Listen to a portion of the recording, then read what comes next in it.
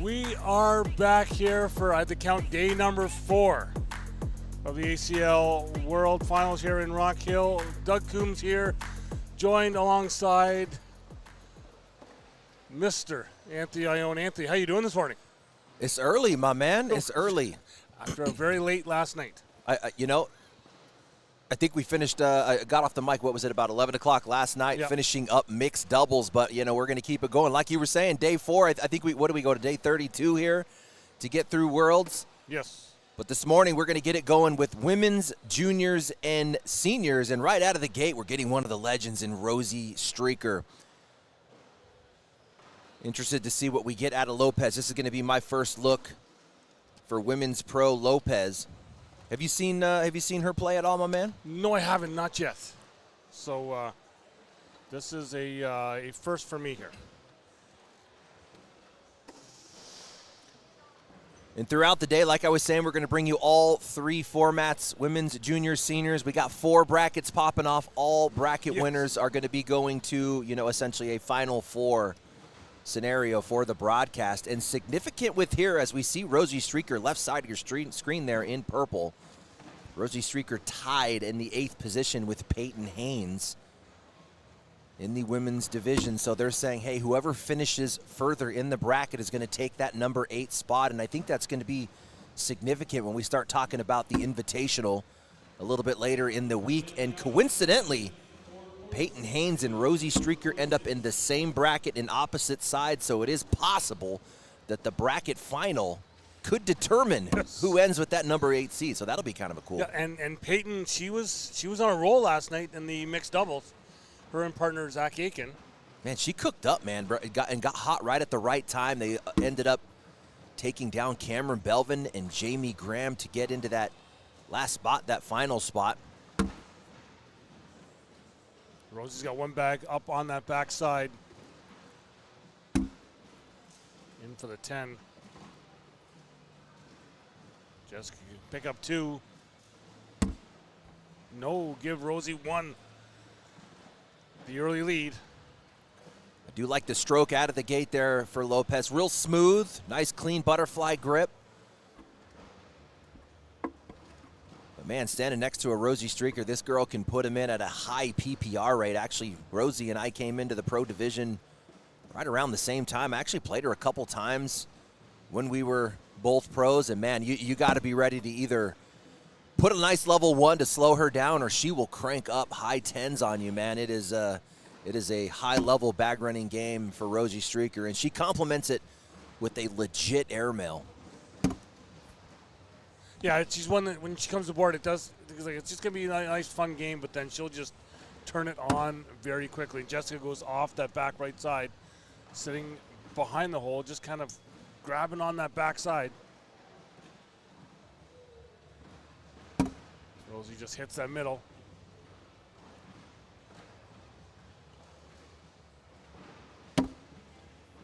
Yeah, so we'll be along here all day, and then later on tonight should get interesting. The mic check, people get to come back on the mic tonight for the qualifier, the top 100 qualifier. So that should be fun.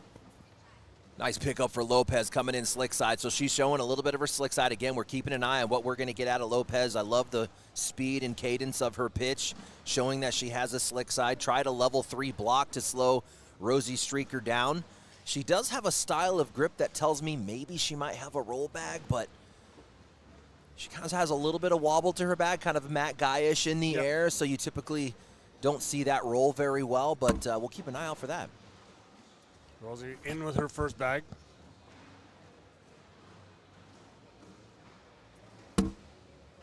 Jessica just sits on that right side. And Rosie uses that as a bumper and will just drop in that front.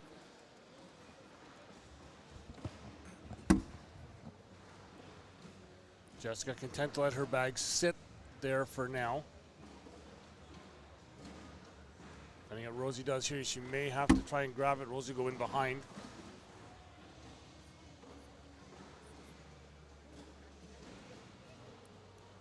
Jessica slick side down, gets it to win. And I'm not sure, I wasn't on court 1 yesterday. These boards here yesterday, as the day went on, they got sticky.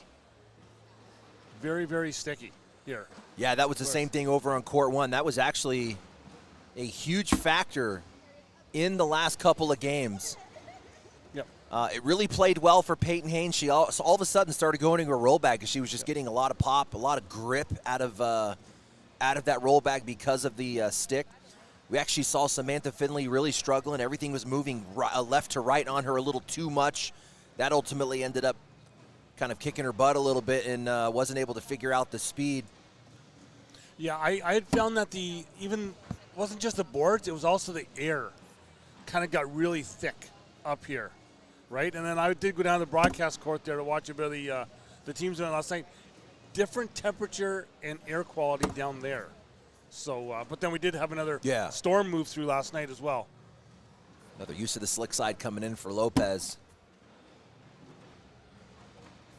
See if Rosie can grab that bag. It is on a stick side on the back.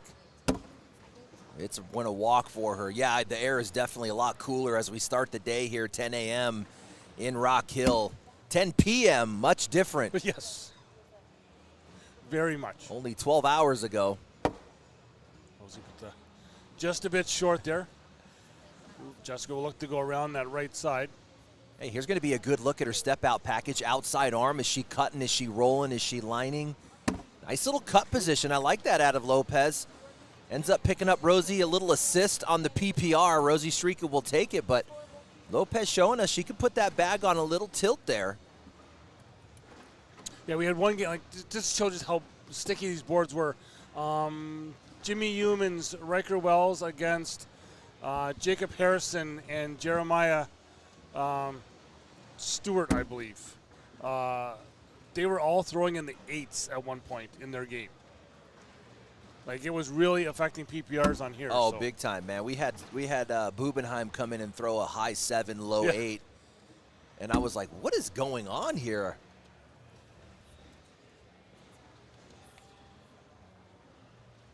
Jessica up and dropping that front side, leaving Rosie's bag on the back again.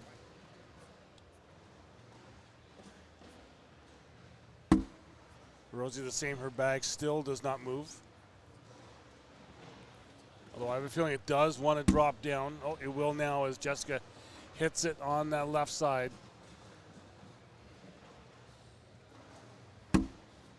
Rosie in for 12. Jessica look to go in just to minimize the damage. Only give up 2. Does.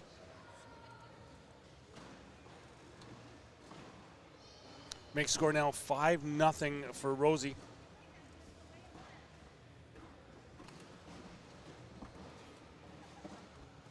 Sick in the chat, they're calling Jessica J-Lo. Yeah, looks like J-Lo is out of Texas. We know the strength that Texas has these days with Cash and JVJ and Logan Chamberlain, who is chasing the MVP this year, took down 3 singles ACL titles this year. First guy in 1 year to take down 3 titles. He's going to be fighting for his 4th here in Rock Hill, but he's going to have to go through guys like Jamie Graham, who's chasing his 4th world's singles title. We know how good Mark Richards just continues to play, probably the most consistent player over the past 5 years in this game. And we've got the rise of Colin Hodette. I think we should put him in the discussion of a potential world champ. How about even Ethan Walker? Everybody sleeps on Ethan Walker, who's made it to the finals in this building before. Rosie just in behind Jessica's bag. Jessica now will look to go up possibly over top for a wash or even drag that bag in. Not sure just how much of it is sitting in the hole. Gets the airmail. Nothing falls. We're going to wash at 10s. Good hit for J-Lo. Now she's showing us her airmail. So I love the use of the slick side. She gave us a little cut a little bit earlier. A nice airmail there in round 7. So a deep bag for J-Lo. I think the last time we were together on a broadcast, we talked about the slick side because Jamie Graham was using it. And I think last night as well, as a lot of people were hesitant to go to the slick side of the bag, even when the boards did get a bit tacky.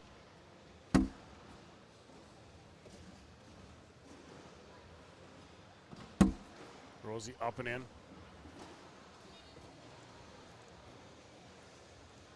Yeah, we got Richard Nyberg's name pops up in the chat. Can't forget about him. Yeah, Nyberg, you know, rookie season. He's definitely going to be on the ballot. A guy who is worthy of a vote. You know, we expected a little bit more out of him in singles. Mr. 11 popped off in doubles alongside Colin Power. Yeah. But, man, you know, I actually thought Nyberg was going to come in as a top 20 player, and it just goes to show the talent and how deep the ACL is. I mean, he had a few brackets where he was kind of in that, you know, that 26 seed area where you have these young guys coming out of the qualifiers. You don't expect to run into a Gabe Clausen in game 2 or something like that. I know that happened to Nyberg a couple times where he's just like, man, I'm running into this crazy talent coming out of the qualifiers early, and it jacks brackets up, you know? Yeah, I believe, yes, days are all blending together now, but in the challenger bracket, he had an early loss, I believe it was, and then yes, a couple epic games against Tanner Halbert in that bracket final to be able to make the pro bracket. Yeah, ultimately taken second in that bracket, which was enough to get to the mains. Tanner Halbert taking down that bracket. The OG going through Nyberg in that one.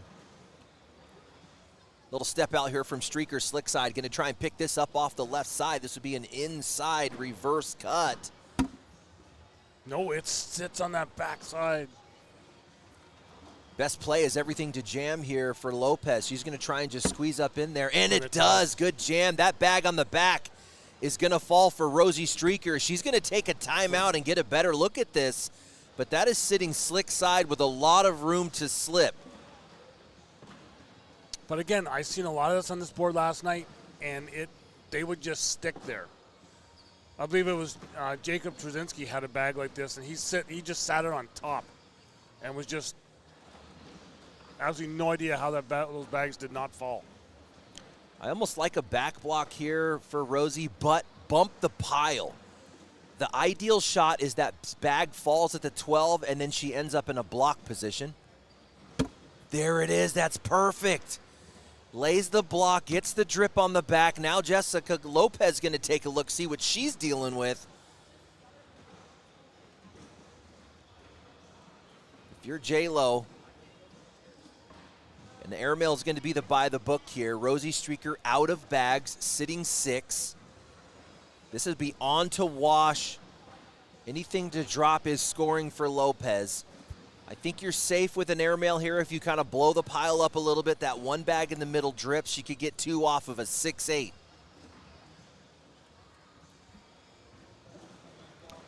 You know, if she comes in slick side and bumps the pile also, that could be a safe shot where she ends up falling. We're going to get a step out here. She's going to attack the right side, it looks like. Slick side down. Nope, nothing falls. Wash at 6s. That was the bump. She did give that pile the bump, just got no love.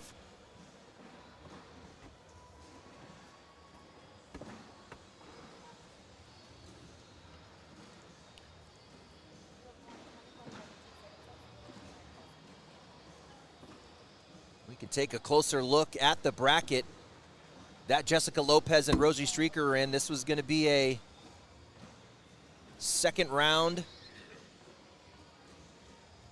match up. The winner of this is going to get Malin De La Cruz and Morgan Blonde. If we go all the way to the top of the bracket, Peyton Haynes, a big win over Autumn, 22-6. How about this one? Jasmine Prevette, who actually played really well in mixed doubles yesterday with Brett Guy, gets a big win over Miranda Coy, 22-19. Rosie's got a bag way off to the left here. Jessica has that one just sitting toe inside the hole. It moves just a touch. Nothing to fall yet, though. Rosie up and in for a 10. Not sure if Jessica will try that. It's sitting stick side down. So I'm going to wash it 10. That was not going to move. Yeah, J-Lo giving us a little indication of what speed she's working with, going slick side on an open board bag 4. That's going to tell you she's comfortable slick side on these speeds, so it's going to be playing a little bit slower even here at 10 a.m. when you don't have 1,000 bodies in the building. The bags are going to be moving a little bit quicker. But yeah, just back to that Jasmine Prevette match. Threw a 9.73 on Miranda Coy to get that massive win. And this will be double elimination format, so Miranda Coy going to have to do some work through the loser side. One of the top ladies in the game right now.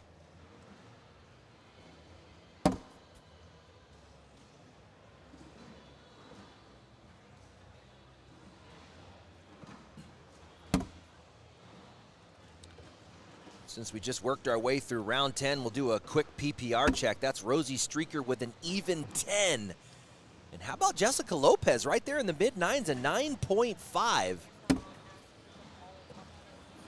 Jessica now off to the left, though. Well, this has got our next game coming up here. You're going to see Riley Simpson, Jackson Gore up here next in the juniors match.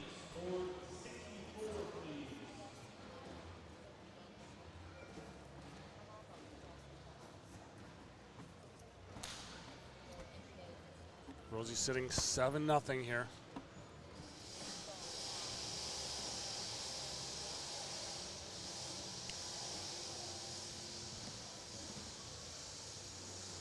Just kind of walking through the brackets. We got, again, 4 main brackets here in Pro Women. Sarah Cassidy is going to be your #1 seed in bracket A. Bracket B, your #1 seed is going to be Cameron Belvin. Made a deep run yesterday in mixed doubles with Jamie Graham, just coming up short. Your #1 seed in bracket C, Samantha Finley. Samantha Finley took an early loss, the #1 seed in bracket C, to Janelle Bryant. Wow. Samantha Finley again, threw an 8.44, was struggling a little bit yesterday in mixed doubles. Jessica there now replaces Rosie's bag. And then this one here in front of us is going to be Peyton Haynes getting the top seed in this bracket.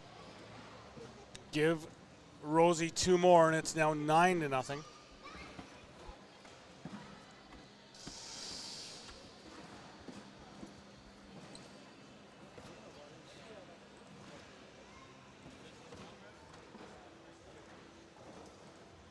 Rosie here now, first bag. She'll up drip down that right side.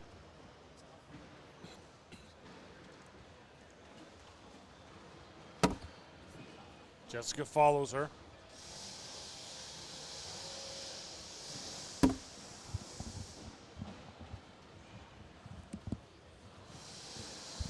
I got no idea what construction is going on in the building here. We got a jackhammer on court 3, just going off. Rosie stepping out here, trying to grab that bag that's on the left of the hole. Brings it back a little closer. Line was good on that one, just needed a little bit more speed. You want to jam everything up against the back of the hole and let that hole redirect you back right. Rosie Streaker looking to just finish off with an 8 at this point. You chase it anymore, you put yourself in danger, but we might see J-Lo finally crack the egg. Ooh. Rosie just sits on that hole again. J-Lo have a little bit of room in the front to drop that down? No, but Rosie's bag goes down. We'll wash at 8. A chance to score for Jennifer Lopez all the way into round 13, and that one didn't go her way. That's one of those bags you want to either just follow it in for your 2 or wedge up in there and score off of an 8-6.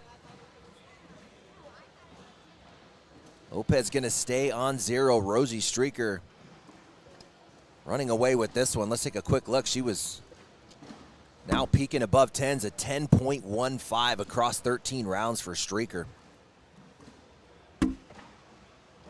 Lopez puts that block right in the front side of the hole. Rosie goes off a bit to the right. If you're J-Lo, man, now's the time to go, and she makes an error on bag 2 there. Just kicking left just a touch. Rosie chance to bring her bag in. Got it. So good. Line and speed was good, and that's tougher for an outside arm kind of moving right to left. Lopez's bag a little bit further out of play. That's going to be a tougher collect for her. Oh, Rosie kind of lets her off here. Lopez considering the drag bag airmail and one for 2 points, Doug. Let's see if she does. She's going stick side down. She's going for it. Oh, off the back, give Rosie 3. Make it now 12. You could see her when she kind of rubbed her chin like, am I going to do this? You had the and one opportunity. You had the drag bag opportunity. And then you had it, if I miss, I might just take Rosie off with me. So a lot of ups on that one. Worst case was that. Yeah. Actually just being up the middle and short. But I think it was at this point where she just had to try and make some sort of shot. Just to try and, change up momentum a bit to get that first bag. I actually like the choice from her. Absolutely. Yeah, good call. Just get something going. And here she is again. Multiple times has been in this position to go get 2 points, but unable to finish up. Again, Rosie's stick side down, so I do not think that bag is going to move. Too short. If you're J-Lo, now you have to go get that level 2. And here's Streaker. Watch her touch this orange bag on her way by. She's going to give it a little bump. A little left. So now J-Lo has to deal with this level 2 slick side push. You want to be deeper. And that is why, Doug. Yes. Kind of giving yourself an unforced error. Rosie finds the backside of the hole. Down for 10. Now her first bag miss is actually in a block. That could save her some points here. We go 12 on 9, give Rosie 3 more. We're now at 15. Another assist from J-Lo. She's definitely helping keeping Rosie above those 10s on the PPR. Yes. The match that leads into this one is set. So the winner of this is going to get Malin De La Cruz, who just got Morgan Blonde 24-1, Doug. Wow. So she ran away with that one. Mylan, I've seen Mylan here. I haven't seen much of her, so I think that's a little bit of a surprise for me because she has come up to Canada a bunch. To play, Yes, so I get to see her a lot. She's right there on the border. Michigan, right? Yes.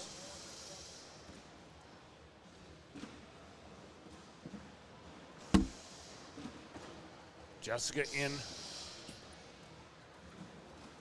We're at 6s here now.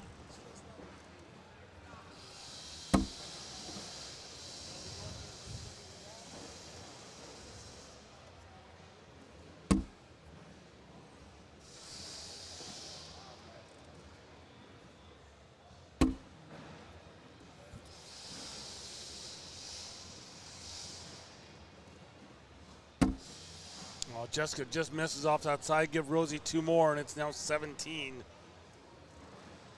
Chat asking when brackets will be live on the website. It's showing them grayed out right now. I'm not sure because I'm trying to find them on one of my screens here as well.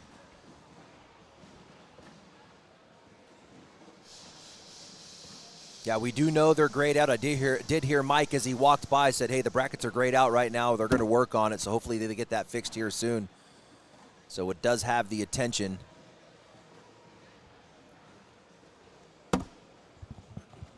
That's what you got to do against a Rosie Streaker, man. A nice deep level 1 just to see if you can get something. I think that's what she wanted that last round, but it just stopped a bit. It just wanted to stick on Stevie's head there on the board.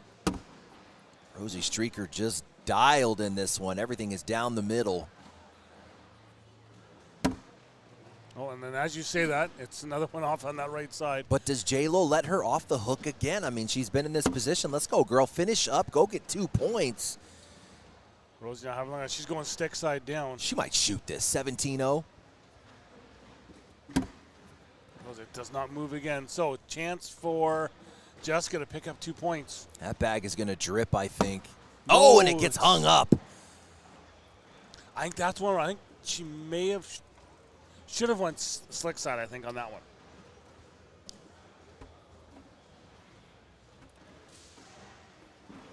But we stay 17-0 here.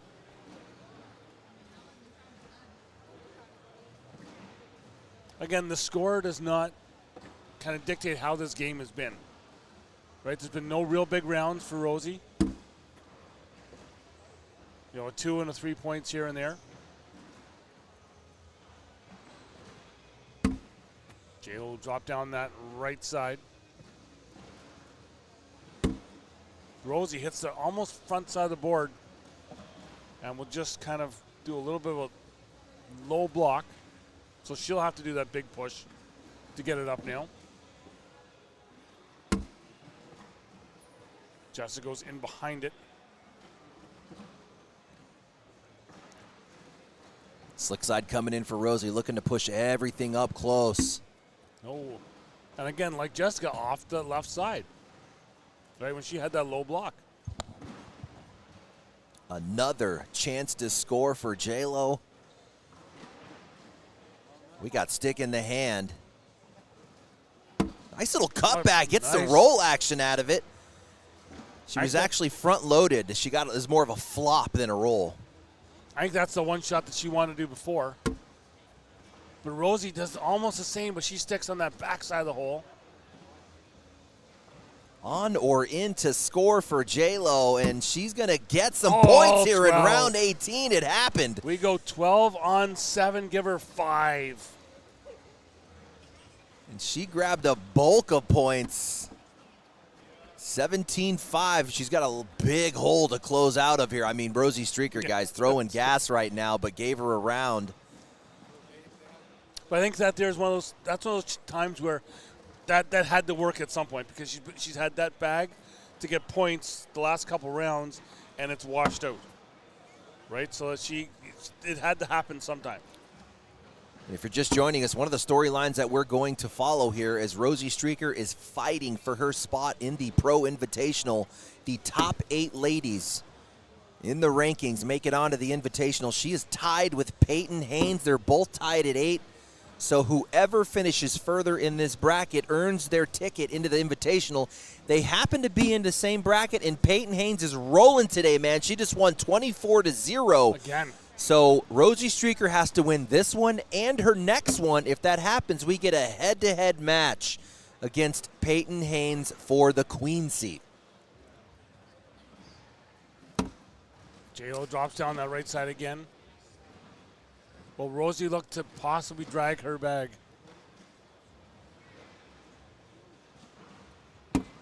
Just in behind, give Jessica 2 more. Little momentum shift here, 7-0 run in 2 rounds for J-Lo.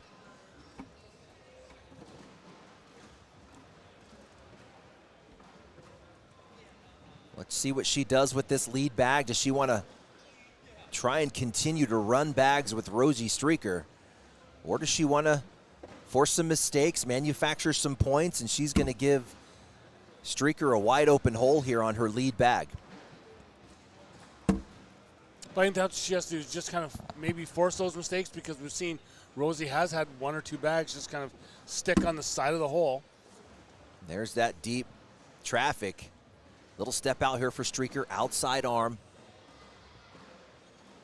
Oh, such a good bag. She actually takes over the block position with a foot in the water. That's going to keep her hung on the hole. Oh. Streaker in position to win this one. You got 3 points off the back, but with hole control. A nice replacement. That is a beautiful replace. So she's still leading the block distance. Look at, she's a little bit further on the hole and on top, which means if J-Lo goes in, essentially she's probably going to get pulled in with her. Oh, that's nice. One more bag, J-Lo.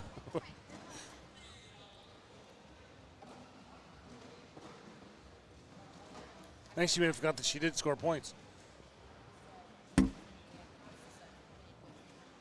We are going to go a 9 on 8.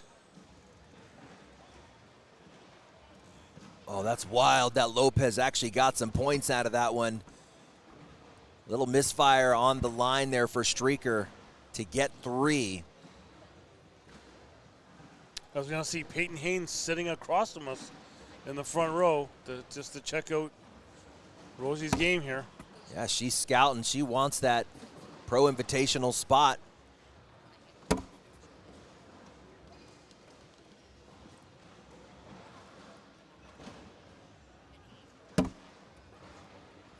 You know, we talk about the season that Peyton Haynes has had down here. Up in Canada, she did win the first 2 women's events at our big opens, so she has been cooking all year. Beautiful collect from J-Lo. Gets her right back into the round here, man. She is cooking up here in the middle part of this match.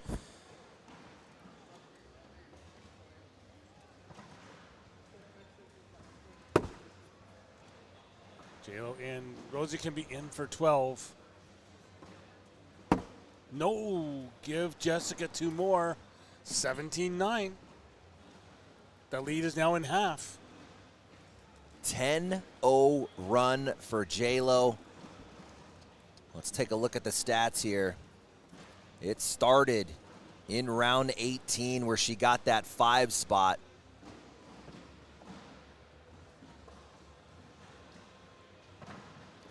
Rosie Streaker's mental game is strong, man. Rosie Streaker's been competing at this game at a high level for as long as I can remember. So we're talking a decade. She's been at the highest levels, on the stage, under the lights, in front of the cameras, and here's a chance to win it with a 4 spot.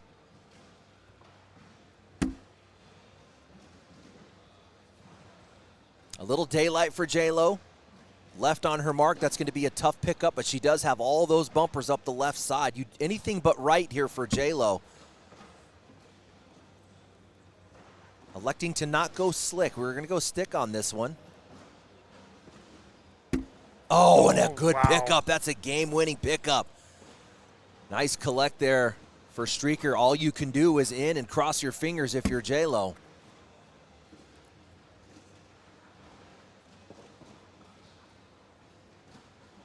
See, up and in. That will do it. Rosie Streaker will take down Jessica Lopez, 21-10.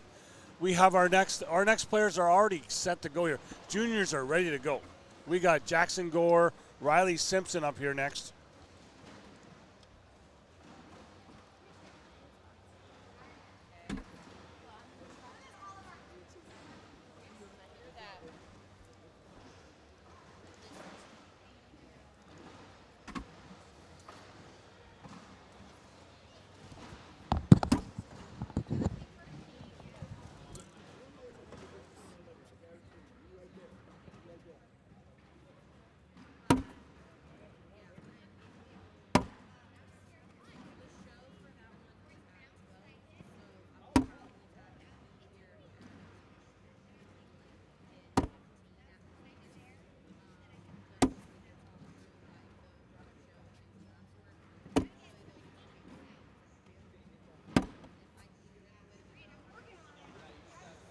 So you see we have our 2 juniors up at the court here next.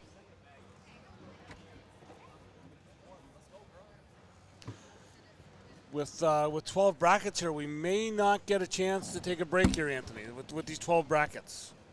We could be just rolling. Rolling them hot.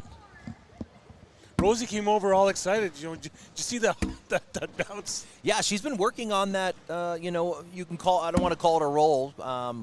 You know, most people call it a roll cut, but you're essentially lifting one side of the bag. You know, we saw Jeremiah Ellis highlight that his rookie season. All of these top players are using that lift bag now to get around blockers. Very, very valuable.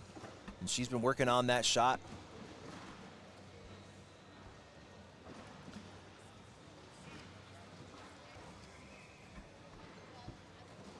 See, make sure we get in that game coming up here.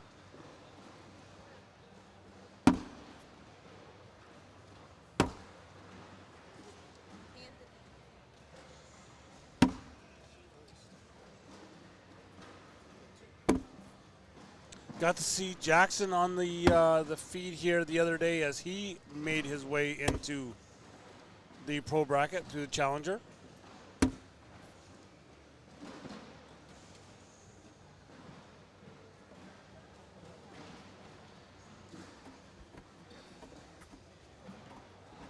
It's like our game is up and set here now.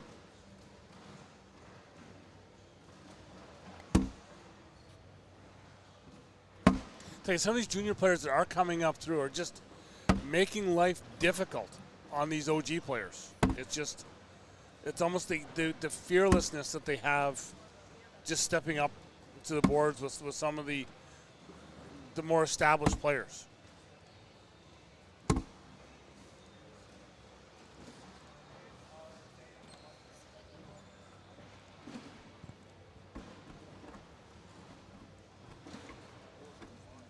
It's like we gonna have a bag spin here now.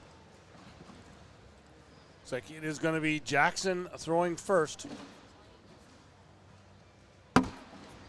Up, first bag up and in.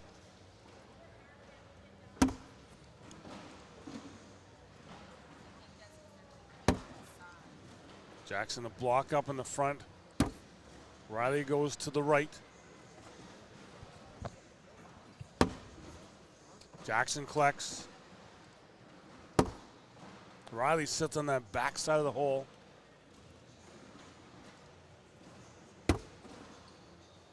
Riley's bag moves a touch, still does not fall.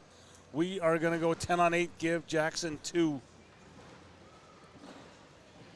He is ready to go.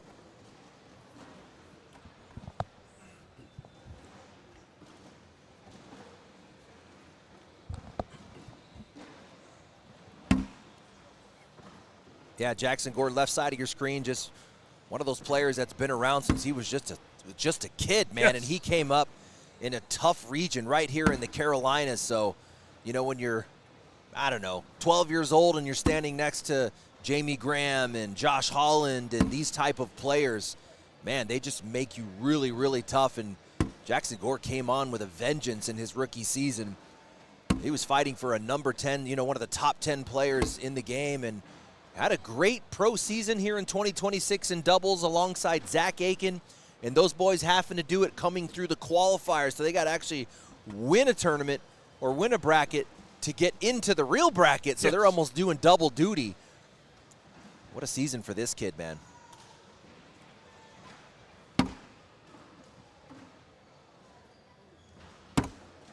Ooh, tough bag for Riley there.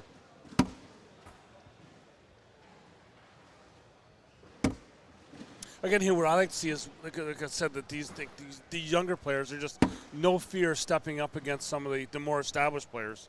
We've got a couple of our juniors from Canada up here, being Mason Stewart and Landon Chavira.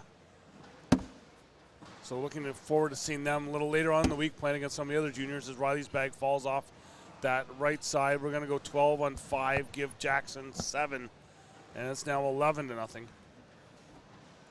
Yeah, everything went south for Riley in that round when he threw that kind of right side level 4 block. He ended up and-1ing himself. Jackson Gore getting around those bags with the lift, what we were just talking about with Rosie Streaker. Again, Riley just goes very short. That could actually mess up rounds. That's actually a good bag for Gore, having to go over a shallow blocker like that. Oh, again, just trying to go for it and misses off the backside. We might see Gore shoot this just because of the long run on the roll. He does have a drag opportunity. Got it.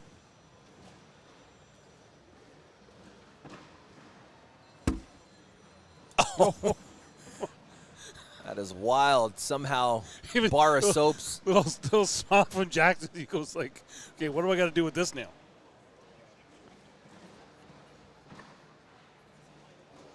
Jackson Gore looking to have some fun. Watch him airmail this and just and-1 the top bag. You know, he's practicing this with his driveway, in the driveway with his brother. A little short on the airmail.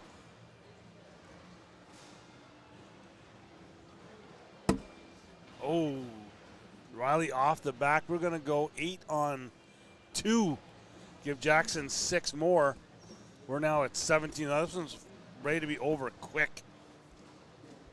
Yeah, Gore making quick work, man. I mean, Jackson Gore, one of the best players in this game. I mean, you talk about, hey, let me grab the top 50 players to play this game right now in the world. You're going to probably put Jackson Gore on that list. And Riley Simpson just has his hands full right now. This is right again.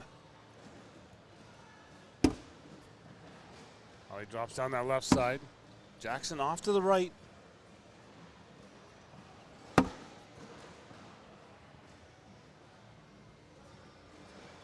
Little step out. He's not going to shoot this, is he?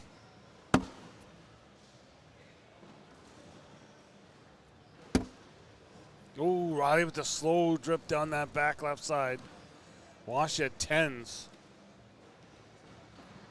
Jackson Gore shaking his head. He didn't get a 6 or a 7 spot off of that. That's basically the way the game's been going. Oh, yeah, he's like, okay. A little bit of relief. That's the first time he's not giving up points. Jackson gets his first bag, is up and in. Riley off the right side of the board again.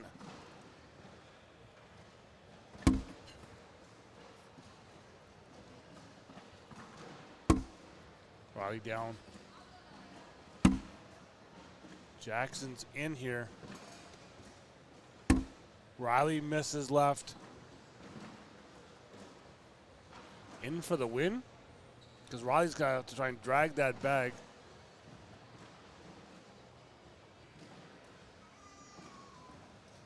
Jackson wants to step away, just have a thought.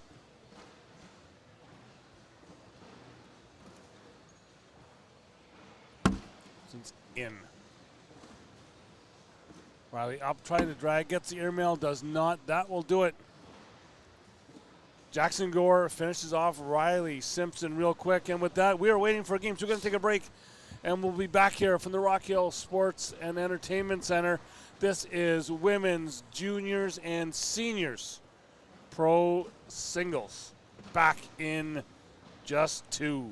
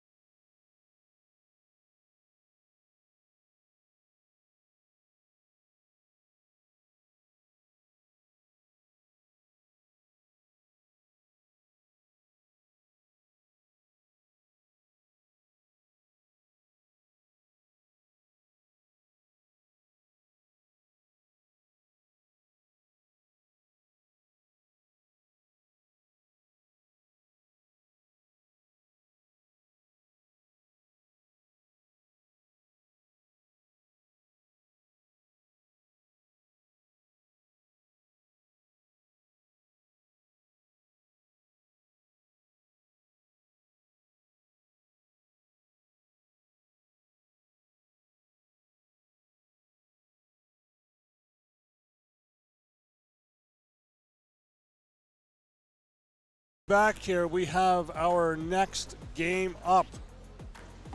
Going back to the women's division. Elizabeth Tennyson, Caitlin Allshouse here.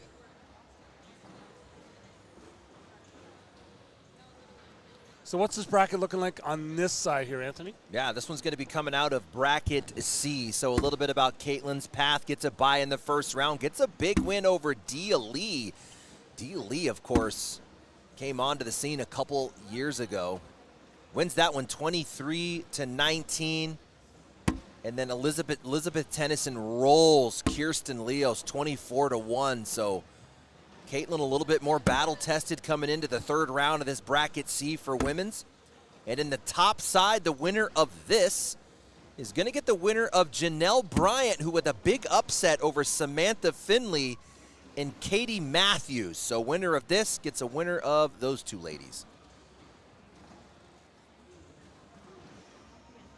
Looks like we are possibly ready to go here.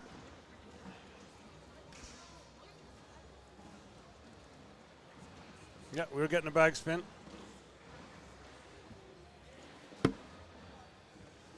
Got the thumbs up from Caitlin. That's what I like about coming down here to call games like this, Anthony.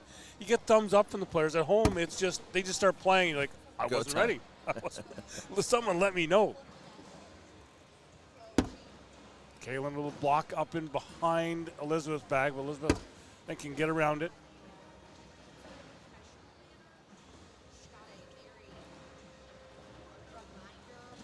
Caitlin does a little bit of a double take there. And I kind of talked with her about that this morning as we both left the hotel at the same time, because she did that a couple times last night. And it's that mental game, right, that we all talk about. That is just the struggle. Yeah, no, Caitlin's going through it. Let's be real. She's going through it, and she's really fighting through it. I'm impressed with how she continues to try and fight through it. There's no give up, but we're seeing the hitch from Tony Smith. We saw what it did to a legend like Derek King back in the day. You know, we see guys like Logan Chamberlain have really figured it out mentally and really on the opposite side of that. But, yeah, right now, Allshouse just kind of fighting through that mental side of the game, trying to lose that hitch, if you will. And again, we're talking about the world champ, man. This is her building. She's the reigning world champ. So coming back in, you know, man, that just kind of sucks. You know, it's like bad timing. It's like I'm going back to Worlds. I want to defend my title, but I'm fighting through this mental thing right now. Yeah, we've had a couple of people back even up home. Just the mental thing and the injury thing this year has just been absolutely incredible. To see so many people that are just those issues. As Caitlin gets a bag off to the right side.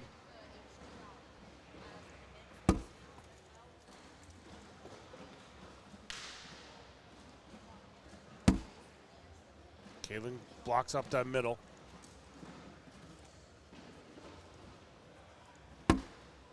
Elizabeth off the side gives Caitlin a chance to go up the middle. She's going slick side down.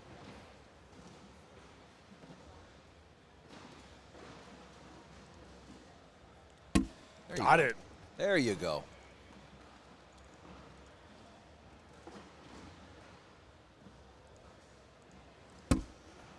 Elizabeth in, brings her bag a little closer to the front. Will wash at 8.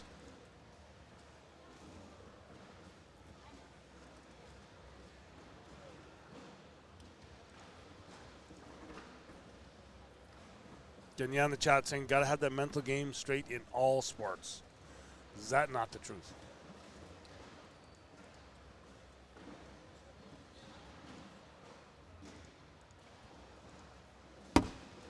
Elizabeth, first bag block up in the front. Caitlin, great bag alongside of her to go in behind Elizabeth's bag. Elizabeth in behind her own.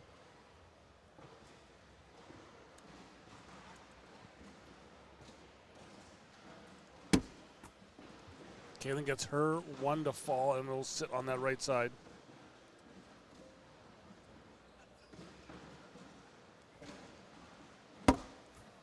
Elizabeth gets her to drop down. A little bit of a collect.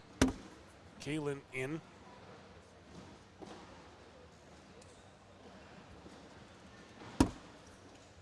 Elizabeth in for a 10.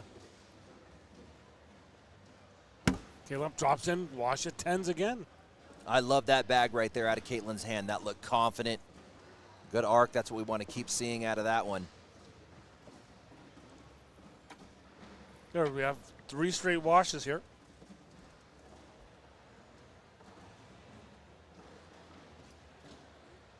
I think in the chat there, just saying, asking what's up.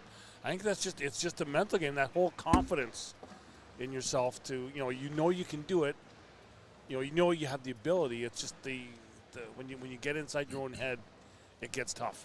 Yeah, one of the wildest things I've heard of. I wasn't able to see it live, but we heard about it a couple signatures ago. And I don't need to be throwing names out or anything, but we had a competitor. It was actually a female pro.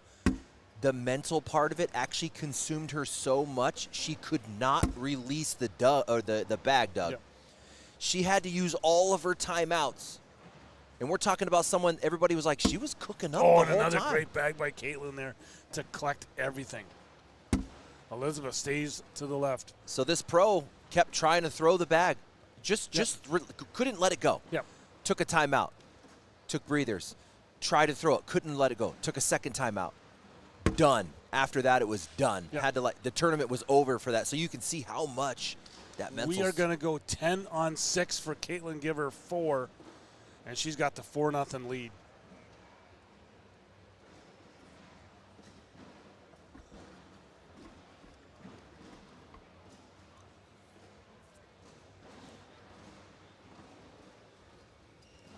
But yeah, it is just when you it's almost the worst place you want to be is inside your head.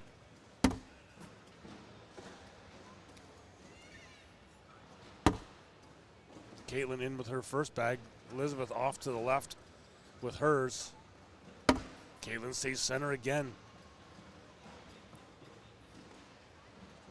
And I was just looking back to Worlds last season to get you guys some accurate information, man. And yeah, it was Caitlin who cooked the house in doubles, throwing alongside Riley Schaff.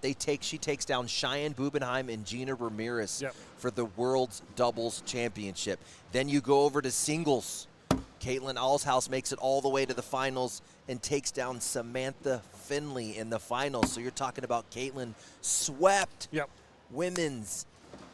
And that is the caliber of player that you have. And here's a chance to get some points here for Caitlin. Nice little cut position. I love that. That was an Adam Hissner style cut. We're going to go a 10-on-4, give Caitlin 6 and a 10-0 lead. That bag just a little bit left on its mark there for Tennyson. It looked good, had good speed, but it's going to cost her some big points there in round 5.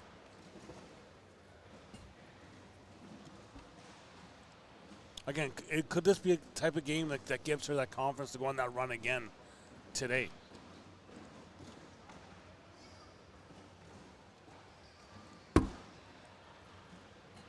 Caleb block up in the front. Oh, nice roll for Tennyson. Beautiful open board over the level 1. Caleb pushes that bag a little closer.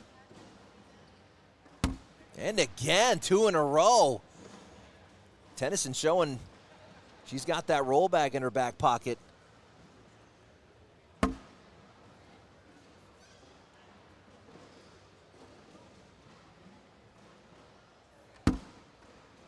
Beautiful back block, going to set up a big airmail here for Alshouse just to get back into the round. On the drag, though, it could put her in position for a wash, and it's going to go off the back. Sitting 7-on-5 at the moment. And she gets 3. It just comes up short, but there's Tennyson showing she can roll at a high rate. That was 3 times in a row getting over that level 1. And it kind of reminds me of Sarah Cassidy's roll. It's not your typical back-loaded, beautiful rotating kind of tilt or a back tilt. Yeah. She's able to just get some hop out of it, just getting it in a nice flat position. Elizabeth Tennyson first coming on the scene for me a couple years back in the shootout series. She made a real deep run at one of those shootout events where we kicked off the round limited style format in the pro division and checking that swing there for Allshouse. She's fighting through it, but doing well with a commanding 10-3 lead to here. And here she is again, just trying to get that bag to release. Well, I've been able to see Elizabeth since about 2022. She's been coming up to our big events in Canada. So she's been on the scene up there for a while.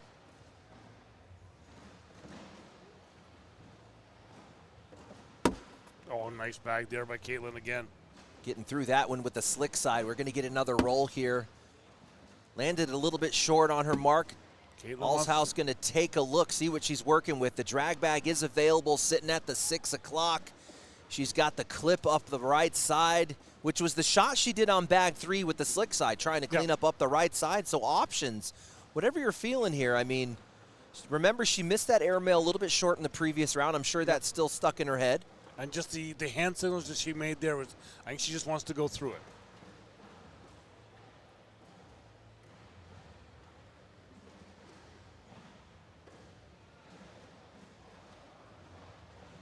She's going stick side down.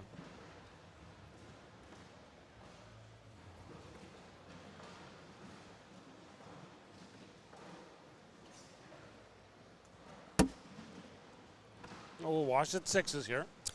She put a little tilt on that one, trying to work a slick side cut. A little left on her mark, but she's going to get out of this round off a wash here, hold that 10-3 lead.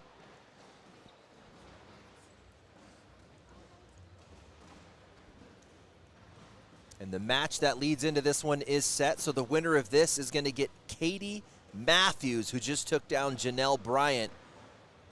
And if you're just joining us, Janelle Bryant with a big upset took down the #1 seed here in bracket C, Samantha Finley.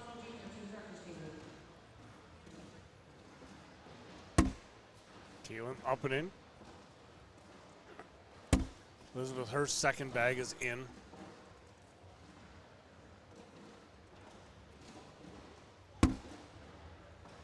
Nice lane side, nice and deep. Tennyson's been rolling over these. She's going to put a little cut on it, and it goes hard right to left.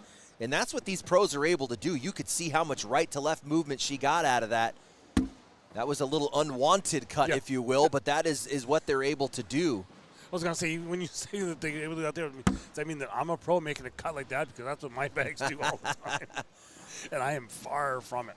That was actually a tough shot to get around that level 1. Allshouse cleaning up for points. Slick side in, a good bag 4. Going to get her 2 points, putting her on 12 here in round 8. In the chat asking if Cheyenne is still in it. She was not in it.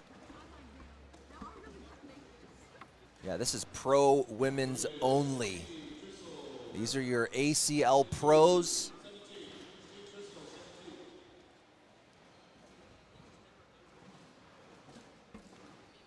Actually, I could run you through those brackets, just kind of highlighting your top seeds out of bracket A.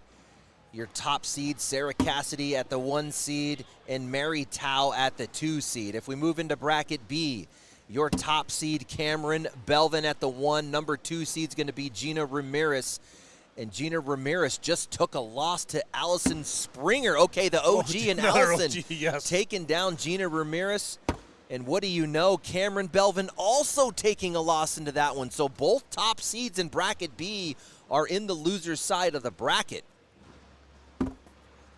Caitlin gets one of her bags to fall, and she'll go off the back. She's okay with it, maintaining that block position with one in the hole.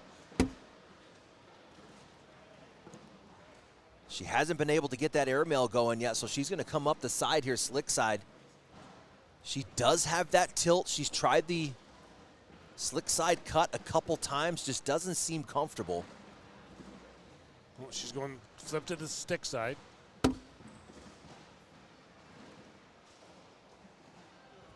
Elizabeth goes up.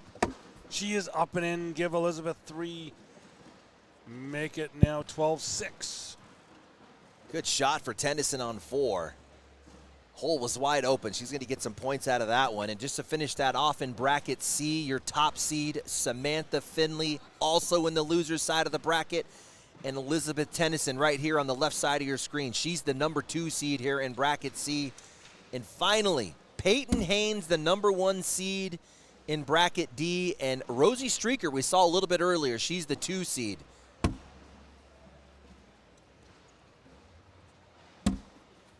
Elizabeth able to get around Caitlin's bag there. Caitlin didn't want any part of trying to push up that level 3. Elizabeth Tennyson making her pay with the cut shot. Here comes the slick side, trying to get that block. I think that right side's still open for Elizabeth. Elizabeth considering back blocking. Oh, and she leaves a bit of a field goal there, Doug. A big slick side coming through for Caitlin. This is a chance to wash out the round at 10s. And she's going to have to come through hot. She's going to be pushing about 3 pounds of bags. Just getting that right feel.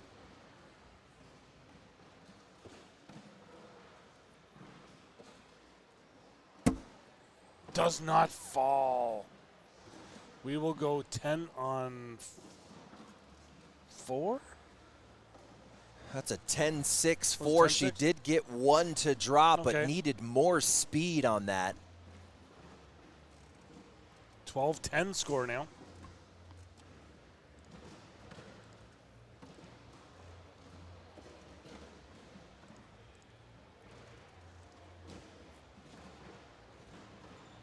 Elizabeth Tennyson making a move.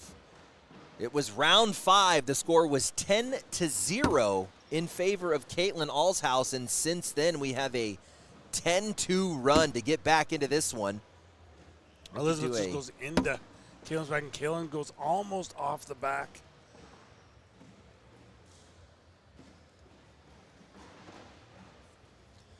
Slick side coming. Tennyson looking to clean up the center of this board, and she does. What a shot there on bag 3. That's setting her up for a lead change.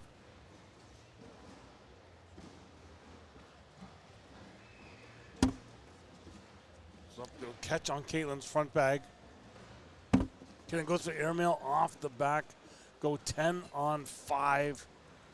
Make it now 15-12 for Elizabeth. Hey, I like the unconscious airmail out of Caitlin. Didn't think about it. We've seen her kind of working and trying to get that shot going. Shot it without thinking. I really like that. That shows a little bit of confidence, but it's Tennyson digging herself out of the 10-0 lead. 10-0 lead, and now you're up 15-12.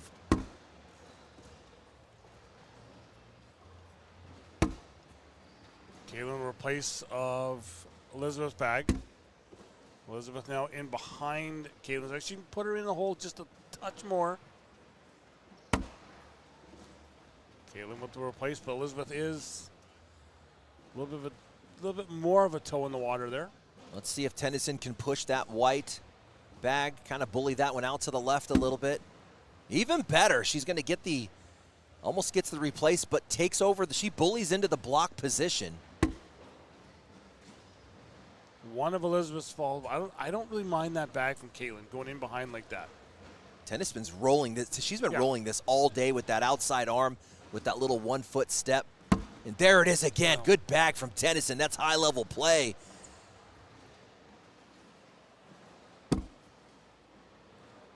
We're going to go 12 on 8. Give Elizabeth 4.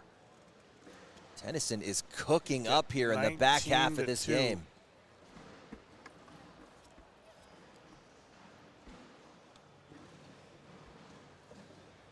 Make that a 19-2 run for Elizabeth Tennyson.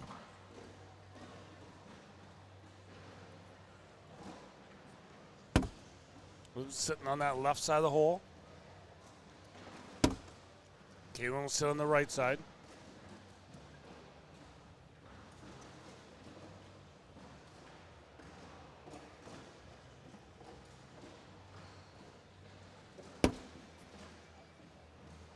Elizabeth cuts through that middle. Caitlin finds that spot too. Brings her bag a little closer in. A little bit of a turn.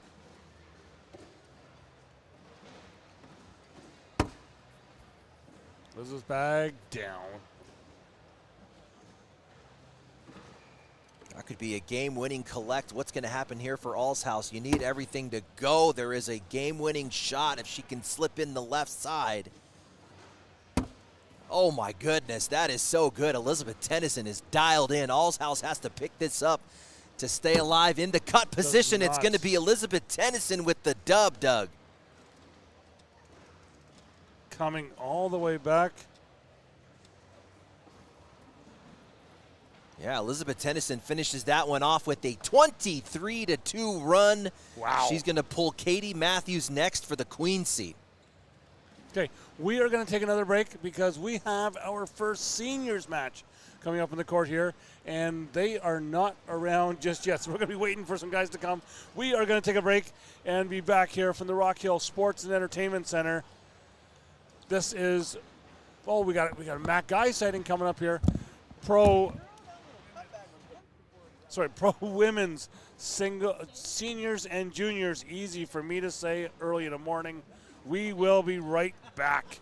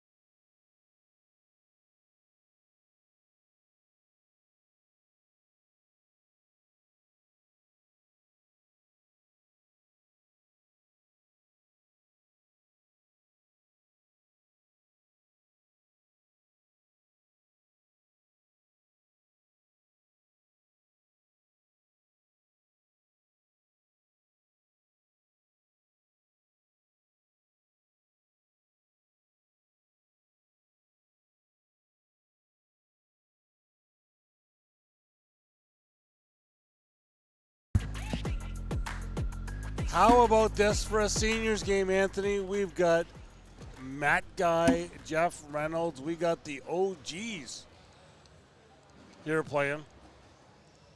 All right, I forgive you, Doug. You said we were going to get a seniors match. I was like, okay, but when you give me this match, you got my attention, man. Like you said, these are some of the OGs. Oh, my goodness. You're talking about Jeff Reynolds. When I came into the game back in 2017, I was watching Jeff Reynolds videos hitting airmails in his shot or in his shop.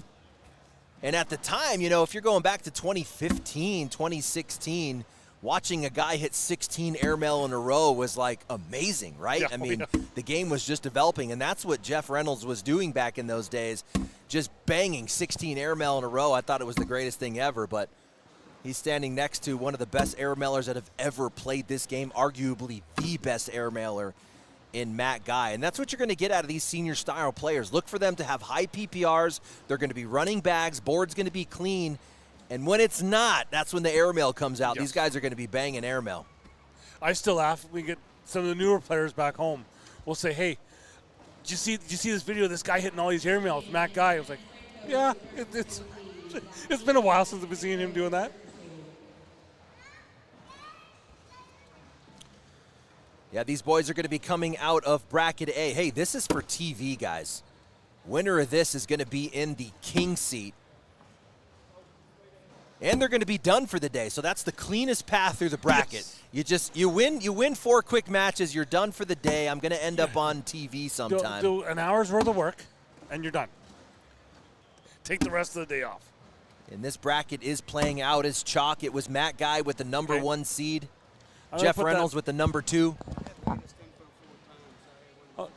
Okay, so it looks like, yeah, they're still just kind of going there. They're just kind of waiting for the tablet to reset.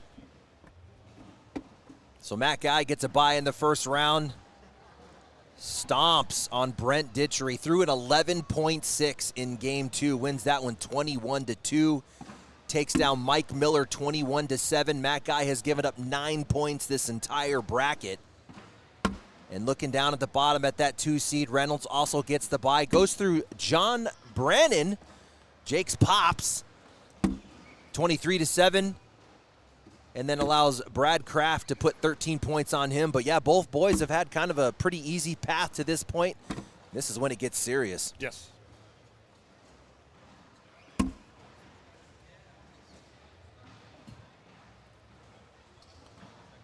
And if you just started following us recently, Matt Guy there in the red jersey, arguably one of the GOATs in this game, one of the greatest of all time, certainly if you're talking about all time, right? Yes. You know, Matt Guy, 25 years ago, we're talking 2+ decades ago, was competing at a high level. There's nobody in the building who's been playing at this level longer than Matt Guy there in the red shirt. Matt Guy is top 5 on the all-time ACL titles list. It's like Tablet is ready to go here now. But yeah, I know back my first Worlds, 2018, the big name we were coming to see was Matt Guy, right? So it's been around that while, but just and really still in awe of him. You know, like when we come and do and set up here Sunday, he showed up and he just starts throwing bags. You stop and you watch him, right? 100%. And what's great about Matt Guy is, as he's yelling at this tablet, technology's falling apart. And I'm not going to blame this one on the seniors. Usually we're blaming the technology on the seniors. I think this is the tablet's fault this time. But yeah, Matt Guy has been holding it down for the OGs. We've seen this game transition to the youth. We've seen the game get younger, but Matt Guy continues to hold this down for the OGs, for the guys that have been around forever, and really doing it with his style of play. We've seen the older guys have to change their style of play, evolve with the roll bags and the bag technology and how the game is changing, but he has really stayed with his game. Yeah. He's messing around with that roll a little bit, but for the most part, Matt Guy's game 10 years ago is the same game you're going to get today. Yeah. And he is one guy that once those juniors, if they start to think that they're taking over the place, Matt is the type of guy that just say, sit down, young man. I'm still here.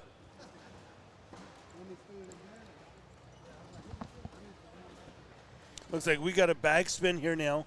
We've changed the end that the tablet is on.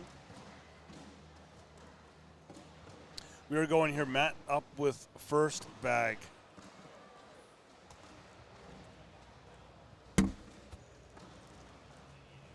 Matt's up and in. Jeff will drop down that right side as well.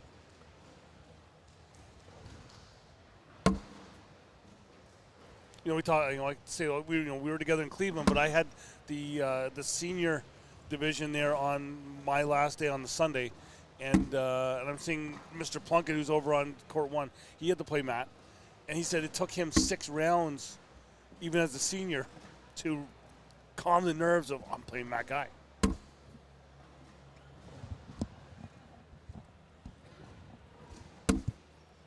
Jeff, and we are going to wash at 12s and a social here.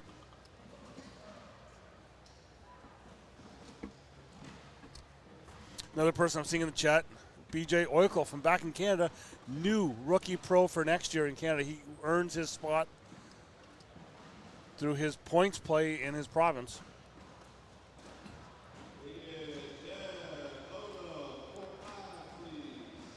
Looking at the pro seniors division for the season, Matt Guy ranked number 1 with a 10.25 CPI. He's the only senior in that division with a 10-plus CPI. And Jeff Reynolds down the list just a little bit, currently sitting at 8. So you're looking at 2 top 10 seniors going head-to-head in this bracket king seat. Matt gets his bag to drop.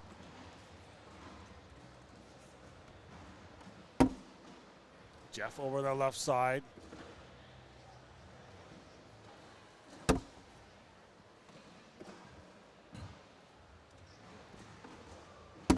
It's like we got another social. Jeff Reynolds sponsoring himself. You can see the back of his jersey right there.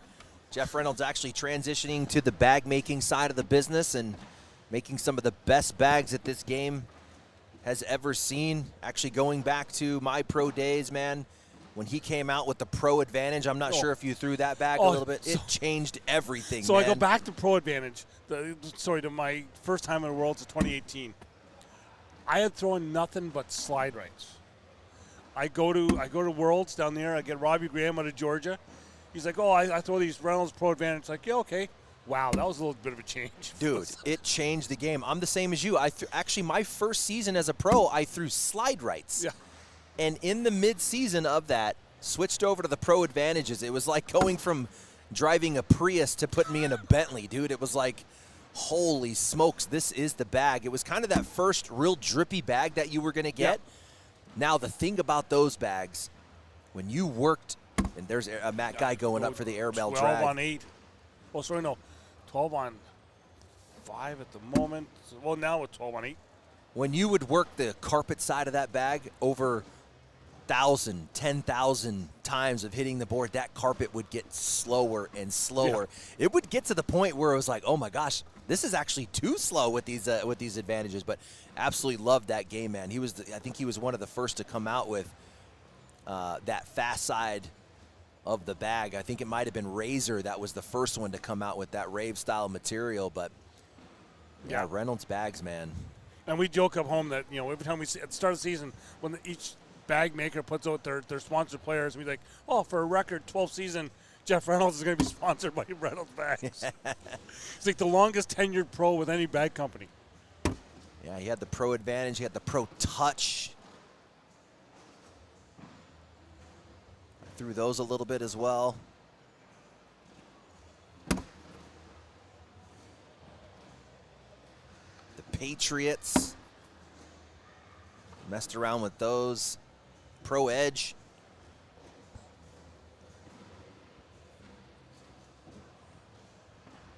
But then even you go back and look at just how many great players, the top players from the past as well, that threw them. Wide open hole for Matt Guy. This is a layup for him for 2 points. Does Jeff go for the drag, or is he going to settle with in for 2, and he's just going to get that 2 points? I'm thinking, looking at our angle here, looking at the bag, that bag, you can't see it. That corner had a little bit of an indent in it, so he wasn't able to drag it anyway, I don't think.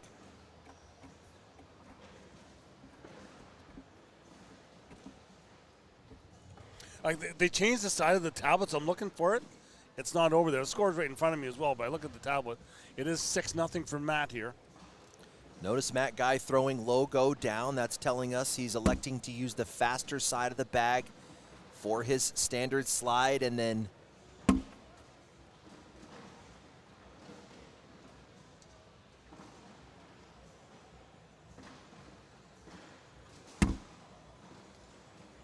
we've seen that from Matt Guy all season, even in the pro division as well. This will be a tough pickup for Matt Guy. He's going to go chase this one. Jeff did just kind of move him to the right just a touch. Like he turned it. I don't know if it's enough. You think it's enough there? I don't think it's enough to collect, but maybe he pulls it tighter the hole, and then Jeff Reynolds has to deal with it on his bag four. This is going to be tough, but he's going for it, up 6-0. Like Jeff still got the wide open hole there, be able to pick up 2. Got it. But again, you talk about some of the new people that may not, they know names of people, but they don't know exactly who they are. Because I know Jeff Reynolds came up to one of our opens, and he's in line at the concession, and everyone's around him, and Donnie McPhee and I were standing there going like, all these people have no idea of the greatness that is in their presence right now. Right? And Jeff's kind of a quiet guy. He's not really a boisterous guy to let everyone know who he is either, right? But super quiet guy, but yeah, he's one of the OGs. And that miss from Matt Guy, that was his first miss of the game, Doug. He was 19 for 19. And there's his second. See, as soon as you talk about it, you know what's going to happen.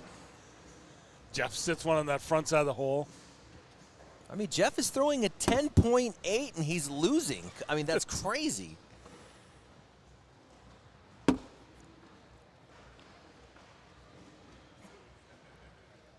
Jeff a bit more dialed in. Oh, big drag from Matt there. A bag is never really out of play with Matt. That is one of the best air mailers in the game period, folks, and he is highlighting that with the drag, and he's going to save this four-bagger. Does it hang? And he's going to get the drip on bag 4. Little bit of a delay. The bag gods on Matt Guy's side right there. You can just, I don't know if you can hear him through the mic, but even going out there, he's just, ooh, coming down. He knew that it gave him a little bit of a help, a little bit of a delay. So that'll make 85% four-baggers for Matt Guy. He has four-bagged every single round but one. And only has a 6-2 lead. I mean, hey, if he had a different guy on the boards right now, we might be talking about this game being done in round 7. Yes, yeah. When you're throwing a 10-7 or what, 10-6-7, or excuse me, an 11-6-7. Well, even Jeff's up over an 11 now as well. Isn't that crazy? Throwing an even 11 and you're losing. That is the level of play we're getting here at Worlds.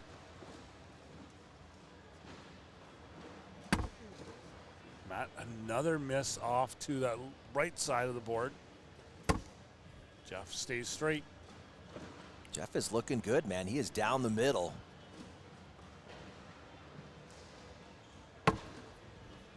Give Jeff 2 more, and we're now 6-4.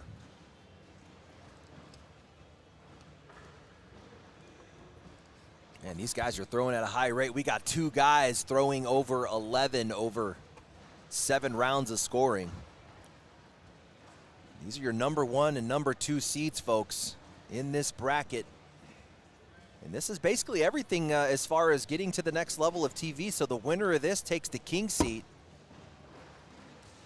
So actually, no, we're going to play this down to bracket winners, right? Yeah, bracket winners. So, yes. So we have 4 brackets in seniors. Let me correct that. So you do have to win the bracket. A little bit different from mixed doubles last night where you actually had the losers final and the winner and the top both made TV. Yep. So this one a little bit different. Yeah, you were a little delayed. You won't be as delayed here today as last night with the waiting for the broadcast, the TV broadcast player to come back up.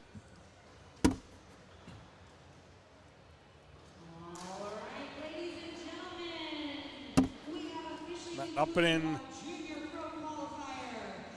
As these guys make their way, let's take a look at the bracket, see if we have any upsets. So this is bracket A. If we look to bracket B, the number 1 seed is in the king seat. How about Steve Schrader making his way to the king seat? He's your number 1 seed in B. Bracket C, your number 1 seed is JP Plunkett. He is still alive and currently up 19-6. Your number 2 seed in the bottom, Donald Cupp, is also up and still alive. And then that final bracket B, we did have an upset. Your number 1 seed, Scott Benner, took a loss to Ron Krugel coming out of the 5 seed.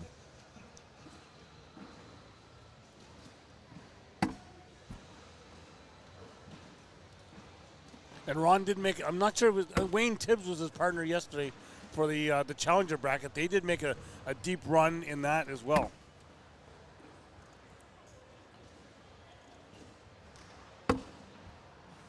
Jeff up and in for 12. Matt socials it out. This is what you get out of senior type of cornhole, guys. It is going to be a lot of 4-baggers. You're going to rarely see blocks or anything like that.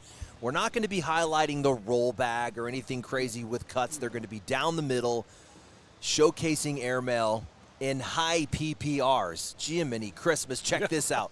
Matt Guy throwing an 11.56 and Jeff Reynolds right behind him with a 11.33. This is wild. You're seeing a match here circa 2017. Yes. And it would be a pro finals, yes, not seniors. Matt Guy versus Jeff Reynolds in your pro singles final 2017, 2016. Matt Guy going to ditch the step out. He's going to come up the middle with an airmail. Got it. Just effortless. That's just it. No joke. No. If you gave Matt Guy, Oh, Jeff off the back. Matt Guy going to make him feel the pain of that one. He's going to make him think about that. That is a let it marinate kind of thing. He's just going to come down and get himself a sip. He wants at least 3 points out of this round. Now, what changed for Matt Guy? He shot the airmail over that level one, but Jeff did push that block a little bit closer to the hole. Let's see if we get a push through from Matt Guy or if he decides to continue to shoot the airmail. And he might step out. He did consider stepping out a little bit earlier. And again, he's using the slick side of that bag. So as an inside arm pitch, a step out get around is a good choice. He's staying right tight, close to the board. Got it. When you shoot a 90+ airmail in practice, like, I don't blame him. No. Big bag, though, from Jeff to be able to pick up that front block. And here's 3 points on bag 4 for Matt Guy. Our first 3-point round of the game, a 9-4. Matt Guy continues to put the pressure on. Matt's missed 2 bags this entire game. That's like a dream to me. Look.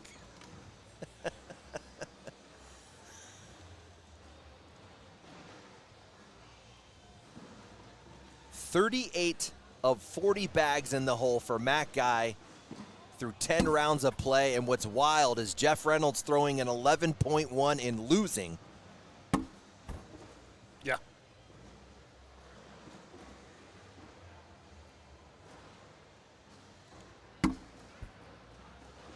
Matt up just drips down that front side.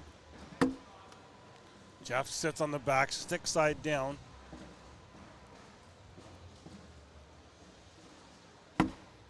Matt brings him with him.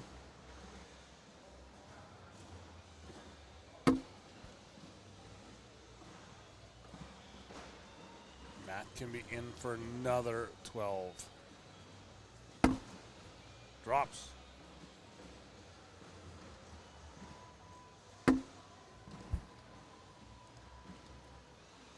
Social. Man, I think the craziest stat for me is that Jeff Reynolds just put 40 of 44 bags in the hole and losing. Down by 5. 40 of 44 bags in the hole and losing. That is a crazy stat line.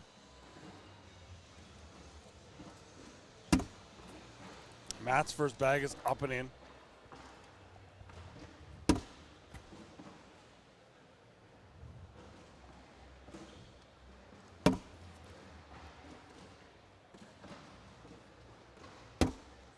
Jeff drops down that left side.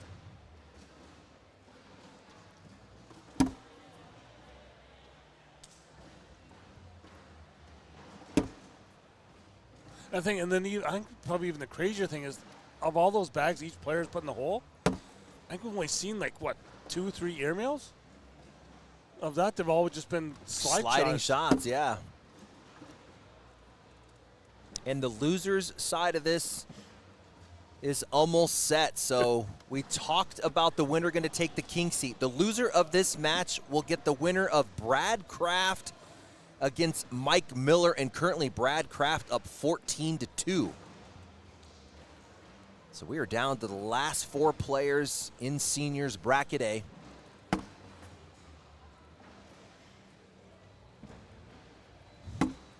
I think this is another one of those games we need that social button. We just have to hit it so I don't have to keep saying it all the time.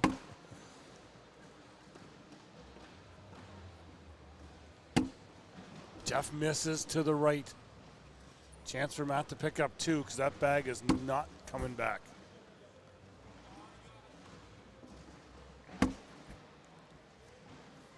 Oh, man, how hard is it just to keep up with Matt Guy on a hole-to-hole game? I mean, at what point do you try and manufacture some points for Jeff Reynolds? Or, I mean, when a guy's throwing an 11-6 or 11-7, like, you have to do something different, right? But but you're throwing an 11+ yourself, so it's like, man, do I just wait till he cools down, or do I actually make a different move here? But then, you know, from past experience, you know, Matt's really never going to cool down, especially if he's on a heater like this.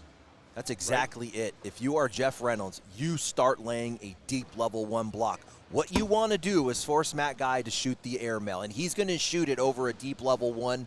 You beat him with missed airmails and cleaning up that block. Yep, Jeff misses just to the right again, but Matt's still got full sight of the hole.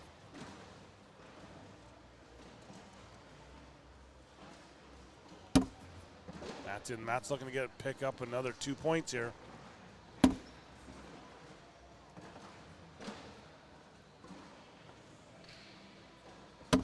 Matt in for a 12 again, and it's again he puts a little bit of a dent in Jeff's bag that Jeff cannot have it sitting in the hole to be able to drag it. Make it now 13-4. Bracket B is scooting along. Again, that was where Steve Schrader was he's taking the king seat. There's only 2 players left in that bracket. In fighting to get up to that final against Steve Schrader is Klue Kite down 14-15 against Jerry Armstrong. So 3 players left in that bracket B. Bracket C, you've got your king seat matches set. It's going to be Donald Cupp against George Fundle. Again, that will be for the king seat of bracket C. So George Fundle then taking down Plunkett, then which I believe was the number 1 seed there, possibly? That's correct. Yeah, Plunkett was the number 1 seed. He falls to George 21-19. Wow. We got a little block action here. What do we get out of Jeff Reynolds? He's going to go up. Bang! Hits that airmail over the back. Matt Guy looking to pick up this lead block. He's stepping out.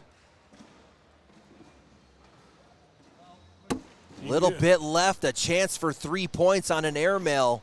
Matt knew it as soon as he left his hand. Got it. No love on the drag, but he's going to get a much-needed 3 points. Jeff Reynolds was in a bit of a drought there. Let's take a look at that. He has been stuck on 4 since round 10. Almost seems like yesterday. No, I take that back. It was round 7 where he put up a 2 spot to get the score at 6-4. So almost 10 rounds. What do you got? 9 rounds of play. Jeff puts that block up in the front.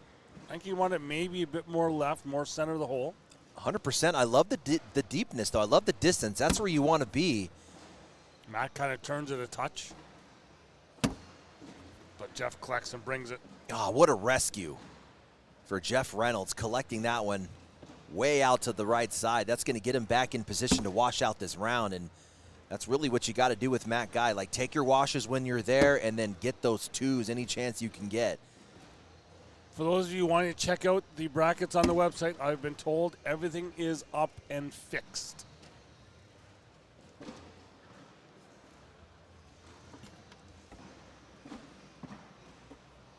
Score here staying 13-7.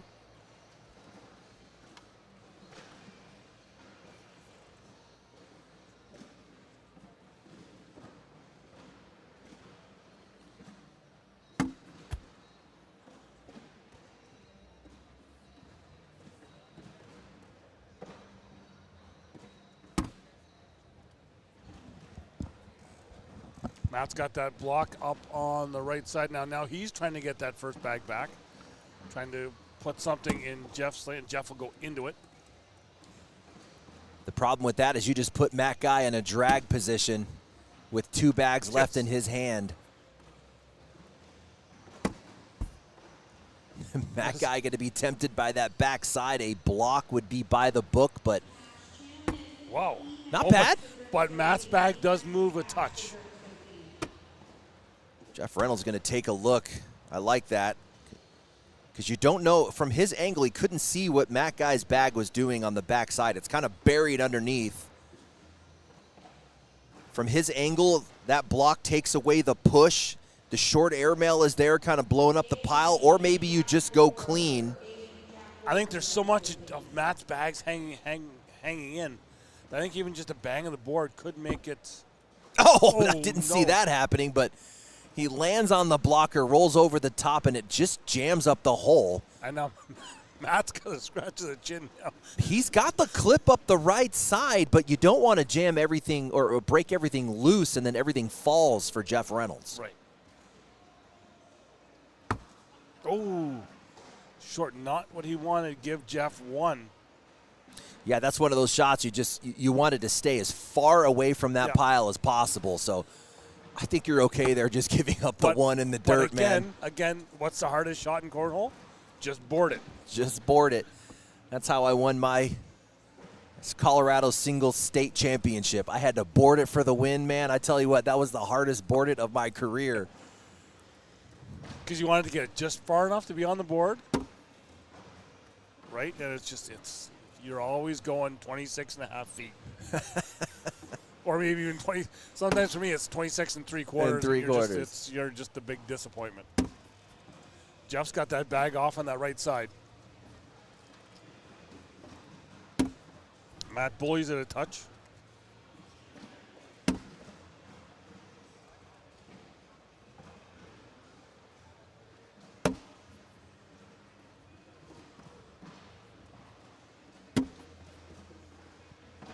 Jeff's got 2 bags off to the right there. Matt can pick up 4.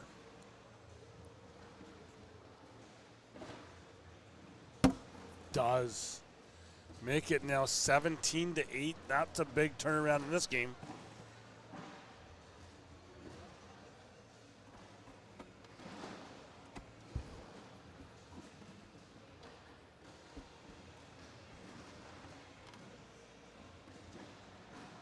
Matt now back with first bag.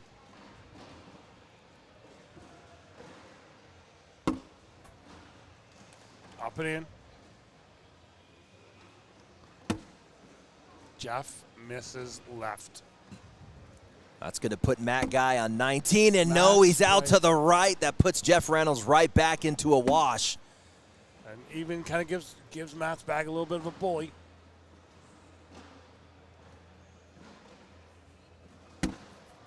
Matt's up and in.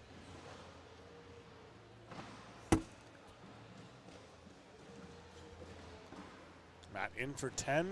Got it. Jeff can wash out here now. Wash at 10s. You know, when we talk about the OGs and just the people who know them, look across from us in this watching this. We got one junior, Jace Fleischer. Everyone else, I think, could be in the senior division that is watching. Jace, you're on the wrong court, dude. Like, this is just as... Because we do have a juniors game going on to our left. Oh, yeah, juniors games. Excitement level-wise, you're going to get that more out of the juniors game. This one's more, your excitement levels in this style of play are airmails and missed wide-open hole shots. Yes. You respect the high PPR game, but man, is it kind of tough to watch, just hole after hole after hole. Jeff's got 2 off to the left there now. Matt in behind it. Had a chance if he went in, possibly for a win. He's shooting it. Off the back. Matt's now saying that could have been game. Give him 2. He's now 19-8. Jace Fleischer thinks it's over. He has made his way. Or Jace Fleischer must be on next. We're going to get a Jace Fleischer match. Yeah, Jeff did have that one off the back. Yeah. Yes. So that's a 10-5. Because I have not seen the game come up here yet, the game number. But yeah. We are going to take a break, and we'll be back here from the Rock Hill Sports and Entertainment Center. This is juniors, women's, and seniors singles. Pro singles back in a minute.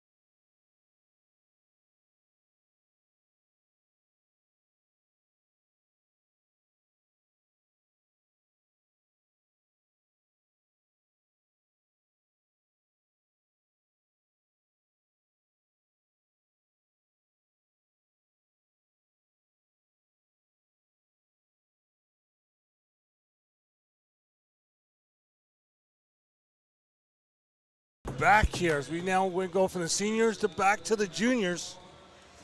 And I'm just trying to pick up what game number we are for this here. I did not get.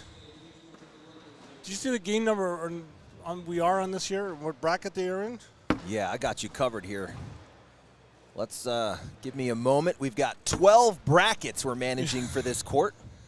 We see a 6-0 lead here for Jace Fleischer. All right, this one's going to come out of bracket D, match 27, and this is for the king seat. You got the number 1 seed, Jace Fleischer, and Donovan is the 2 seed. So all chalk here for the juniors bracket D. Looking at the path for Fleischer, gets a bye in the first round, of course, as the number 1 seed. Takes down Dylan Yang 25-4, and Jacob Gore 21-4.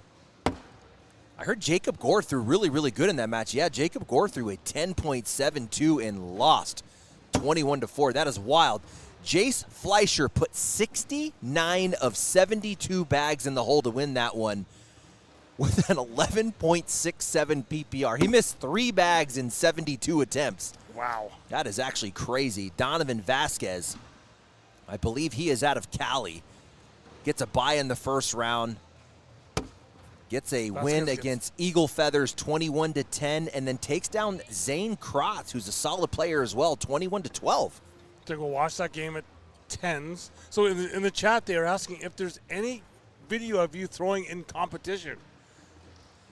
On the web. I know there's lots of video of me throwing really bad in competition. Yeah, definitely a ton of video back at the local. We were Mile High Cornhole. That was actually one of the first clubs. We were one of the first clubs back in 2018 to get Facebook Live going locally.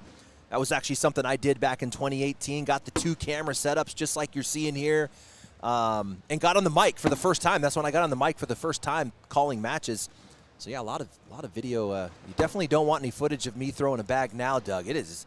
I haven't played a tournament in 2 years, man. I had a 0 PPR up until about a month ago. I bet I'm sure that expires at some point. I can't imagine I have any stats anywhere. I did throw a game of 9s I was just walking past the board, and I'm like, I wonder if I can still beat Ghost 9s. And I did, actually. I'm sure it was, one of those, like, haven't played in a long time, got lucky, but I did beat that 21-8. I was like, okay, I can still throw it a little bit, but it's bad. At this level, like, we're going to get out of these juniors. Man, my roll bag is definitely crap. That's going to take me a couple months to get back. If I'm throwing a roll bag, it's by accident. Accident, yeah. I did not mean to do that. Yeah, it is bad. But I assume it's one of those things, like it's maybe like riding a bike. Like, just give me a couple months, at least get back to something decent, maybe like mid-9s or low 9s. I would take that all day. Again, this was bracket D. Let's look down to that loser side. Who's left? And actually, that is set, Doug. The loser of this is going to get Zane Krotz, who's sitting there waiting. He just took down Jake Gore, 22-18. So only 3 juniors left in bracket D. If we look over to bracket C, your number 1 seed, Jack McKinney, he just took a loss to Cash Chamness. Somehow McKinney had the 1 seed. Cash was the 4 seed. That's unfortunate for him to have Cash in his quadrant.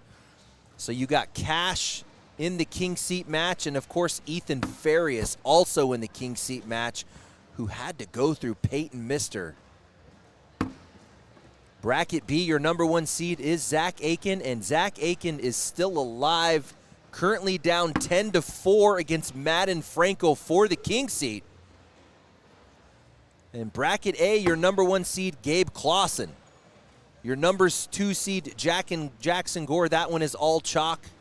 And it looks like that might be our next match, if I'm looking at these numbers correctly here. The next match here on court 2 would be Gabe Clausen against Jackson Gore for the king seat of bracket A.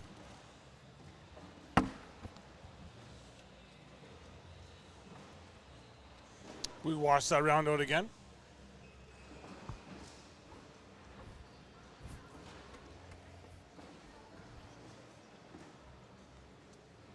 Score staying here 6-2 for Jace Fleischer. I think Jace really made a name for himself in Wisconsin at that, was it the opener of Signature there?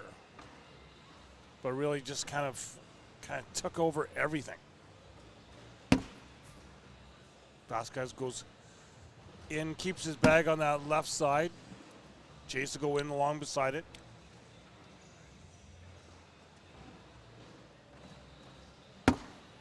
Yes, Andrew Wilson, just wanting to see you throw in your glory days. Oh, man. It might have been a long time ago. Yeah, good times. 2017, I took down, no, it was 2019, taking down the singles champ in Colorado. That was a good time. It's always fun when you're the closest with your local guys, right? Yeah. Those are the guys you're battling week in and week out, and a lot of respect amongst those players, Mile High Cornhole. And now out of that same region, you got guys like Jackson Remick. We've seen make his way into the college. He's making some noise. Gavin Hammond have come out of our club. Actually, tonight we're going to be on ESPN, USA Forces. What a big We got a couple guys out of Colorado who made their way to TV tonight in USA Forces, and I'll be calling that one on TV. So that'll be kind of fun, calling some matches of your local guys, making their way to TV. Nice roll there from Vasquez, a step out for Fleischer. We talked about his game earlier against Gore. Ooh. He's off to the left. He made 69 of 72 bags. That is actually crazy. And looking around the court, we actually have a bunch of juniors sitting on this one. I see Gio Mora. We got Ethan Farias, Riley Schaff in the house. Kendra Peterson. Yeah, Peterson out there. Gabe Clausen has made his way here to court, too, watching these boys fight.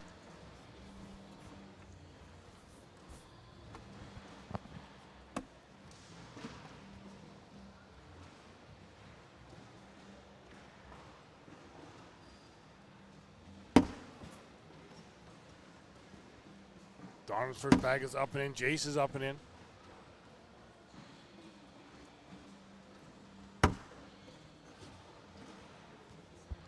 Yeah, this will be us done with the live feed until later on this afternoon, 2 o'clock. I'm not sure if you're going to be able to get a chance to get into it, but I know people will be able to see just that I'm not faking it when I say that I'm not very good. Commentator Cup at 2 o'clock. Commentator Cup. Oh, my goodness. I'll watch you guys. That'll be fun. Yeah, who wants to watch that? Why would you do a commentator cup? That's not for me. Let's watch some Tier 5 action over here on Court 1. I'm okay with that, with the Tier 5. Yeah, actually, if you're, looking for some good tutorials, that's probably one place. So Cornhole Science, I don't know if you ever checked out Cornhole Science, but yeah, a lot of footage there, just kind of teaching the game. So strategy, technique, how to grip bags. I haven't put videos out there on a couple years, but, that was just in the love of the game, trying to help grow things, and we hadn't yet defined things. So, going back to 2018, me and Trey Ryder, you're essentially writing the gospel. So, like, when you're calling shots like the butterfly grip I made that up back in 2018, and, just a way to define how this game is played. The level of blocks, I came out with that one in 2021, collects, all these different terms, make it clap. It's kind of fun when you're at the beginning of something and you're helping to kind of define how the game is played. And one thing I don't know is who came up with the airmail. That thing's been around for decades. Yeah. Who came up with the word airmail?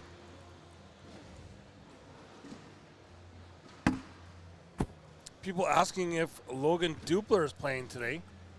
I have not seen Dupler in any brackets. No. I'm going to go with no. That's a good question. That's pretty wild. Dupler's a stud, man.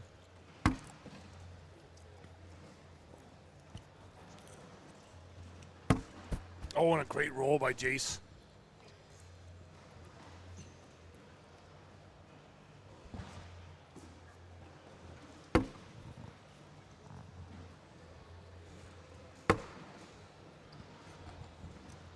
That is not the same guy who threw 69 of 72 bags in the hole, misses a wide open bag 4.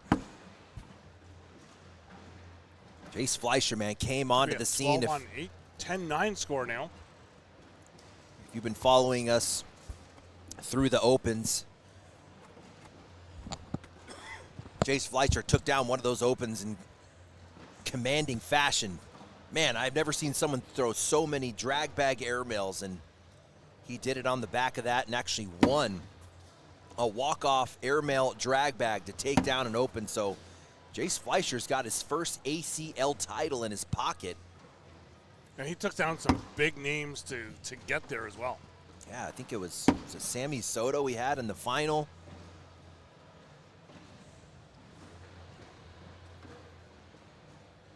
Kind of reminded me of back, say, around 2020, 2021. I just happened to be watching a live feed of a tournament in Maine, and some no-name young kid named Jacob Trzynski double dips Adam Hisner in the final. Then, right before he became a big name nationally. Yeah, let's talk about that. Like, just some no names that came out of anywhere or nowhere. I would say 2 years ago, it was either last year or 2 years ago, I'm just walking around this building here at Worlds, and I see this little kid named Aiken playing Trey Birchfield. Whooped his butt. Yeah. And I was like, who is Zach Aiken? That was a surprise one for me.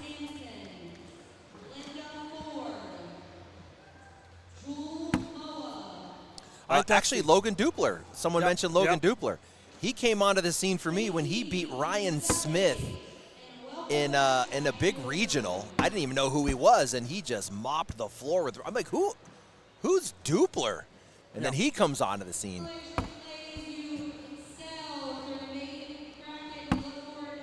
I think that's a fun thing for me doing, the ACL Canada stuff, because I've been with part of that right since the beginning. But right now, with the way that cornhole has become so much more popular in Canada, every open, every big event, we have a new name popping up there, and it's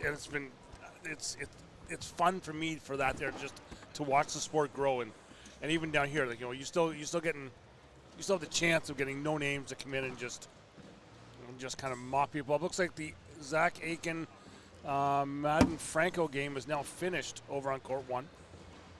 Zach Aiken getting the dub, 22-10. He will be in the king seat of bracket B.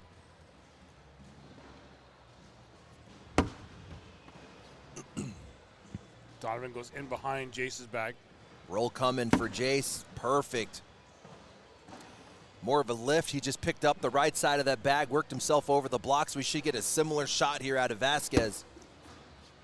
That is one thing the juniors have figured out, man. These guys roll bags better than anyone in the game. Going over the top, nothing changed. He's trying to drag the 6 o'clock. Donovan going to come in with a roll bag as well. Nothing changed for him. That's to sit 10. He's going to get it. Can Fleischer get that drag on the front? He's going to move his line a little bit of a step out here. He's going to put Slick in the hand. This kid's going for a slick side cut. Stop playing. Oh, and a good pickup for Fleischer. Look at the collect to get 2 off of a 12-10, Doug. Is that why he was sitting front row watching Guy and Reynolds play last game? Nah, he was sitting there waiting for his game. There's no junior going to sit and watch a senior game, I promise you, unless they're next on the court. Well, I've seen him go for the airmail and then that slick side push.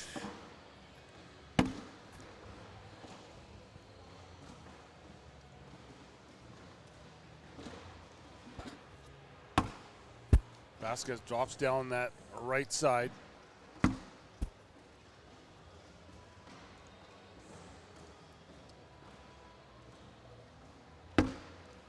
Vasquez will drop to left. Fleischer up. Sits on the right side. Hard for him to bring that bag back. Unless he gets help from Vasquez, and he's going to use a little cut shot. Fleischer actually thinking about going to get that. That is collectible. He's got Slick in the hand. He's going to try and cut this and collect. Oh, he almost gets it. You just need the drip. Actually, that was perfect line. A little less speed, and I think you get both to go. A chance to get 2 for Vasquez if he can slip into the front left. Slick side in the hand. Nice bag. Got it. Make that now 12-11 score. And we're starting to fill the king seats here in the junior pro juniors division. We've got Clausen Gore going to fight for a king seat match. Next match here on court 2, we got Zach Aiken into the king seat of bracket B. Cash Chamness and Ethan Farias are going to get it going on court 1 for the king seat of bracket C. And here is your final bracket, Fleischer versus Vasquez for bracket D. Vasquez up and in.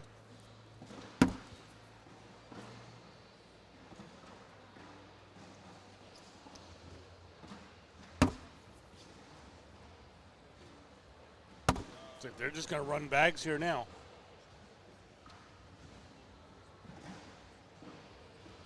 Vasquez almost rolls off the backside of the hole, but it drops down.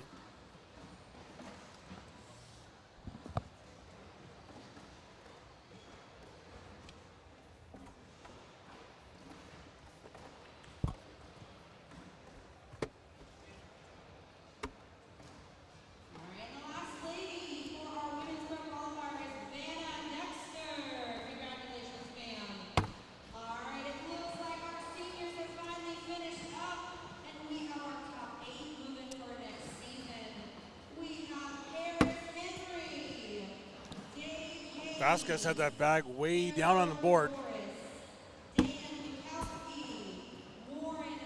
As it usually happens, the bag magnet works as he hits that. And Fleischer will run into it. So many times you see that the bags like that there, they'll just hang up on those. I don't know why. This board is all jacked up, Doug. I think you're going to end up airmailing this if you're Vasquez, and he is. He has no landing spot where he could actually land in the hole. Fleischer has the lane, though. Oh, that's so tough. He landed at a level 5 and rolls over a mid-board block. That is crazy. Vasquez highlighting the airmail. These boys got all the shots in the game, the rolls, the cuts, the airmails. Fleischer stepping out, stick side down. And a reverse cut. These guys are showing us everything the game has to offer. That is what this new generation has brought to the game, man. The excitement of all the different shots. Much different than the game that we just saw with Jeff Reynolds against Matt Guy, where you're basically sliding and airmailing. They're like a two-type pitcher, you know? I got a fastball and a curve. These guys got everything, everything you can think of. And that's why I am so glad that I've retired from playing. Yeah, I wouldn't even give the seniors a curve. Maybe a fastball and a changeup. Yeah. That's what the seniors have, a fastball and a changeup.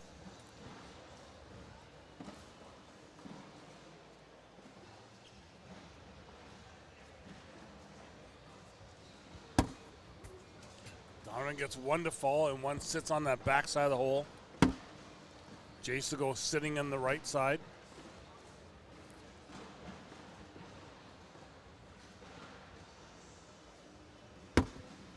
Oh, and a big collect by Donovan. He's in for 10. Jace can pick up 2 points. Got it. We're going to go 14-11 now. Slick side of that black bag just holding on for Vasquez. It's going to save him a point. Yeah, and I'm impressed with Donovan Vasquez's game, man. I mean, clearly Fleischer is more recognizable. He's more nationally known with that open win. But Donovan Vasquez, he's been coming up a lot over the past year out of Cali. He's got a solid game. And Fleischer, the hotbed of Michigan.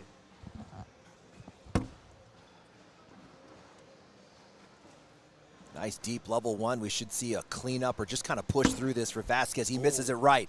A chance to get 2 for Fleischer. Bag 4 coming out, and he's going to miss it left. That gets Vasquez right back into the round here. He's going to go chase this one a little bit. Look at the 1 foot step out. I think you just go in and sit 10. Don't get crazy here. He's going to go for an airmail, Doug. He just gave up 3 chasing a tough drag bag off the right side. Aggressive play from Vasquez. Now down 17-11.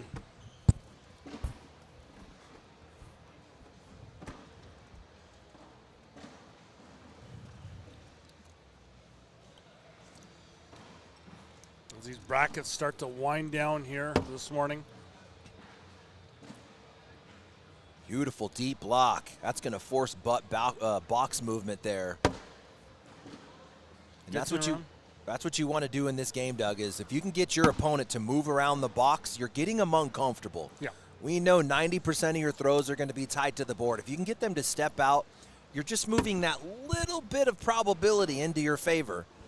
Both of Donovan's bags now are sitting in behind Jace's. I think you need to protect your bag here. I mean, you know Donovan Vasquez is going to bar soap that bag sitting in the front. And he's going to have the opportunity. What's he going to do? Is he going to launch a fast, slick side? You're not. He's going to roll or airmail. Off the back. Jace wants to go look at this. It's actually pretty wild. He was able to slip a roll bag into that back. There's maybe 30% of the hole available.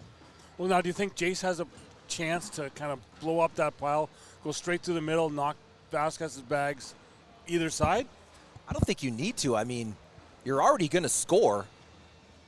I think you just go with the same shot you did before. You roll. Vasquez does have a clip off the left side, so maybe just roll into a stack. And that's what he tried to do, but he did take away the clip up the left. You're going to get another airmail out of Vasquez. Nothing changed on the hole. That was the shot selection on bag 3, a chance for a drag or a backside.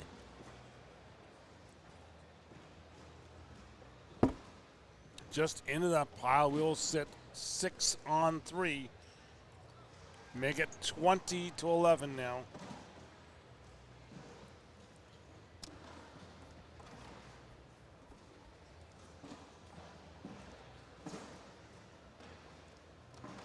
So chat asking, who did Gabe lose to? Gabe has not lost today. I was going to say, didn't think he had. Gabe Clausen will be the next match here on court 2, and he's going up against Jackson Gore. So that's your 1 and 2 seed out of bracket A, fighting for the king seat. Jace Fleischer has shown he has no reserves at chasing bags out to the left and right. He is known to throw the drag bag air. If you're Donovan Vasquez, you got to go get 2 points here, and he does. A much-needed 2 points.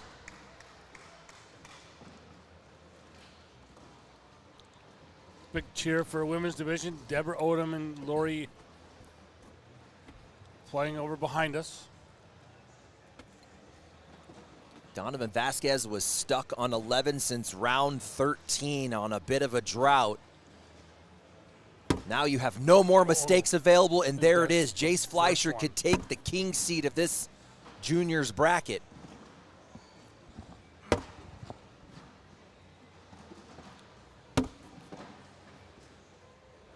All right, every time I see Jace after he throws the bag, it's like he's disappointed in what he's done. There's no emotion. It's like Eric Davis. Yeah. You know, he's never happy. Like there, he just sits in behind and he just gets an eye roll. He's never happy. That's called perfection, man. That is called perfection. You get that a lot from Matt Guy, too. He'll hit the airmail, but it didn't hit the side of the hole he wanted. You know, it's just like. So is there any update in the women's division with Peyton Haynes and yeah, I guess if we get a women's match, maybe we do that, because we got 12 brackets to manage here. We'll give you an update on women's when we start the next match, because this one is over. Do it. Jace Fleischer takes down the king seat game here. And we have another one coming up here next. They're both sitting in the front row, so both of those guys are ready to go. So that is the junior A bracket. Okay, we are going to take a break, and we'll be back here with more action and more king seat action. You see, they are making their way to the court here. The Rock Hill Sports and Entertainment Center. This is the Pro Juniors Division.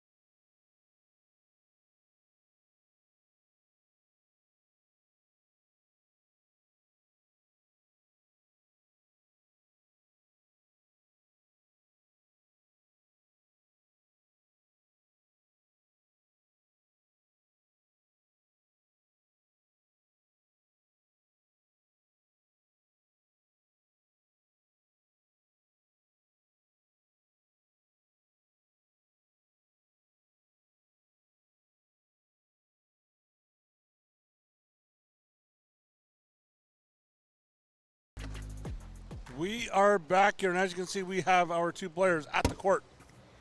Jackson Gore, Gabe Clausen in another King Seat game. I think this one here will be another game, Anthony, as we kind of just talked about off air, another game that will be in fast forward. Yeah, these boys are going to grit and rip. That's kind of an exciting style of play for me, at least. You just got one pitch after another. We don't need shot clocks in this match. Not at all.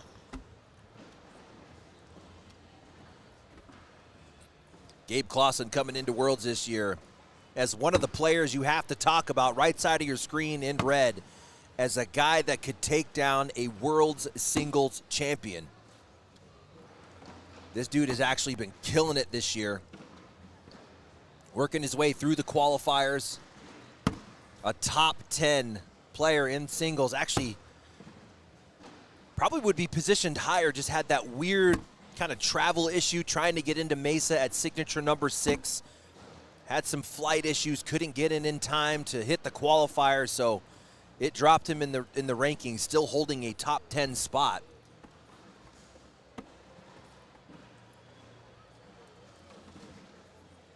Just take a look at his run this season in signatures.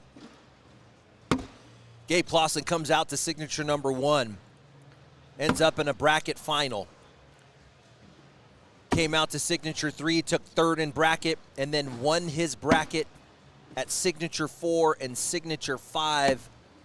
When you're winning pro signature singles brackets, I mean, you're going to be talked about as some of the best that the game has to offer. He is an absolute stud. Yeah.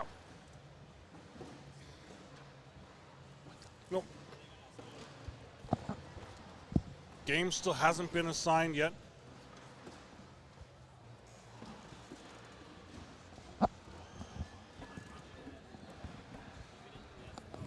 These boys are just waiting for the game to be assigned. They're actually ready to go. We just need the technology to work for us.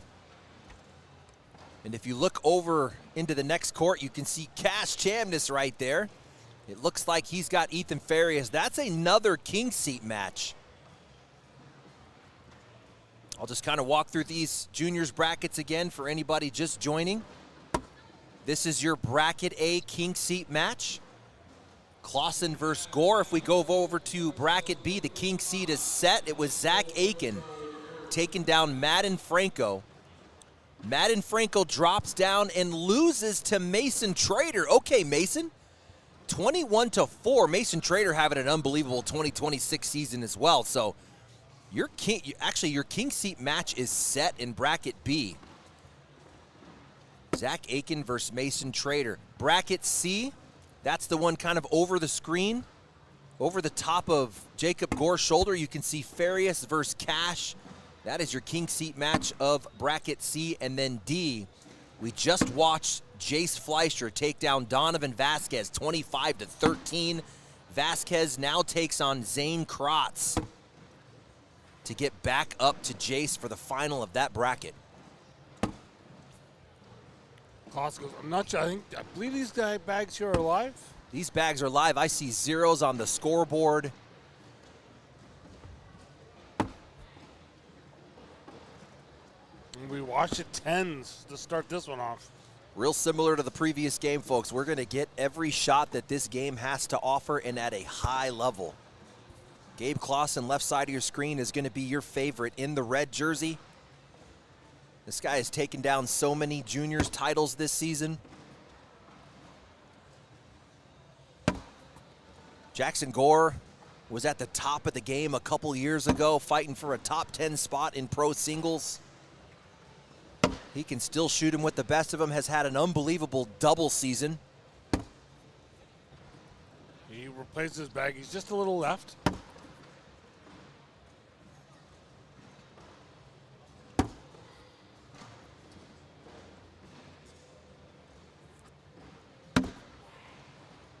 Watch that at 12s.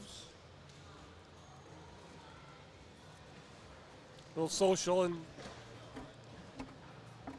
Jackson's able to have it now because his water's been replaced. Clayton Kennedy just kind of dropping it off, and a little bit of flyby on the court. Jackson's first bag is kicks way left. That will not be coming back. Gabe's up and in. Jackson drops down. Gabe to the right.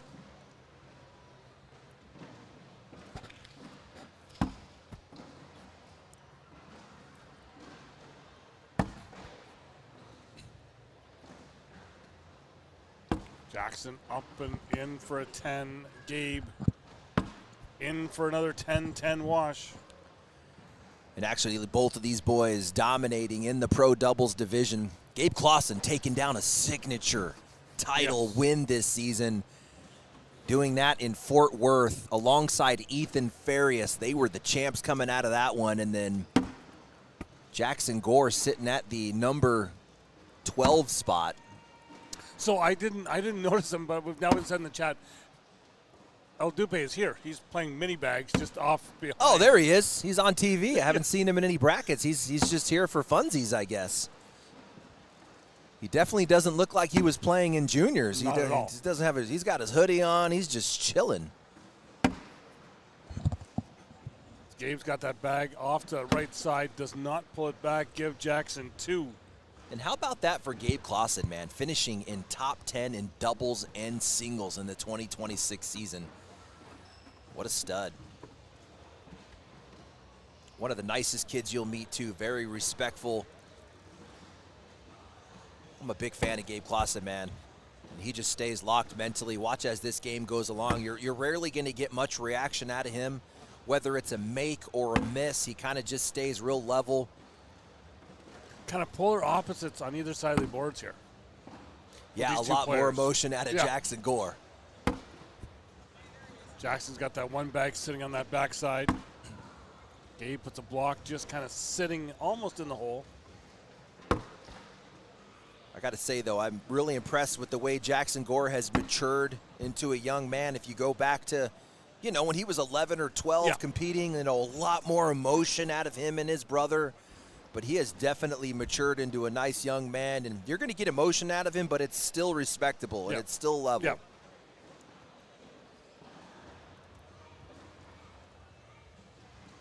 Which the thing is, one thing you kind of see to some of these juniors as they get younger and younger, just that the whole gamut of emotions that they have when they're on the court.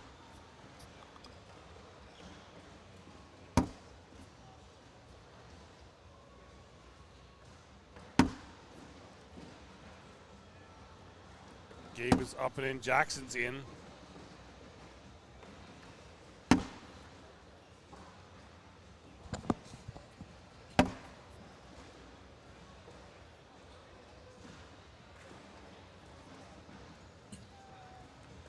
Wash at 12s.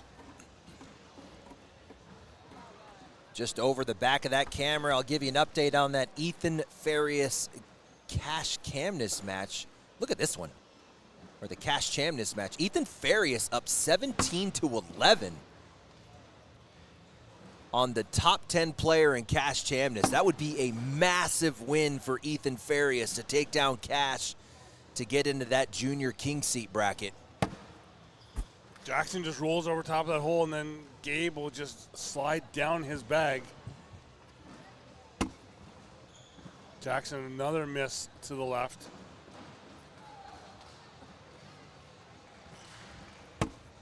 Gabe collects. Is he going to chase that off of an airmail? He's going to keep it calm. Another one on the backside. He might be tempted by the airmail now because that would be a 2-bag. Nope. Oh, no. Gabe Clausen kind of lays that bag down. A big 6 spot in round 7. That's going to blow the score up. 2-2 is now 8-2. That is, if Jackson Gore, this is where you're kind of looking at that mindset. I like the look I'm getting out of him right now. Giving up a 6 could be devastating, but he's saying next. Let me look to the next round. You got to have a short memory in this game or you'll go absolute nuts. Everybody's going to give up points, right, Doug? I mean, no one's going to skunk everybody every single game. So you accept the fact that you're going to give up points. And against a guy like Gabe Clausen, you got to come to the boards and go, this is going to be a 50-round battle. Yeah. I'm not going to win this quick. So you just got to think marathon.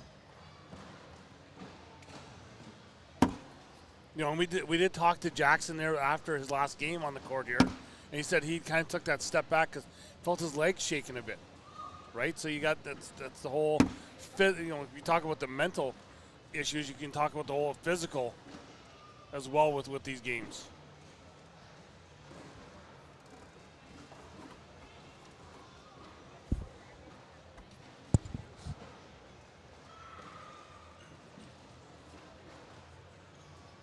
Gabe here, first bag. Up and we'll sit on the left side of the hole.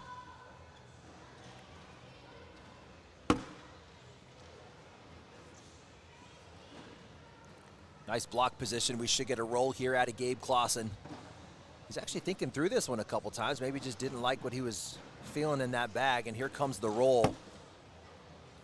Sits on top. Put a little extra loft on that when he's trying to pop over the top. The board speed's been playing pretty slow, so we're not getting too many rolls kind of flying long. Oh my gosh, here comes a bar soap attempt. Coming in hot from Jackson Gore. But only knocks down Gabe's bags. Gabe will now go in behind. A little shallower than he wanted to be. That is a roll collect opportunity from Gore. He's going up instead. He shoots it. Off the back. And that bag falls. That's going to make the push a little bit easier.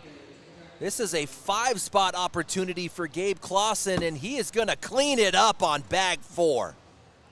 Wow. Jackson in will go 12 on 7. That is a 6-spot followed by a 5-spot, 11 points for Gabe Clausen. 11 unanswered. It was tied at 2 not 3 rounds ago. Now we're 13-2. Let's take a look at that bracket. Who's sitting in the bottom side? So the loser of this game is going to get the winner of Logan Haskins and Braden Tucker.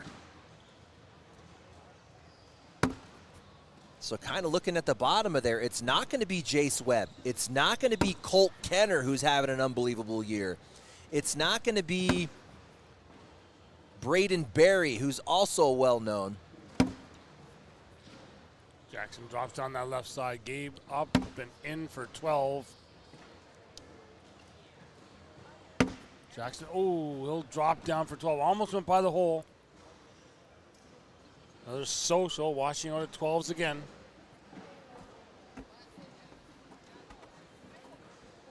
We'll give you an update on bracket B because that is the only bracket with the final game live. You've got Zach Aiken versus Mason Trader to take down the bracket and make it into the Final Four. Zach Aiken currently up 7-5. Both boys throwing in the mid-10s.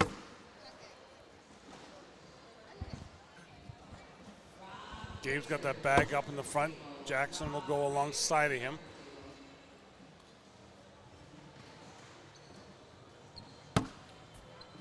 Beautiful roll. Jackson in position to score. He wants to bully out Clausen just a little bit, and he helps collect. That's the look on his face. He didn't want to help collect there. That gets Clausen right back into the round, and he's over the top. Look at the confusion. That was a weird reaction out of the bag. That is Jackson Gore in for a much-needed 2 points.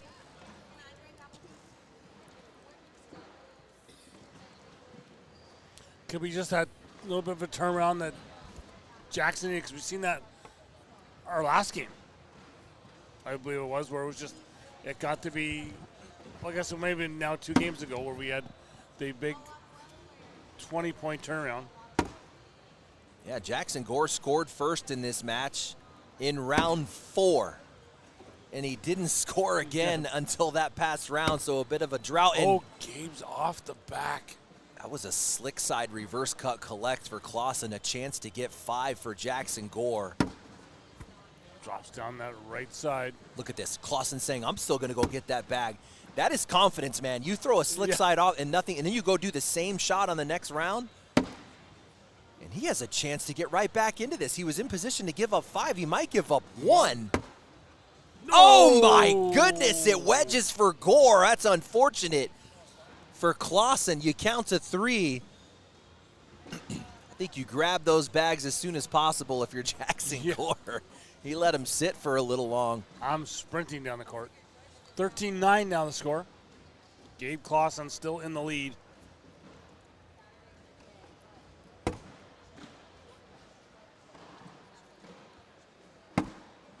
Beautiful position, not only back blocking, but sitting on top of Jackson Gore's bag, trying to cut in from the right side. We're going to get that slick side in the hand for Gabe Clausen, looking to clean up the center of the board. Boy, he sits on the back left side. Actually not bad. That's going to force Gore to get his own bag here, and he does. You would think that would fall off of 3 bags. And there it goes. It just wanted that fourth. Jackson in for 12. No, give him 2 more, and it's now 13-11.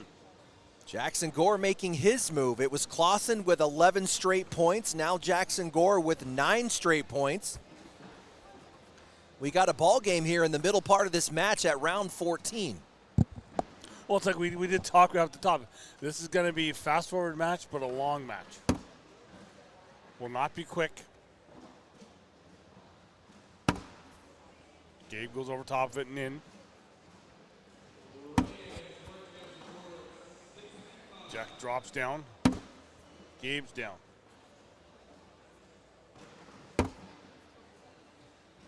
Clausen's been rolling over this level 1.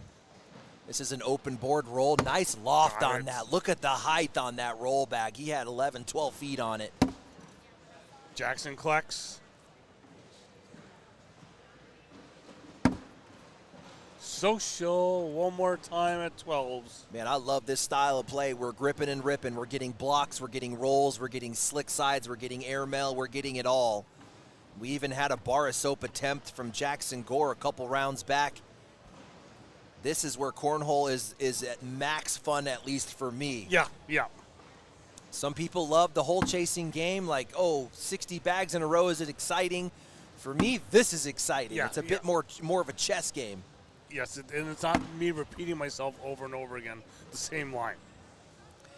You know, almost like it's almost like a stand-up boxing match versus a little MMA. You know, like it gets a little more strategic, some ground fighting. Maybe you're on your feet for a little bit. Gabe a little out to the right, tries to bring it back a touch. Is Jackson Gore going to help him out, though? Or can he get around the left side? And he does. Got it.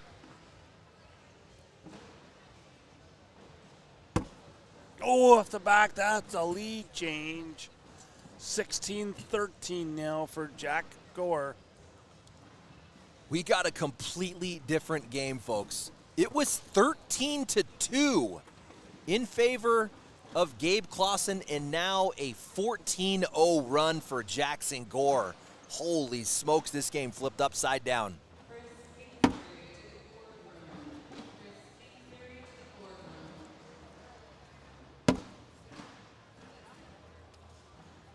Gabe's in the hole. Jackson is right behind him. Jackson will collect everything through. Looks like we could be getting a women's match up next. See Allison Springer sitting at the court. Here's the thing. Look at Gabe Clausen's face, man. He has given up 14 straight points, and he is still level. Yep. He's not letting it mess with him, and here it is. And here's a chance to get 4 by staying mentally tough. No, we'll wash it 8s. Wow, that one's a bit devastating. I mean, he's staying level here. He's staying calm, but you know in his head it is chaos, man. Yeah. His body language is calm, but he is. There's a couple four-lettered words going on in his head right now. Yes, very much so.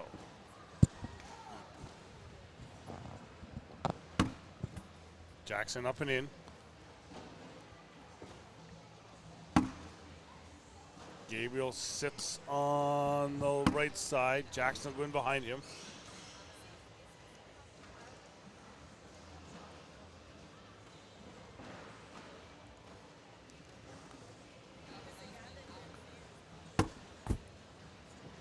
Gets Jackson's and Gabe's to fall. Jackson goes just in behind him. Gabe off the back. Man, we are watching Gabe Clausen just kind of fall apart here. And it's not like he's throwing bad. It's just that Jake is throwing better over the past 6 or 7 rounds. Gabe, and then now Gabe says, I'll just throw an airmail then. Back of the screen, we'll give you an update on that Cash versus Ethan Farias. Cash Chamnitz has come back to tie that one at 17s. Cash was down 17-10. And now in round 26, they are knotted.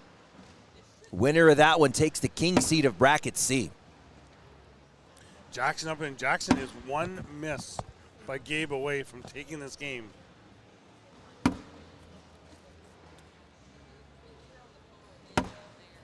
Gabe's up and in. Jackson's in. Gabe sits up in the front. Jackson behind him. Has to be in to stay alive. He's going to shoot it. And he hits it. Gabe Clausen still alive here in round 18. Again, like I say, it was just a few short rounds ago that it was 13-2 for Gabe Clausen.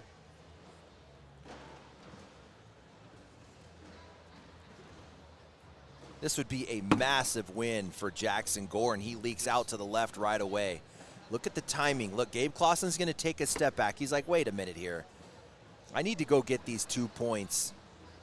Little mental game as well. He's going to make Jackson Gore kind of marinate in that miss. And here's where you need to make the turn if you're Gabe Clausen. No more mistakes, essentially. You need to go on a run of 8 straight points. But I should do say that Gabe's facial expression has not changed whatsoever from the first bag till now.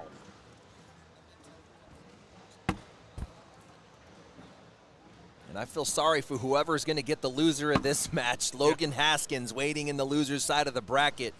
Both of these boys throwing gas right now. What a weird reaction. Yeah.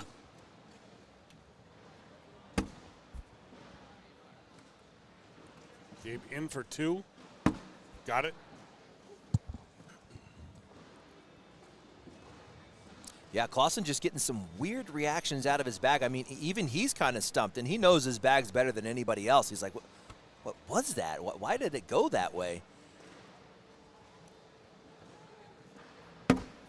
First bag up and in.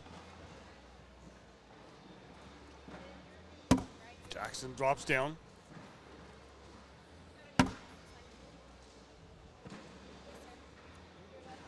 I think we should almost be done with most of these brackets here now. Should be closing out here very soon. Beautiful roll. Jackson Gore tempted him. Now you got to clean it up on the slick side here. Jackson Gore throwing gas right now to stay alive here for Clausen, and he does.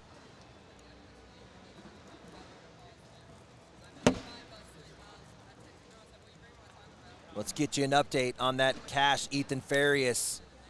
Now they're tied at 19s. 27 rounds of play. Knotted at 19 for the king seat. 19-15 here. Clausen first bag is up and in. Jackson's up and in. Then chat Christopher Sims saying he can't watch because he likes both players. Is that enough to force an error here from Gabe Clausen? And it is. Could be game. Oh, he can't finish up. Gives it right back to him. Clausen right back into the round. You do not want to give second chances to a guy like Gabe Clausen. Now does Jackson go up for it? Oh, he's off the back. Give him 3. 19-18 now. Jackson Gore going for the win. I don't hate it. That's a drag bag airmail for the dub. Instead, he's given up 3 points. We got an 18-19 bag game. It was Gabe Clausen who came out of the gate hot. And now Jackson Gore making his move. Gabe Clausen was up 13-2. Jackson Gore goes on a crazy run. We got a 19-18 bag game. As they go one behind each other on the front side of the hole, Gabe will roll over top of that. So perfect. The placement, the back load. Jackson Gore can't do it. He can't match it. Goes left. We got a drag bag air mail in the front on bag 4. Oh, he misses the roll. That would have set up the drag bag air. You can see he even looks confused on that. Gore putting the pressure on. If you're Clausen, you got to be on or in the hole. I mean, you got to be right around that hole. Looks like that Ethan Farias Cash Champions game may have just ended. There is a backside airmail, but that is just to wash. Yeah, we're going to get a timeout here at Gore. If you are off the back, you are, it's cooked. The game is done, but the airmail is available. Do you roll to be safe? I want to say you roll to be safe to force another round, go into the next round 20-19 with a chance to slip into the back. Slick side in the hand, guys. Nothing falls. We go 5 on 6 on 4. Yes, it is 6 on 4. Give Gabe 2. It's now 20-19. We've only had a couple lead changes in this game because Gabe came out hot. Then we had a lead change in round 14. And now Gabe taking this lead here in round 23. Jackson sitting on that right side. Gabe will be up and in behind. Jackson rolls and collects his bag. Big collect here coming from Gabe Clausen. He chooses slick. He's in trouble. Or excuse me, he chose stick on that one. Gore slipping into the right to put the pressure on. Gabe might have to shoot this. He's still going stick side down. He might get the drip on a roll too.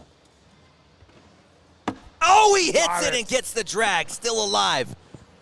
It has to be in for Jackson Gore. No, that will do it. Gabe Clausen comes back to defeat Jackson Gore and sit in the king seat. Hey, what a match for Gabe Clausen. For me, it was staying level mentally. He was up big, then he was down. He gave up a bunch of points. He stayed with it and went on that 8 or 9-0 run at the end to get the win in round 23. Gabe Clausen. 22-19. Now we will see. We're waiting on our next game. We're going to take another break and be back here from the Rock Hill Sports and Entertainment Center. This is women's, juniors, and seniors. Singles action back in 2.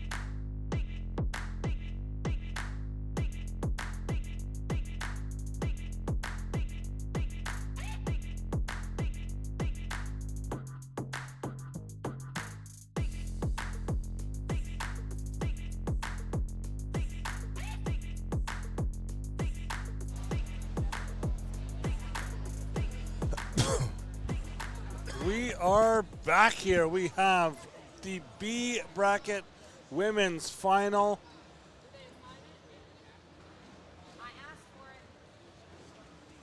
We're just waiting for the, okay, this looks like,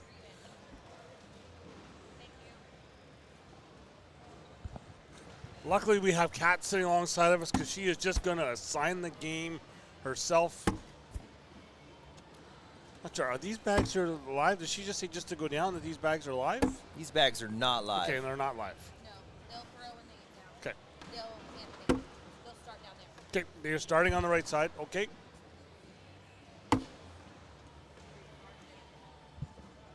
Well, let's introduce these players a little bit because we have a new face here deep in a bracket final with Cara McKay. Well, she went deep yesterday in the pro doubles as well. I see the why. Challenger bracket. I definitely see why. Looking at the stats, Cara leading the women's bracket B here with a 9.9 PPR, but the most impressive stat is the .9 DPR, almost outscoring her opponent on 1 point per round, which is about double of what we see in the pro division. And taking a look at her run through the bracket, let's get this bracket B pulled up. She was your number 5 seed. She took out Jamie Guffey in round 2, and instead of running into Cameron Belvin, which would have been her next match, Cameron took an early loss to Brittany Etheridge. So Cara runs into Brittany Etheridge in the 3rd round, wins that one 27-5. And then the king seat match, or the queen seat match in this case, was against Allison Springer, who upset Gina Ramirez a little bit earlier in that bracket. And Cara wins that one 21-18. So then that means a first game loss for Cameron Belvin. She had to do a lot of work to get through the loser's side. So good job for Cameron to work her way all the way back to the queen seat here. She had to play 4 matches down on the loser's side of the bracket just to get back up. And going through some tough players, I see Katie Bartel down there. She had to beat Allison Springer. She had a rematch against Brittany Etheridge, and that one was close, 21-17. Cara's got a bag in. Cameron's got 2. But talk about work. Cameron's done work the last couple days here as well. Making her way into the pro bracket for pro singles, to the challenger bracket.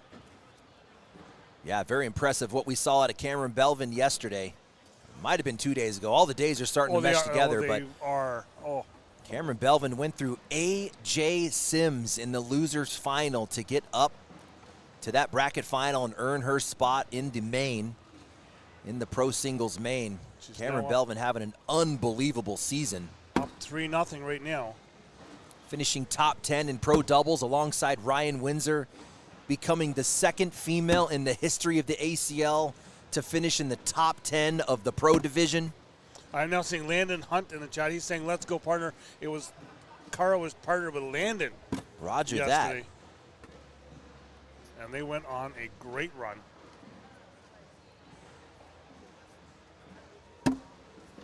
Cara's up, good collect by her. Cameron in for 12. Cara up, will go 12 on 10, give Cameron 2 more. Let's walk you through these women pro brackets. We're going to have 4 brackets.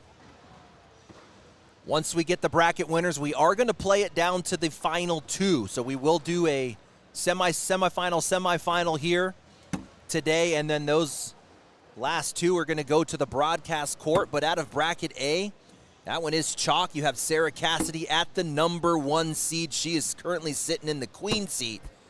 In fighting to get back up, the last 2 ladies standing, Mary Tao and Deborah Odom in the bottom of bracket A. Looking over to bracket B, this is your bracket B here, so let's move on to C. Your number 1 seed, Samantha Finley, took an early loss to Janelle Bryant, and who ends up in the queen seat?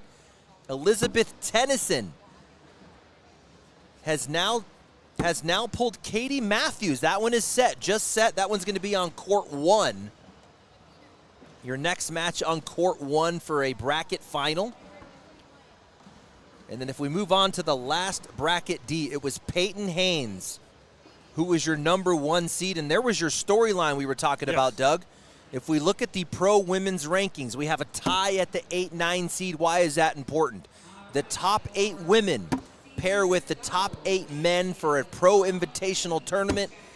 Tied at 8s was Peyton Haynes and Rosie Streaker, and the decision was whoever makes it further in the bracket is going to take the number 8 spot. Well, Peyton Haynes is sitting in the queen seat, and Rosie Streaker is fighting in the loser's side to get back up to Peyton Haynes, and right now Rosie Streaker, Doug, is up 8-0 in the loser's final. So looking like she might make her way back up to Peyton Haynes. That will be an impressive game. That'll come down to whoever wins the bracket also gets into the Pro Invitational. So we wash at 12s there.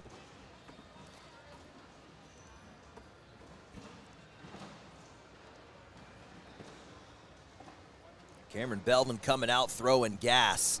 She's put 18 of 20 bags in the hole to start this one off. Kara McKay throwing a 10.2 and losing by 5.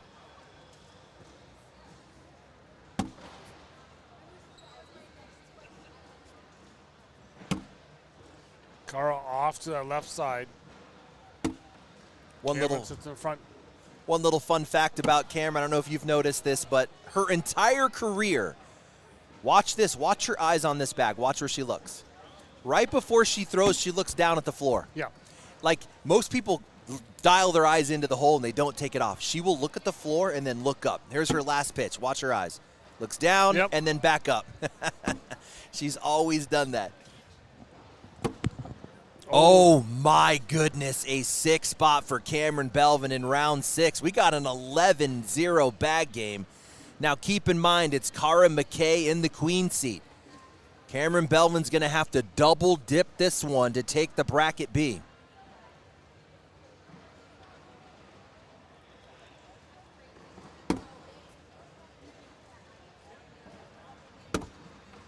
Cara off to the right.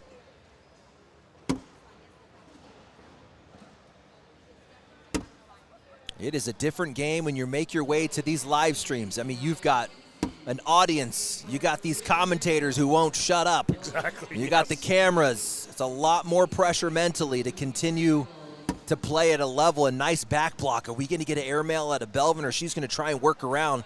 She's going to work around instead and gets a double clip. That's a good bag. A little pressure on Cara now to try and drag that front bag. She's just going to go with a slide shot and give up 2 here.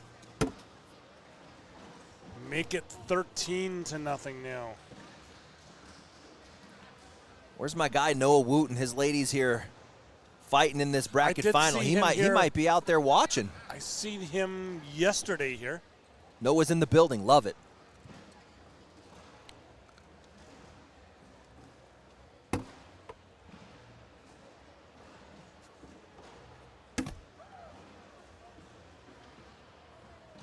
Cara showing she's got that airmail over the level 1, and good cleanup for Cameron Belvin. Cara made Cameron go get her own bag there.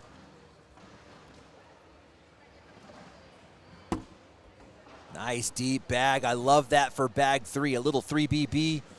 Those third bag blocks are sometimes just enough to create some chaos, and there it is. She almost got a mistake out of McKay. Cameron off that on the backside of the hole. Cara goes in. Cameron Belvin making a deep run in mixed doubles yesterday, Doug, alongside Jamie Graham. Came up just short. It was the finals. We're going to make TV, so she was 1 game away from TV in mixed doubles. Losing to Peyton Haynes and Zach Aiken. That is correct. Peyton Haynes having a weekend already. She's sitting in the queen seat. She's on TV for mixed doubles. Oh, Cara just off that backside.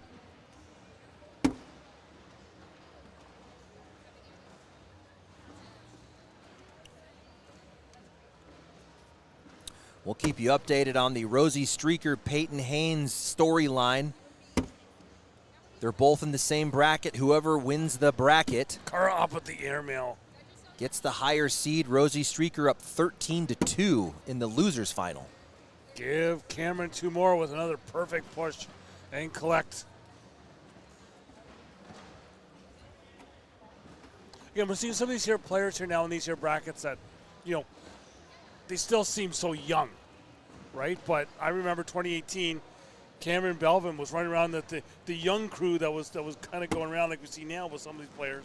You know, Jamie Graham, Cameron Belvin kind of hanging out, Matt Sorrells, Alex Rawls was just like I talked with him. He was just a 16-year-old back then. Yeah, you're right. That was back when the 30-year-olds were actually good at this game. Yeah. And yeah, Belvin was one of the babies. She gets 1 to fall. I think Courtney Coy was also in Yep. the mix. She was a youngin' back then. Samantha Finley was also in that mix 10 years ago. Cara into that pile. Is she going to back block here to protect? And she is. She's going to try and sit it right behind. Actually threw a little roll action into that. What does McKay get? And she's going to take a timeout and take a closer look. Everything is wide open up the right side for her. She is right side of the board, outside arm. We might get a push right up the right side. She doesn't really throw a hard bag, though. And she's going to need a lot of speed to move 4 or 5 pounds of bags out of the way. If she doesn't have a hard pitch, I don't hate like kind of just a short airmail where you just kind of blow up that pile.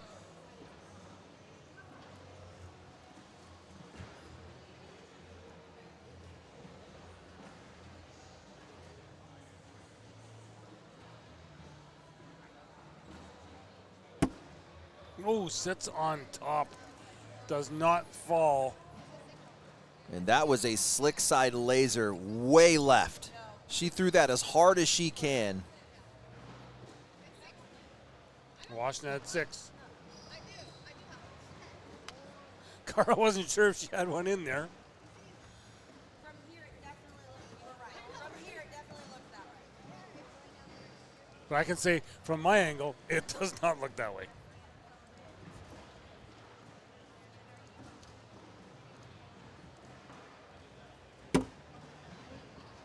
Sarah Cassidy in bracket A waiting for the winner of Deborah Odom and Mary Tal for that final. Deborah Odom up 13-0. Good cleanup for McKay. Wanted to grab a little bit of her bag off the right side. Belvin is going to help her out a little bit. Kind of lets her off the hook. The left lane wide open for Cara, and she's going to take a little step out. There's a half box step out. A slick side get around. Too much juice, Doug. Over top of the hole. Slick side just went right over top. Cameron brings her bag a little more closer in the front side of the hole.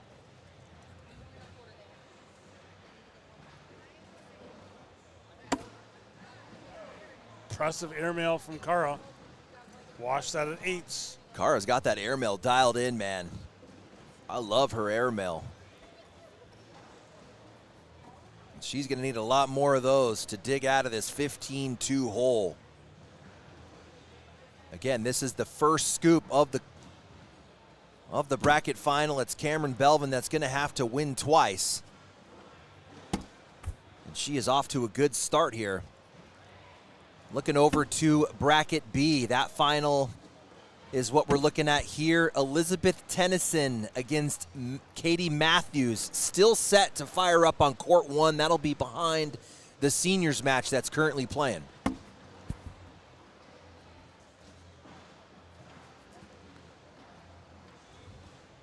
Chance for Cara to get 2 points. Much needed, man. She's been stuck. Up and in. Cameron replaces her bag. Cara's got a chance to get 4. Got it. This feels a little bit like the last match where Clausen came out Yeah. firing. And then Jackson Gore went on a 14-0 run to take the lead.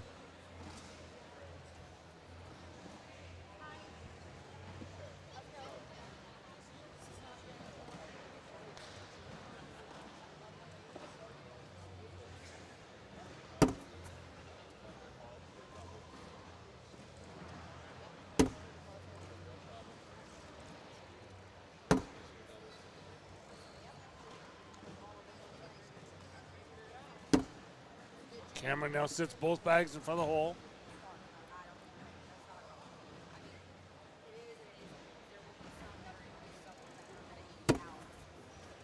Kara just goes through it. Out to the left. Can Kara get around and get 2 more points? No, push through. With her style of pitch, that's going to be tough, Doug, because she throws kind of a nose down. She has no tilt right to left.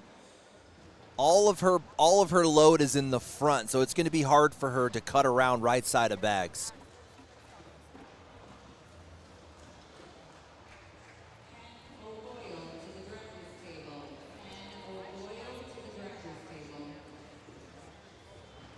Rosie Streaker still trying to get back up to Peyton Haynes. Maya made a move on her. Rosie Streaker goes up 13-zip. Then Maya goes on a 9-0 run. It's currently 18-9, so Rosie Streaker up. 3 more points to get up to that final against Peyton Haynes. Kara's got that bag sitting on the left side of the hole. Will not be coming back. She bullies herself. Oh, and Belvin just gives the 2 points back. Little mistakes here. Oh. Belvin came out hot, only missed 2 bags in the first, 4 or 5 rounds.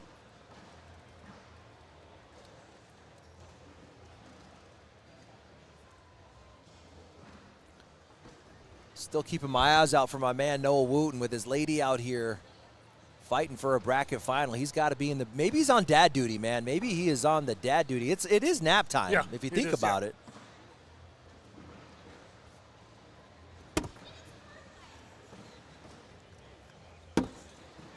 So, yeah, looks like I see Rosie Streaker saying I did it the hard way, which means she just took that win down against Maya, which gets her back up to the finals against Peyton Haynes. The winner of that bracket gets the ticket to the Pro Invitational. Well, that is what Rosie said off game 1. She said, we'll be back here battling for that spot in the final.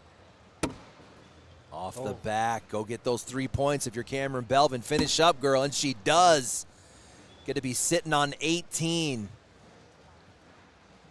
Her work is not done, though. As soon as she hits 21, we're going to reset these scores to 0, and they're going to go at it again.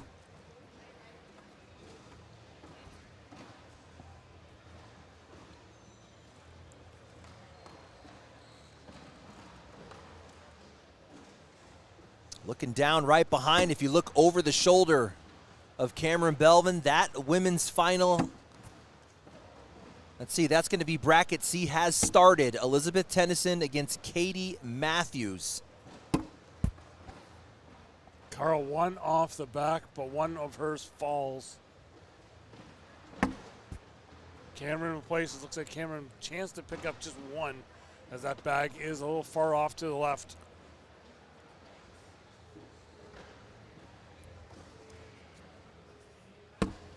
Kara's up and in. Cameron in for 10. We'll go 10 on 9, give her 1. And it's now 19-6.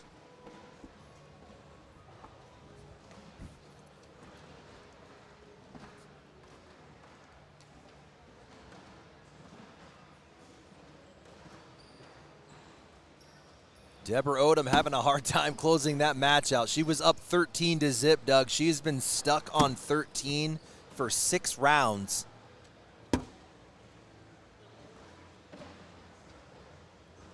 So that is 6 washes in a row against Mary Tao, and that is your loser's final to get back up to Sarah Cassidy.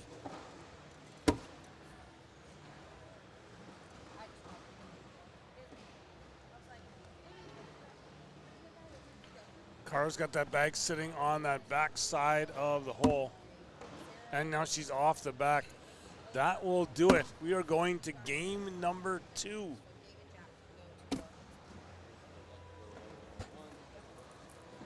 Big aerial from Kara to finish it off. She needed to do that the first time. That's what she was saying when she was walking by. But we're going to reset these scores to 0. Let's run this back, guys. Now we're in a one-and-done scenario for the bracket.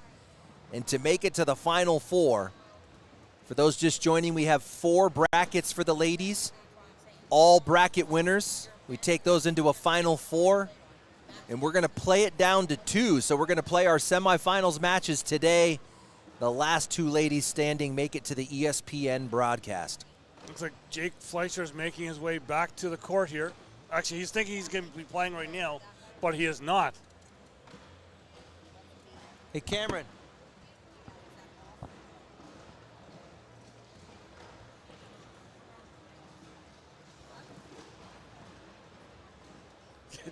Jace is just dialed in. He's like, let me play. I want to go. These ladies are going to run it back. He did the same thing his last game up here too. He's just game's He's over. ready to go. I'm ready to go. He's dialed, man. Here we go, folks. Let's reset it up. Even it up. One and done.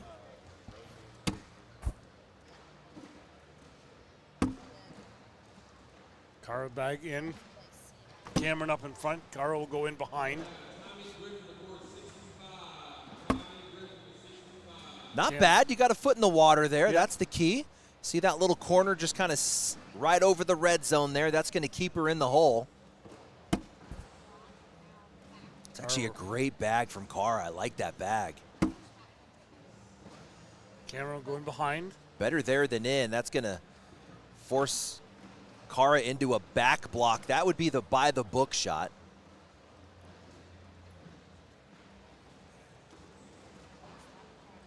She's going up, Doug, and she's long.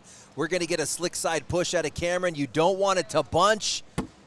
Oh, and she cleans it up. I love the aggressive airmail out of Cara, man. She is confident in the airmail. And she showcased that in the first scoop. Let's keep an eye on that airmail. Cameron now 1-0 lead.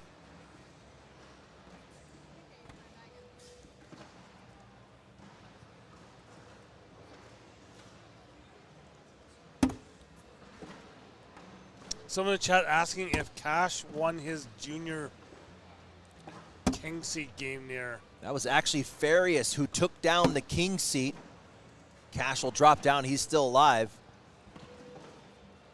I'll see if I can pull that up and give you an update of how Cash is doing in that elimination side. Got Doug Neal in the chat, ACL official, not here though, asking how long I'm in the chat and I'm on the mic for today. I'm just here doing this here, and once we shut down, I'm done for the day. There's that airmail from Cara. Nothing goes. That's a big shot. And here's your update on Cash Chamness.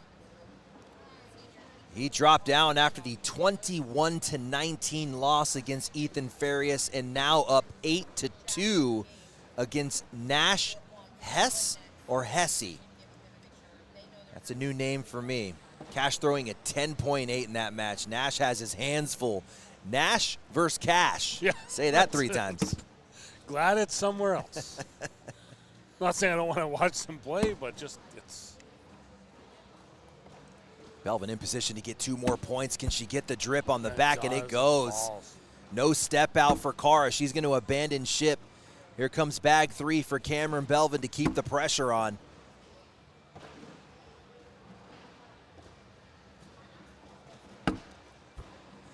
Cara drops down that right side. Cameron, Oh, left it short, Doug. is the billing starting to get a little more sticky here now? Possibly. That looks like it. That's short enough for a get around on the right side, and Cara using that bumper. What a shot.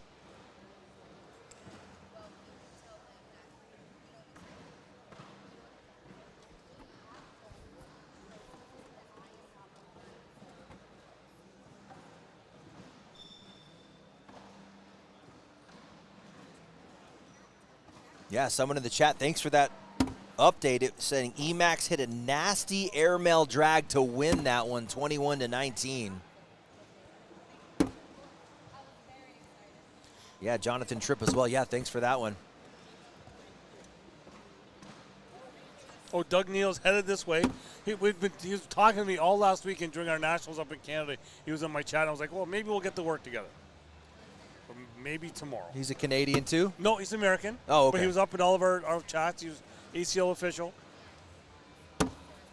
Nice get around there, cleans it up. Kara shaking her hand, knows she's giving up two. You just got to finish up here.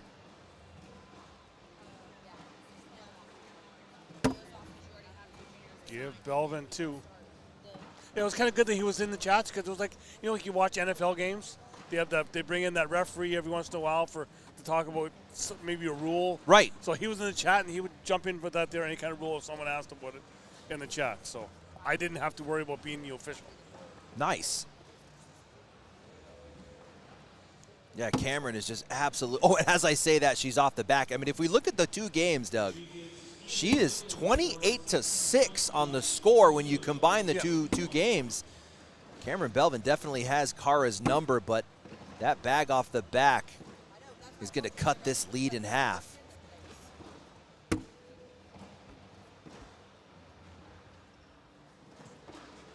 Cameron with that block up on the left side. Kara with the replace. Cameron gets by it. You got to be in to get points if you're Kara. It is up the middle. Oh my goodness. Slow drop back. It's a good thing that hole was there. She almost gave those points back. Instead of getting 3, she's going to get a 1. Yes, Mr. Neal, you are a super fan.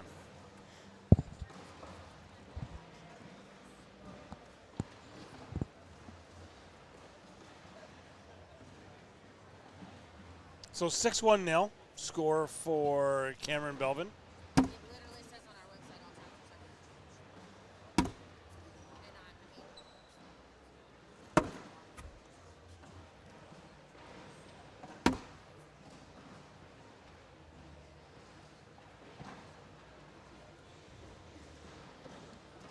And We are still waiting for one bracket. Oh, Kara just over top of the hole, sits on that backside. Cameron will drop down the front. Kara misses left. Cameron, chance for 4. Got it. Yeah, we're still waiting for one bracket to settle a women's final. All the other brackets are set. It's that Deborah Odom against Mary Tao match. If you were listening earlier, Deborah Odom went up 13-0. And in 14 rounds, she's only scored 2 points. So she's been stuck. She was stuck 6 rounds on 13 and 8 rounds on 15. So Mary Tao figured something out.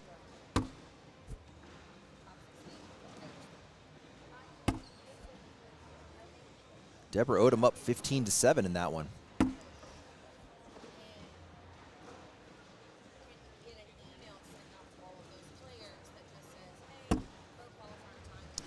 Asking in the chat there if they can see Cash versus Nash. I believe that's already ongoing somewhere else. Yeah, that is an active match out in the sea of boards somewhere. That is on court 24 if you're in the building listening. Cash is up 12-8.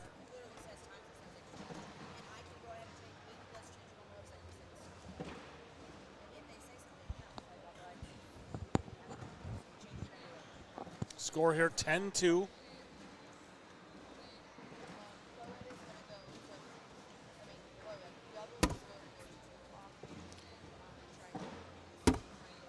Cameron will block up in the front. Kara will go in behind. Cameron starts that train down the board. Perfect back block. And it's Cameron with the drag bag on the front. She's behind in the round. Kara's got one in the hole. Kara goes for the inner but it just sits. Now there's an and one opportunity. Belvin going up. She rodeos Kara's bag in. That was in the front. Her bag goes off to the left a touch. Kara goes to the airmail but takes her bag off the back. Oh my goodness. An airmail drag for 4. Is she going to go up? She's going to push slick side. Oh my gosh, she got them all. Are you kidding me? That was a level 2 push. Gets the collect on the back. Look at that combo. That was a slick side push collect. And the one bag was off to the left. I was thinking that was just totally gone. And instead of getting 4, she's going to get 6 off a 12-6. What a shot for Cameron Belvin. Let's look at the 2 matches. If you're just joining us, this is the second scoop of Bracket B. If you combine the 2 games, Cameron Belvin is up 32-8. Wow. But now Cameron's got a bag off the left, but I'm not going to say it's out of play because she just took 1-4 now and just dragged that in. She's setting herself up again. Cara goes in beside Cameron's bags. There is a field goal. I'd like to see a step out slick side. She's going to stay middle. There was a field goal up the left. She tried to back block first. Cara's got the kind of like a little bit of a lane to push her bags through.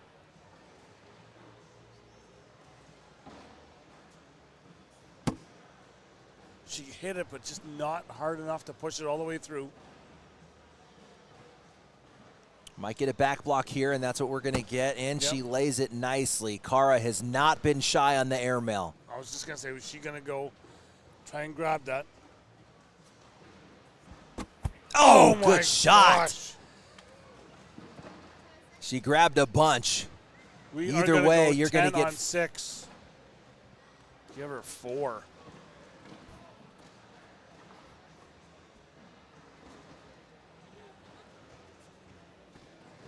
Okay, maybe she didn't get that. Did she have one off the back? Because the score is still showing 16-6.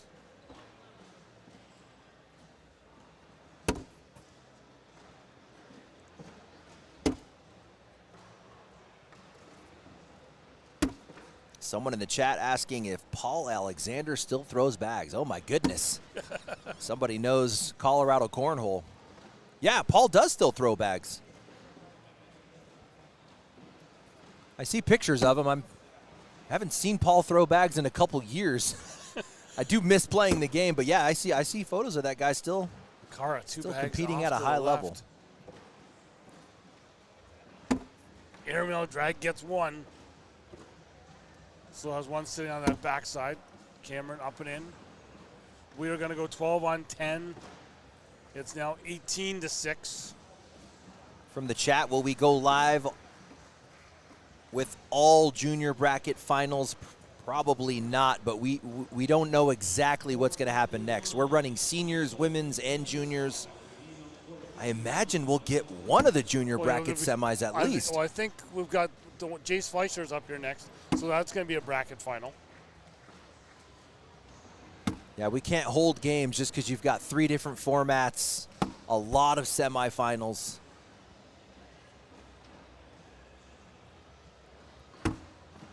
Yeah, I got 12 bracket finals to show here. And still a lot more cornhole to play in other forms and brackets the rest of the day. Oh, Cara off the back. The airmail not working right now for Cara. We just saw the previous round. She missed 2. Missed another one there. It was cooking earlier.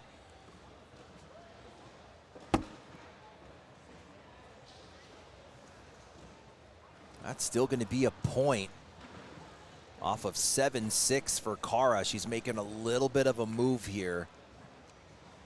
This game was 10-1. Then it was 16-2. And now we got 18-7. But at this point, Doug, I mean, you're talking 3 points for Cameron Belvin to finish off this bracket. Yeah, that's just one mistake by Cara. We're going to have to see a version of Cara that we have not seen yet in 2 matches to come back from an 18-7 deficit.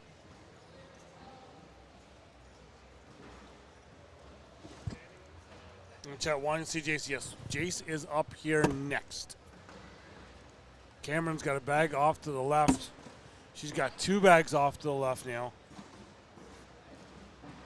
Cara up and off the backside. Now, will we see Cameron go for those 2 bags again? Oh, yeah, she's going for it. Does not fall. We are going to go 9 on 6.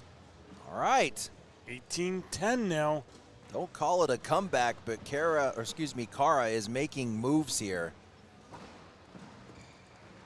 I'm seeing over on court 1, we've got Jackson Gore, Gabe Clausen in a rematch for that junior bracket final.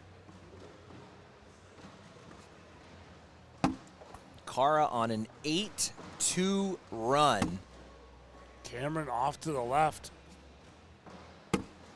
Cara follows.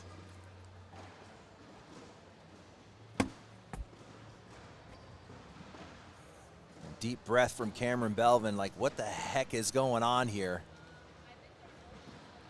Belvin came out in the first game and only missed a couple bags in the first like 4 or 5 rounds. Cara in for 10.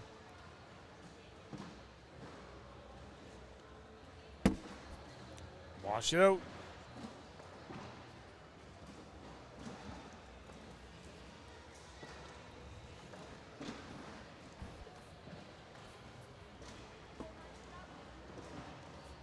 Doug, that bracket final D is officially started. This goes back to the storyline of Peyton Haynes and Rosie Streaker. They are tied at 8 in the pro women's rankings. The winner of that bracket gets the 8th spot and an invitation to the Pro Invitational. Rosie Streaker currently up 5-2 They in are game just 1. over my right shoulder here. So that is your final of bracket D. If we look over to C, Elizabeth Tennyson takes down bracket C. It is a done deal, 21-9 against Katie Matthews. So there's going to be your first lady into the Final Four. This is your finals of bracket B and still bracket Cameron A. does not fall. Give Cara 2 more. And just to go back with Elizabeth, I had a chance to talk with her last night. Let me finish that bracket A real quick, Doug, before you go there. That was that match, Deborah Odom against Mary Tao. Yeah. Still on the loser's side. They are into round 27. Remember, Deborah Odom was up 13-0. Mary Tao has come all the way back and took the lead 18-17. Okay, they are over my shoulder as well. But no, going back, we were together last night. Elizabeth Tennyson was in that room. I got the chance to talk with her, and she was kind of very confident that she was going to take everything down here today.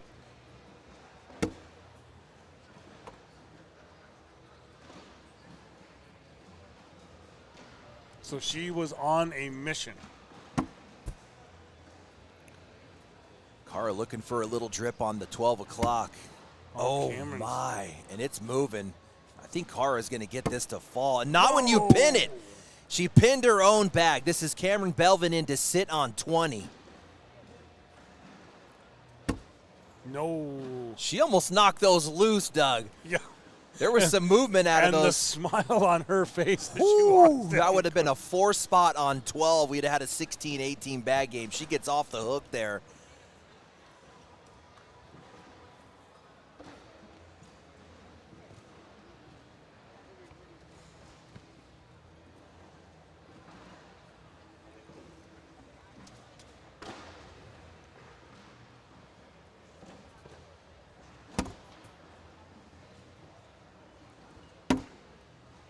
Cara's in. Cameron's just on that right side.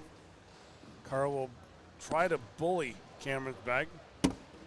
Cameron brings it back closer. That's a good piece. We still got 4 bags left in the round. Look for Belvin to walk that bag. And notice that corner falling. Yeah. That's going to keep the bag in the hole. And he's even more in the hole now. Oh, no. You need to have speed.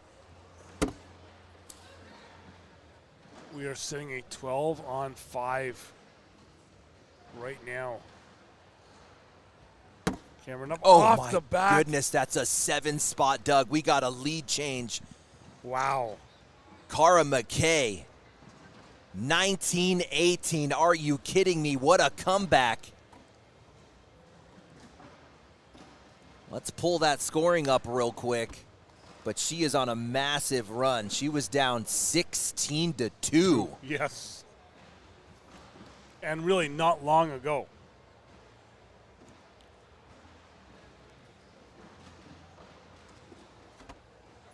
Cara will have first bag here.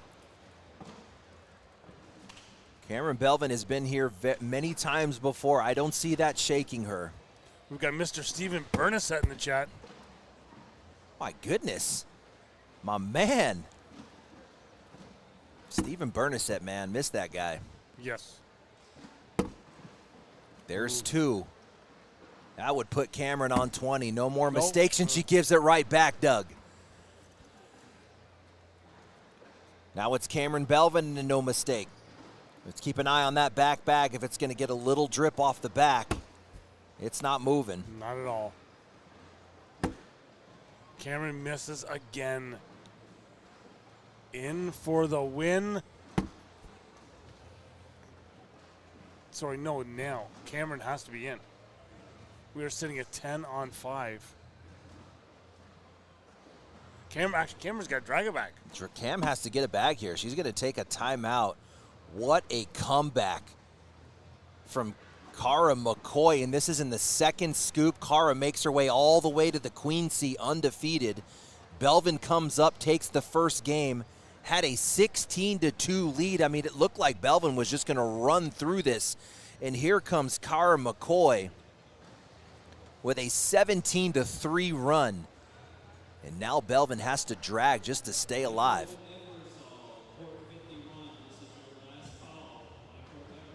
Cameron up.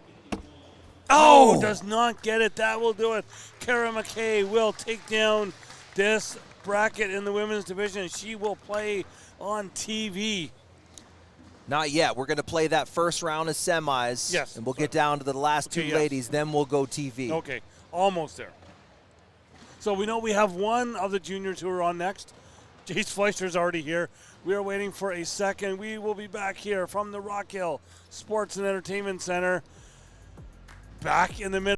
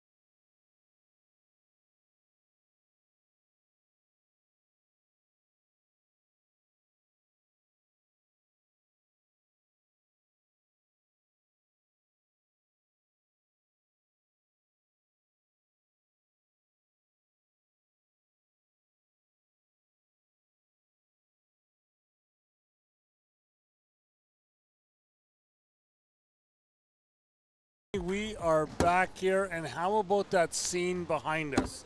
We had Cara McKay come with that big comeback, and we've got tears of joy behind us, and all I heard her say was, it took so long to get here. Yeah, and getting it done, going through one of the best women that this game has ever seen in Cameron Belvin. Down 16-2, you would almost wrap it up with a bow, but she comes back and takes down Cameron Belvin in the second game of that double scoop, making her way through the queen seat, man. What a run for Cara McCoy, and for me, the most impressive part of her game was her airmail, man. I mean, she really relied on that thing. It kind of failed her right in the middle of that 2-game sequence, but then it came into play kind of towards the end, so congrats to her. Meanwhile, as we work our way to the court here, we're going to move over to juniors bracket D. Folks, this is going to be a final. It's Jace Fleischer, the #1 seed, taking the king seat. And Zane Krotz did it the hard way. Fell down a little bit earlier. Was in the 3rd round. Fell down to the loser side and had to win 3 straight. Takes down Riley Wolf, Jake Gore, and Donovan Vasquez. So that was his path to get back up. It's going to be Zane Krotz that's going to have to beat Jace Fleischer twice. Good luck, my man, because Jace Fleischer was cooking. If you were listening earlier, we were talking about him hitting 69 of 72 bags against Jake Gore earlier in the tournament. You're talking about an ACL titles winner this year. He put one in his back pocket, taking down one of the opens. This kid has all the shots. Again, we are just waiting the court assignment here. I think a lot of stuff going on over at the director's table. Meanwhile, let's just walk through all of these junior brackets. What does the junior picture look like? 4 brackets are assigned to juniors. All bracket winners are going to go to a Final Four to make TV. Now, you have to win a semi. We're only taking the last 2 standing. If we go over to bracket A, this is Gabe Clausen's bracket, and he is sitting in the king seat. Oh, my goodness.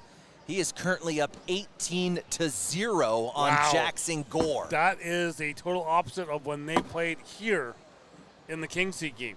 Yeah, that was a 22-19 game. It came Yep. down to the wire. You kind of felt like Jackson Gore was actually going to win that one.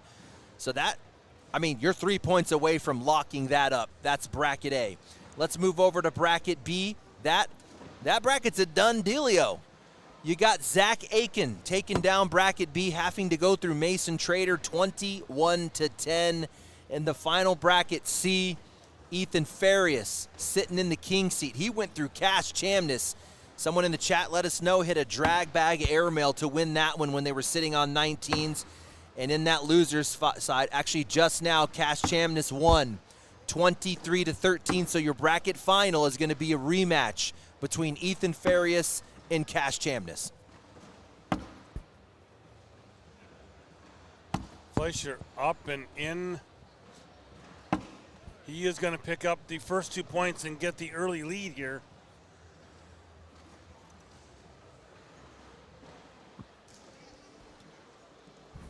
Two 2-0 over Zane Krotz. Looks like that game is over. Gabe Clausen did take down Jack Gore. Here's a stat line for you folks. Jace Fleischer on the tournament. We're talking about all day. This guy is throwing an 11.04 on the tournament. Are you kidding me? Wow. With a .9 DPR. So he's outscoring his opponents almost a point per round with a +11. Good night. Chat saying we got a couple Michigan boys here. That roll bag's going to fly the hole. A little bit too much juice. In for 2 for Krotz. No. That was off an the- airmail and one. That's pretty aggressive. Yeah, we got 0-2 on the scoreboard. What do you think about that airmail and one attempt early in this match? I'm going to just go in just to pick up 2. Especially against a Jace Fleischer, Yes. man. You give me 2 points, I got to go get those. This guy's throwing an 11.04 on the day.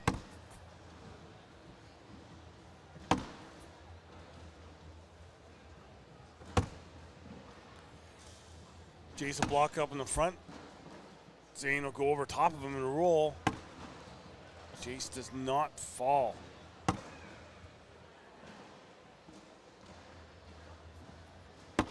Oh, He sits on the back saddle. So right now, Zane is going to get 7.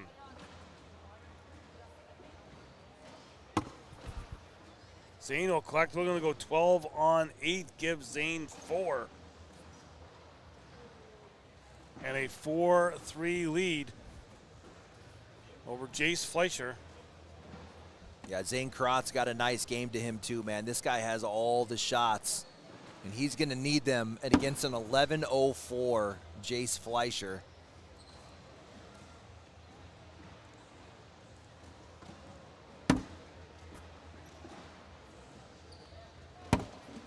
Zane up and in. Jace is in. Zane sits on that left side. Jace drops to the right side.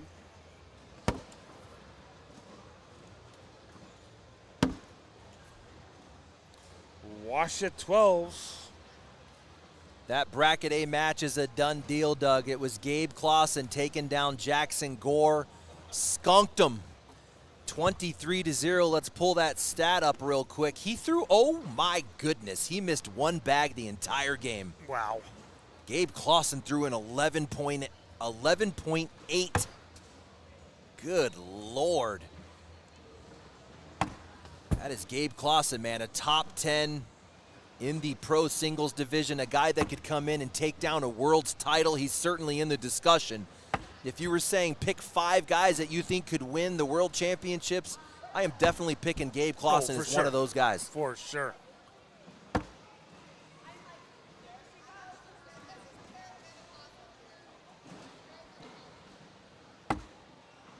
Klotz off to the left. Fleischer takes Krotzbag off the backside. We will wash at 7s. Very uncharacteristic. Again, this guy's throwing an 11 plus on the day, which means he's not doing that. He's not launching bags off the back like that. But maybe you're feeling a little comfortable if you're Jace Fleischer. You know you can lose the first one. You're coming in throwing the best bags in the junior division today. Maybe he's like, I just want to make it interesting. Maybe I'll spot him 10 and then I'll start trying.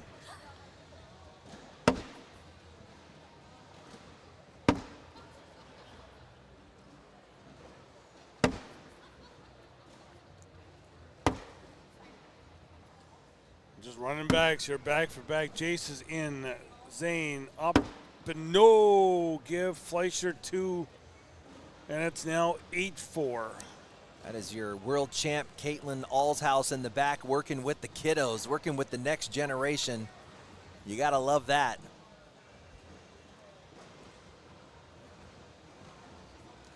And what the heck is going on over there? I see Logan Chamberlain against Eric Davis.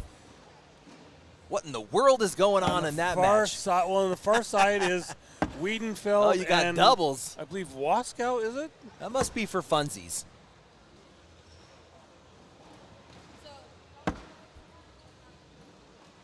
I'm guessing, but there should almost be a women's final ready, should there not, I believe? Yeah, what the heck is going on over there? They're not juniors, seniors, or women. What's happening here? Well, not that we know of. Score here stays 8-4.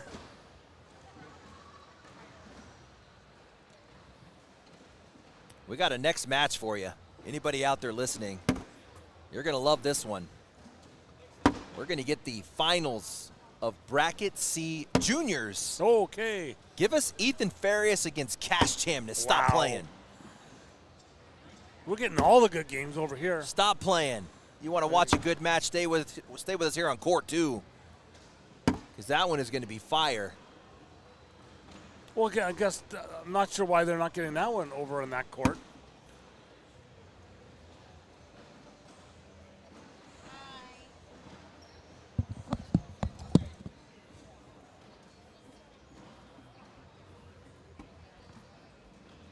Score there stays 8-4.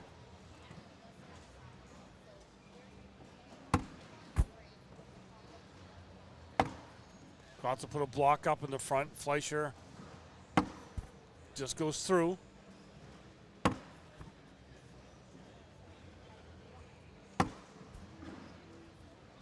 Fleischer drops. Krotz will go in.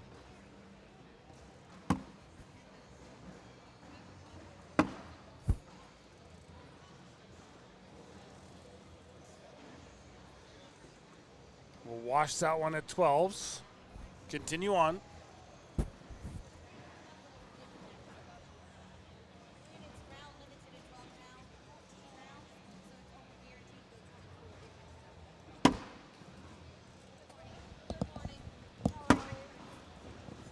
So you got the word on just what that is over there? Yeah, we got an update. So for Court 1, again, we're running through the women's juniors and seniors, but we don't have a game available right now, just kind of the way the brackets are playing out. So they pulled one of the top 100 blind draw guys into Court 1. Okay. So that is an active tournament going on as well right now, which explains our confusion. Yes.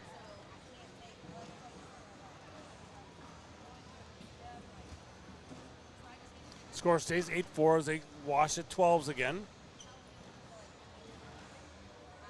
So Deborah Odom did take down Mary Tao, Finally, that was like the longest game ever. and Deborah Odom is now playing Sarah Cassidy. That would be a bracket final as well. Sarah Cassidy sitting in the queen seat. Again, looks like Peyton Haynes and Rosie Streaker still going on over that right shoulder, but I now no longer, easy for me to say, no longer can see it because there's just such a crowd of people around that court. Yeah, that one's close, and again, that's going to settle who is the number or a top 8 women in the pro division to make the invitational. And it is close, man. It is 16-15 in favor of Peyton Haynes. And Rosie Streaker going to have to double dip. Kotz was, I thought he was wanting to have a look at it, but he just wanted to clear out his bag that was sitting in front of the board here.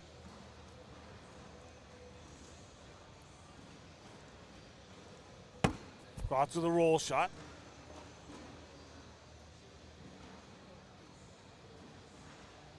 Sitting 5 on 4 on the board here now. Fleischer pushes through, gets 1 to fall. He'll sit 8. We go 8 on 4. This will be a step out push just to get 1.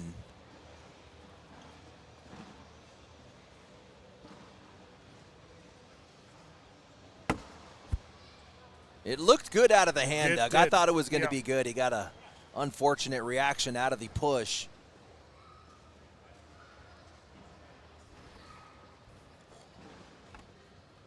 Been updating those 4 brackets. 2 of the brackets are settled. We have 2 juniors into the Final Four. You got Gabe Clausen and Zach Aikens. Surprise, surprise, 2 top 10 players in the pro division.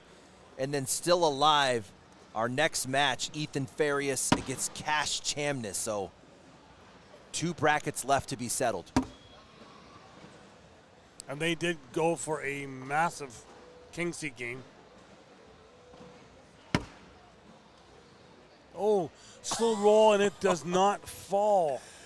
Oh, the frustration from Jace Fleischer. This is the body language you always get out of Jace Fleischer. It's very like Eric Davis-ish. And now Fleischer's 2 bags fall. And he's still shaking his head as if he's upset that those 2 bags fell. I really want to try and go up and drag those bags, but they went and fell on their own. How dare they do that? Oh, Borisov takes himself right off the back. We go in 9 on, no, sorry, 7 on 5. 11-4 score here now.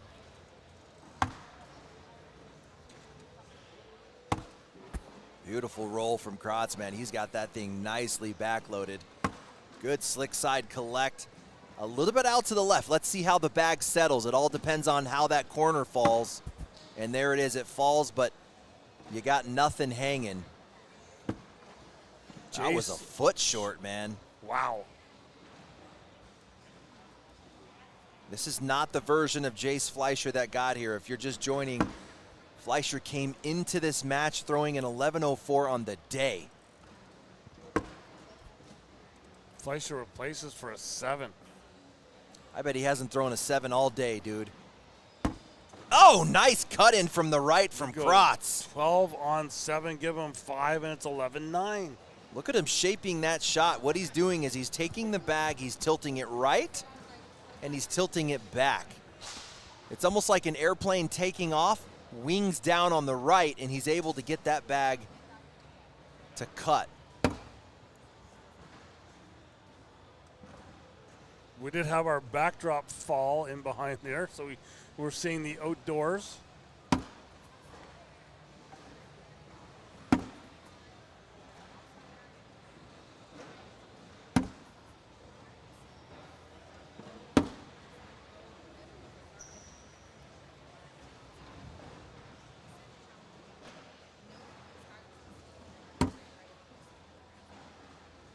Kratz with the step out, just going to get around, looking to bounce right behind that bag. That is perfectly played. Kratz got a deep game, man.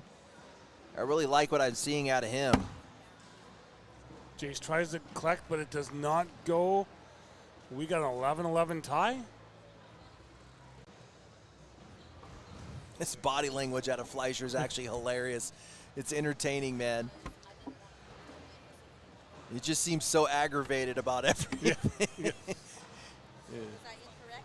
You can't tell if he's shaking his head on that play or what happened 3 rounds ago. Look, he's still shaking his head. He hasn't even thrown his bag yet. He's in.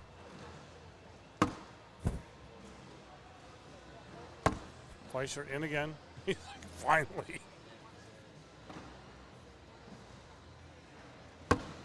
Krotz stays to the left. That is so good. That is perfect speed, perfect spot. He knows his bag reaction, lifts the right side. Krotz gets 1 to fall. Fleischer drops down, shaking his head as he picks up 4 points. Not happy with that at all. That bag was a 1/4 of an inch to the left, Doug. It wasn't perfect. Oh.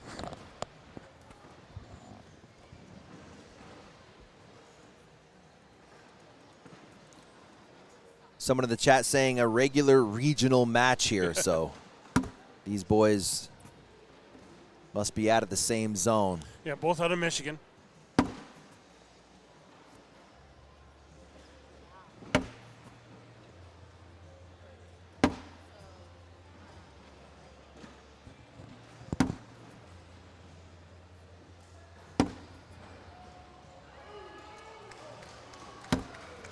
We should get an update on that Rosie Streaker match. It was 16-15 last we Wash at looked. 12s. Now it's 19-17, Doug. Peyton Haynes up 19-17 on Rosie Streaker in the bracket final D.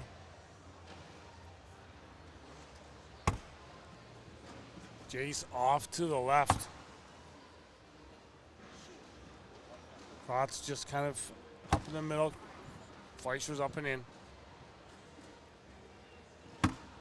Go, good push and collect by Krotz. Jace is in.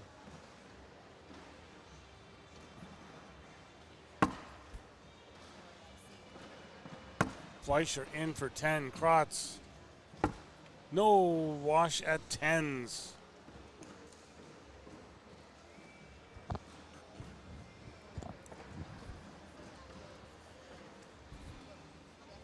Yeah, if you look at this PPR at the bottom of your screen for Jace Fleischer, a 10.18. What's crazy is it's almost a point less than what he's been shooting all day. Yes. A point less is significant. Tell me a 9.5 versus an 8.5 aren't way different. Oh, Way different, right? yes. It's crazy to think that a 10.18 is actually a point lower than what you've been shooting on the day. Oh, Jace goes into those bags, and Zane's bags do not fall. Zane now gets 1 to fall.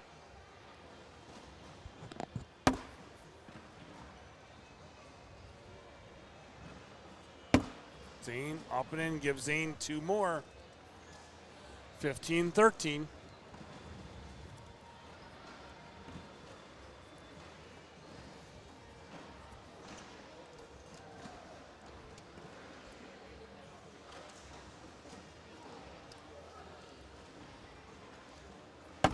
Krotz first bag is up and in.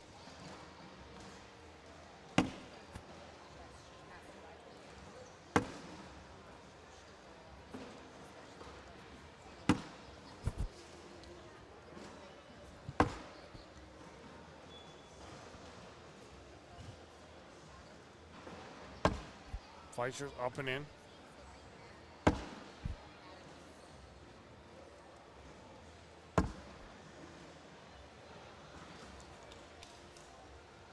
Wash at 12s. Stays 15-13.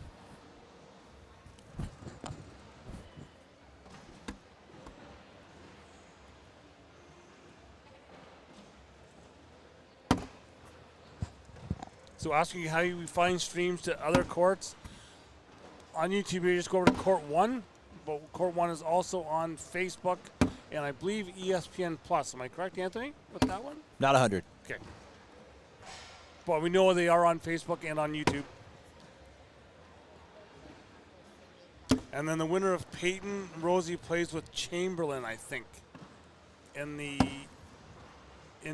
Pro Invitational. That's Peyton Haynes just taking that one down, so she takes down bracket D, so it is settled. The number 8 spot is going to go to Peyton Haynes, and she'll play in that invitational.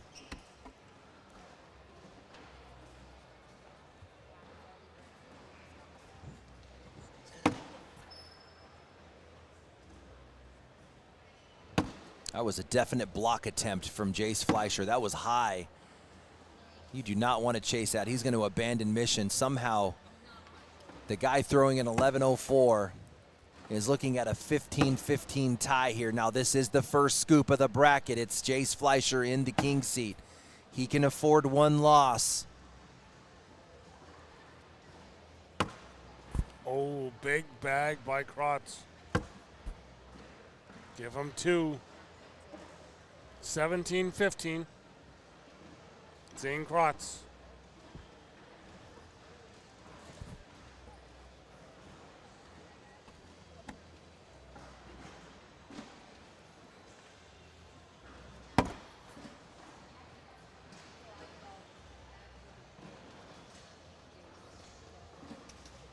Fleischer taking his time here on this one. He's trying to figure it out mentally.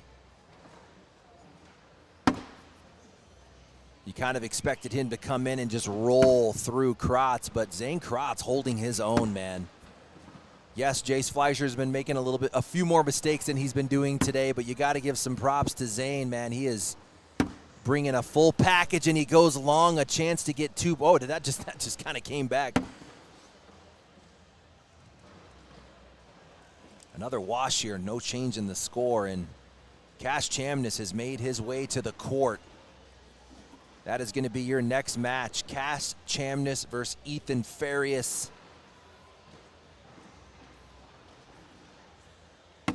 I was trying to look for him, but he is just in behind that sign, that all cornhole sign, so I couldn't really see him.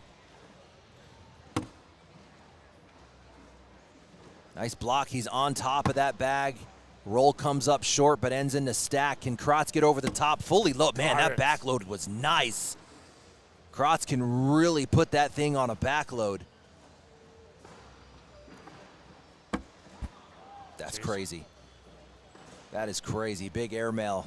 Decided to abandon the roll. Another roll coming from Krotz, man. He is cooking right now. Look at the speed control. Not only did he roll, but he got a little left movement out of that. I've got no idea how Jace's back bag is not in. Big points. Is that game? That is game. That is a 10-6-4. Oh, my goodness. We're going to reset it to 0, Doug. We're going to run this back. Wow.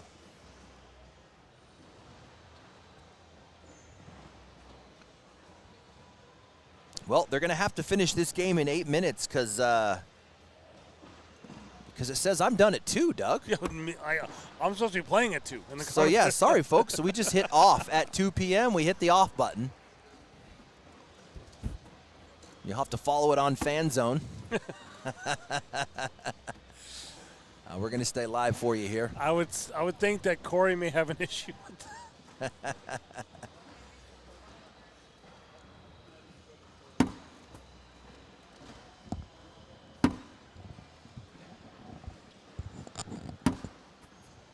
Jace collects everything there.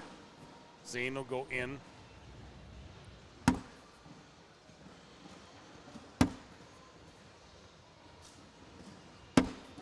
All right, so 2 things happen.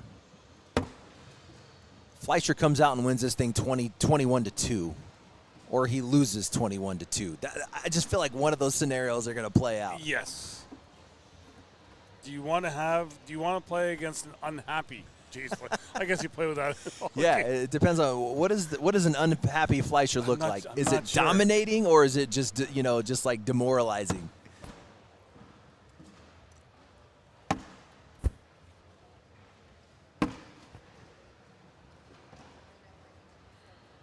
Watch Jace Fleischer put 40 bags in a row, just saying, forget this. Earlier in the tournament, Jace put 69 of 72 bags in the hole in a game. 12-12 wash.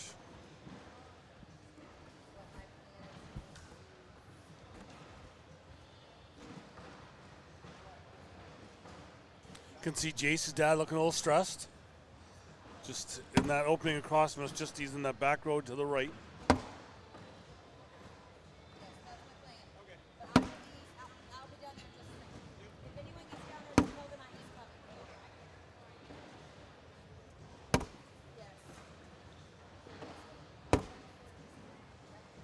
Zane, I think, has just abandoned the idea of bringing that front bag in. Give Jace 2 more. Make it 4-0. Okay, so losing 21-2 is off the table. So we're going to go with winning 21-2. Again, plus you can't leave yet because we got Cash Chamness, Ethan Farias up next. Yeah, you got to stay with us. We got that bracket final, and that one's going to be a rematch too.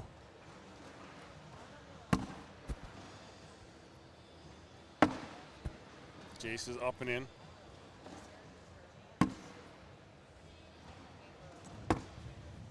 Zane does a slow drip down that right side.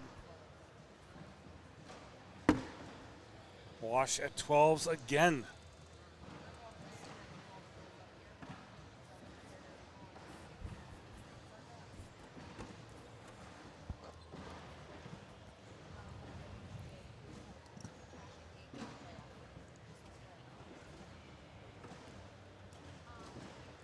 How about an update on that bracket final you were talking about, Doug? It was the women's bracket A, Sarah Cassidy against Deborah Odom. 20-4 in favor of who? 20-4. Cassidy. Cassidy's up. Oh, and she just won, just registered. That is Sarah Cassidy taking down women's bracket A.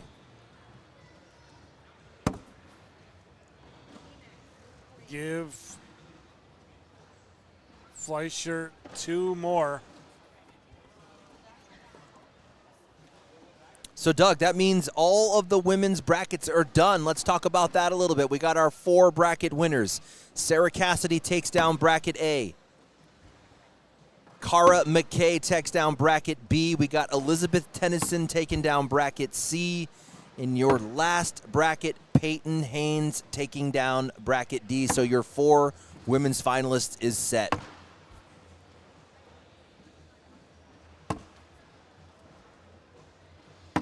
Now, are we having them here on these courts, I guess? Here. Oh, we won't be able to play out all the finals. I imagine they're going to be off somewhere else. Yeah, we're going to have 12. Let's see, that would be 12 bracket winners. Yeah. Yeah, keep those rolling somewhere. You know what I'm saying? We'll be here till 11 o'clock.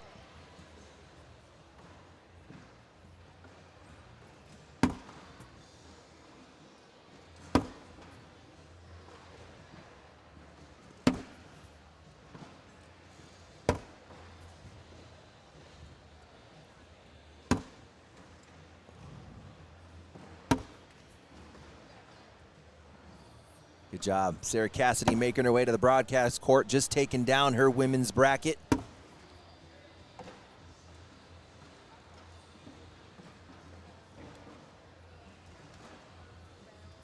So you give Krotz 2 points here.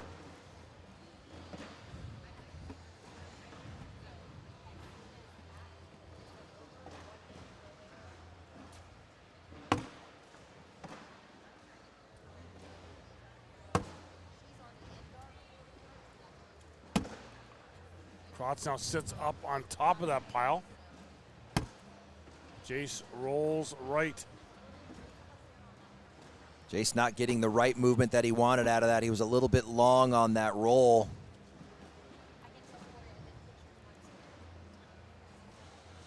Krotz going to take a look at what he's dealing with. What do you like here, Doug? It's kind of a weird setup. Yeah. Possibly roll to maybe knock your 2 bags on that backside. Yeah, I think you get a roll double collect. Too short. It's still there. Jace can roll up onto that pile. He would make that more difficult. He gets 1 of Zane's bags to fall. Oh, good shot from Zane Krotz. That's going to force a big slick side push here just to give up 2 from Fleischer, and it's a 3 spot. But he actually just picked up his bag instead of Bull, so he got off the hook a little bit there.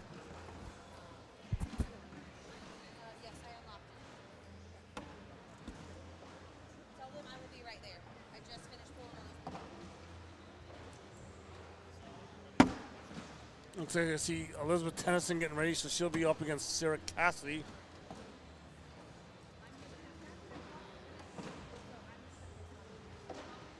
Jace calls a timeout just to go and just get a drink. Little hydration break. So, like, I'm so used to it.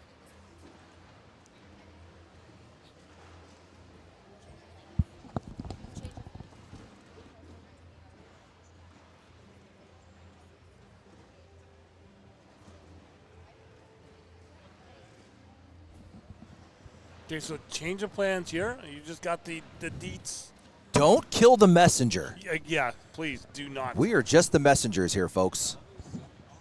We will not get Cash Chamness and Ethan Farias. That's going to be a juniors bracket final. Instead, we're going to get a women's semifinal of the final four. So they're a little bit further along. Those brackets are done. We're going to get Peyton Haynes against Elizabeth Tennyson, and that would be for TV. Yes. Winner of that goes to TV. We will keep you updated live, though. That is a match that I want to follow as well, so I'll keep you updated on the cash match. And that was because we had this double dip scenario here. Those boys have been ready to go for a while. They don't want to hold that any longer. So let's blame Jace Fleischer for that. It's Jace Fleischer's fault. He could not close out the final in one game.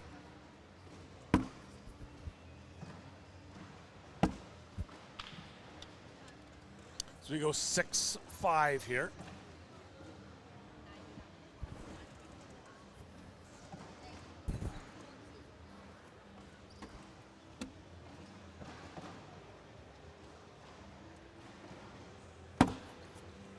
Zane up and in. Jace is in. Zane's in. Just running bags here. Looking for a first mistake.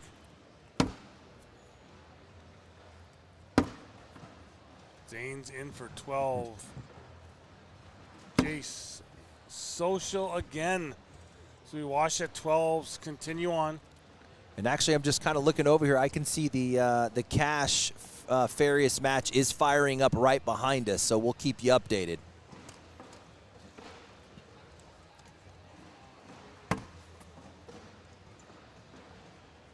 Cash Chamness comes out firing first. It's 2-0. That's court 8. If anybody's in the building listening to this match as well, they are on court 8.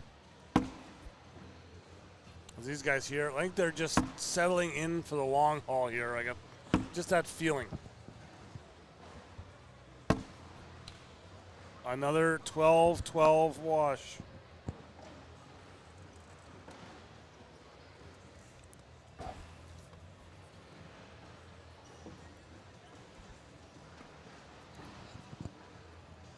I actually seen some people from the front row leaving and heading over behind us. Yeah, that court 8 match is going to be fire. We're going to follow both of these.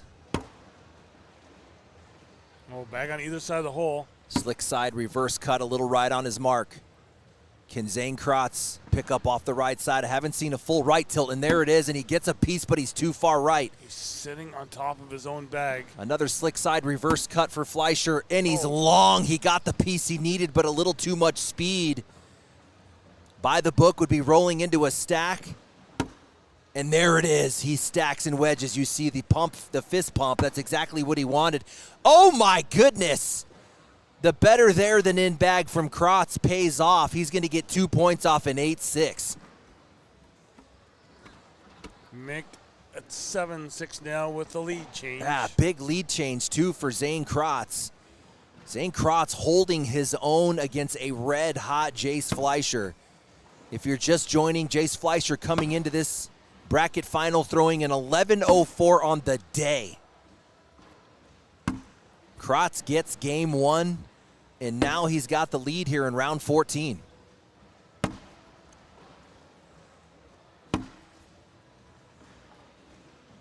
Fleischer up and a slow drop down that left side. In your 4 bracket finals again, you got Gabe Clausen into the final 4. You got Zach Aiken into the final 4. You got Cash Chamness against Ethan Farias on court 8. And this is your one right in front of you here for the last junior bracket.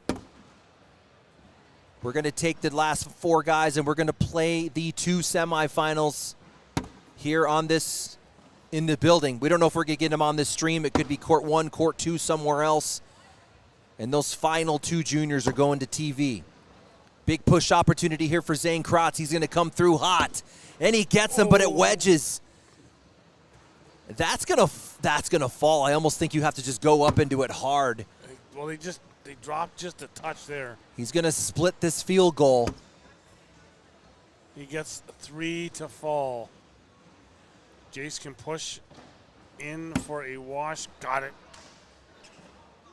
That is the same version of Jace Fleischer we saw in game 1. He was arguing with himself the entire match. He just couldn't quite figure it out.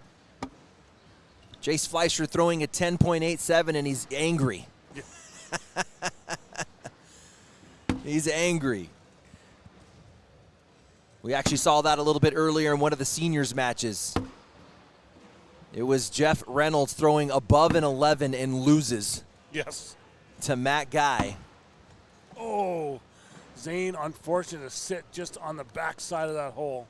Look at the difference in emotion, too. He is going to get the drip, and Jace Fleischer helps collect him off the left. We're going to get another lead change here. 2 more points to Jace Fleischer. 8-7, round 16.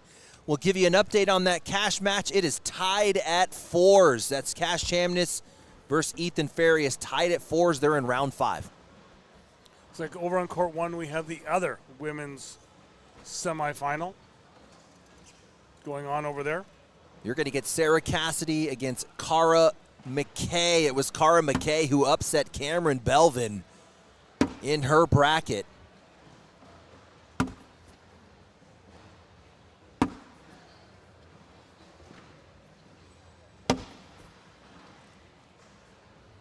Zane up and in. Jace in for 12. Zane. Ooh, he did a slow drop down that backside. Another 4-bagger. Watch these PPRs jump. Both boys are going to be pushing close to 11.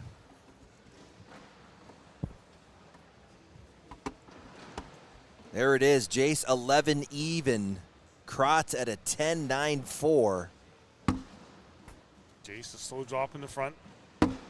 But a much different 11. If you were watching the Matt Guy versus Jeff Reynolds match with us, both guys were at 11. Yes. Completely different 11. Oh, yeah, yeah. The complexity of these guys able to maintain 11s with laundry on the board, traffic, rolls, slick side pushes, it's incredible. For sure.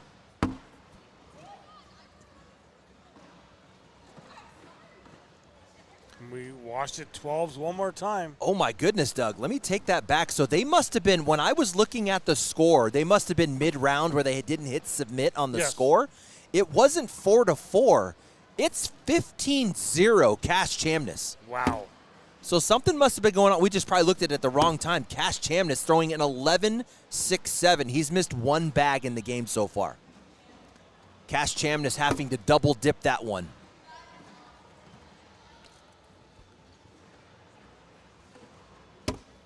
Man, that rollback is beautiful. Look at the tilt. That thing is actually like so loaded. It's like top and bottom. Yeah. It's like a sail. I was going to say, we can almost see the full bottom of that bag in flight. Isn't that crazy? Like, at that point, you'd think there'd be some, like, air resistance or drag, you know? Yeah. It's just so, like, standing tall. Yeah. Almost wouldn't mind a slow motion camera, just kind of right here. Oh, that'd be beautiful. Why?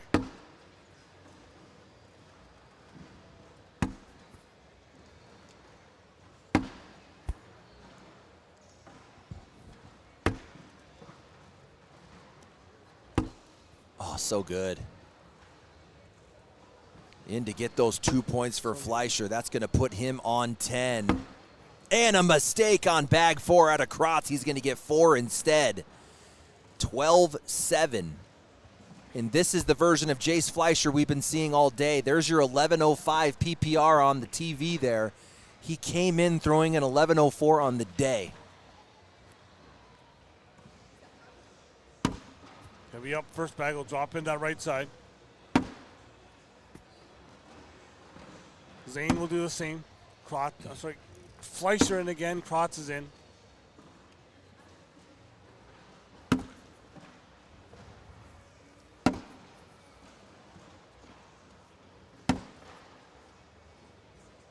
Krotz, no, give Jace 2 more. Back-to-back bag 4 mistakes from Krotz on wide open holes. You just can't do that against an 11-plus Jace Fleischer. And again, you can see the pure excitement in Jace's face. As It's he walks. overwhelming. I mean, Yeah, I can feel it. Yeah, it's just.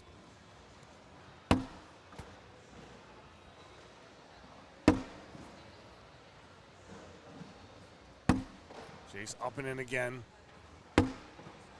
Landon to the left. Sorry, not Landon. Zane, sorry. Zane to the left one more time. Jace drops down for 12. Zane up. We'll go 12 on 10. Give Jace 2 more. We're now 16-7. Ethan Farias is finally going to score in that match. It took 9 rounds. It is 15-2. Cash Chamness throwing an 11.56. He's missed 2 bags in that game.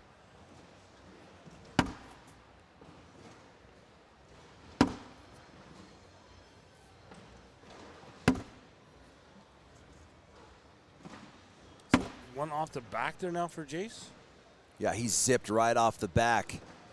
3 points there for the taking if Crocs can finish up. Remember, he sold on his 4th bag in 2 rounds in a row. And here it is, an open board bag 4. He is not going to leave that one short, Doug. 16-10 now, Jace Fleischer.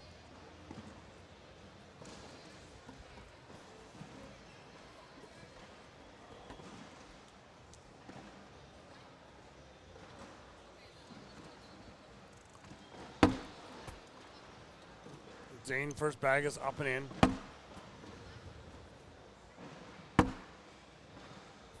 Zane does that slow drip down that backside.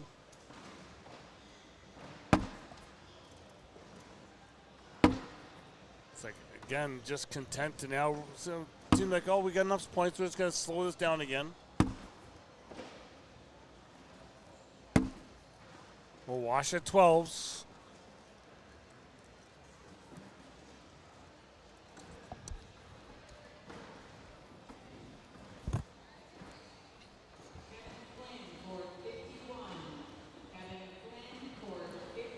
Jace Fleischer continues to add to that PPR. He is now peaking 11.08. Zane Krotz, look at him, man. He's throwing a 10.83. He's down 16-10. Really impressed with what we've seen out of this young man here. For sure, yes. He's had a lot of those today, Doug. A lot of those. Oh, and Zane misses to the right. Another 4th bag miss. Slick side push to get right back into this and wash it 10s. Got it.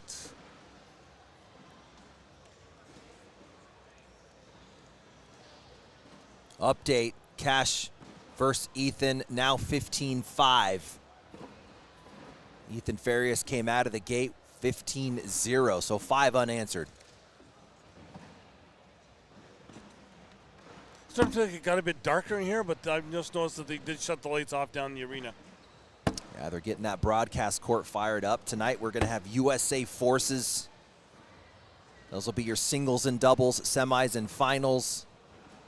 And then the trick shot. Yes. They're going to get a little crazy down there, get creative, do some wild things.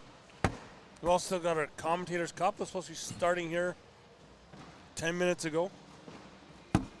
My one chance to play this weekend, well, this week. Something tells me we're not going to be playing that with the speed of this. We still got to get through semifinals. Give Jace 4, and we're on 20.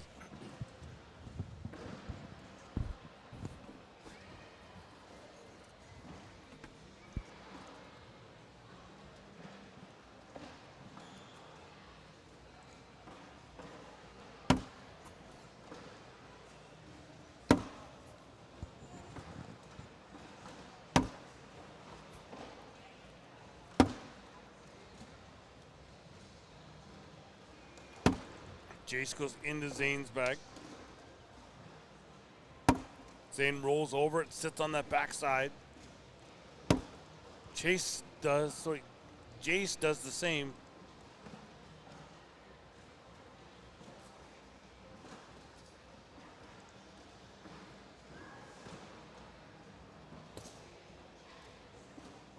Jace up goes Knox. Sorry, Zane knocks Jace's bag in. We will go 10 on 8, give Jace 2. That's going to be bag game. Jace Fleiss are going to take down this bracket, joining Gabe Clausen and Zach Aiken. Your only bracket left was that Cash Chamness versus Ethan Farias. Those boys fighting right now for a bracket final as well.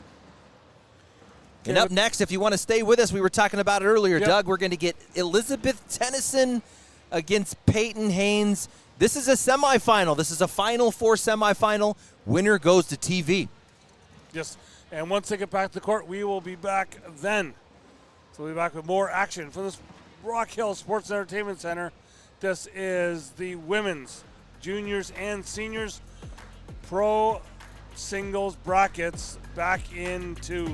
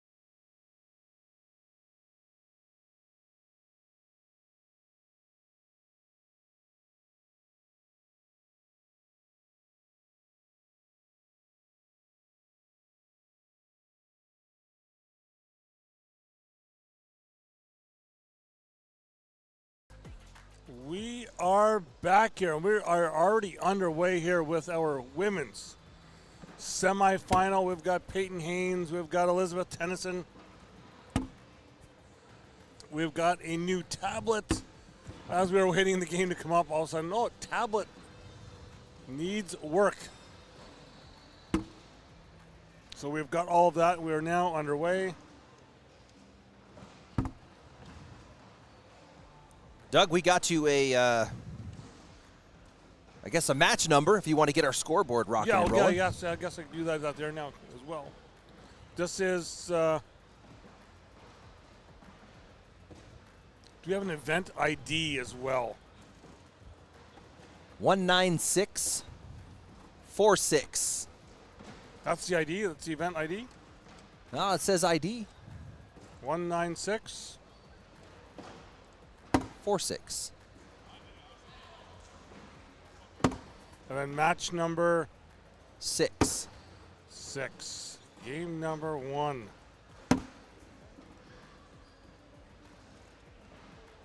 No names. Maybe that's not it. Oh. Let's see here.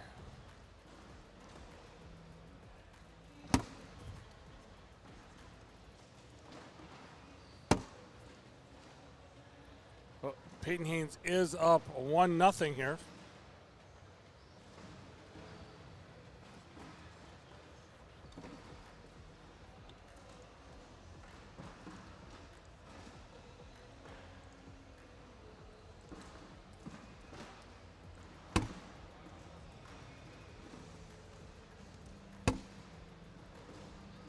So we will try and keep you updated on the score.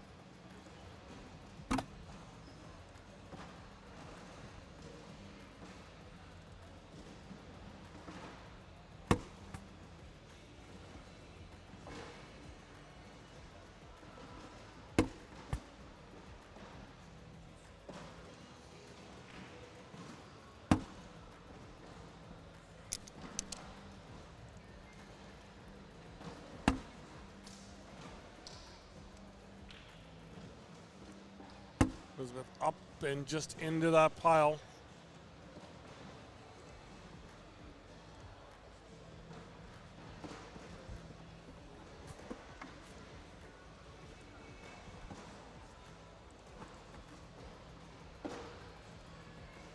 All right, try this one, Doug.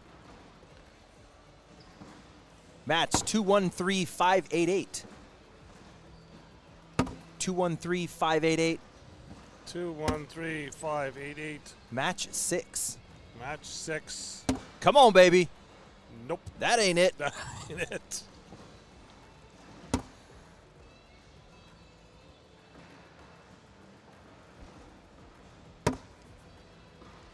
Yes, our brackets are not updating either. So that's why we are in our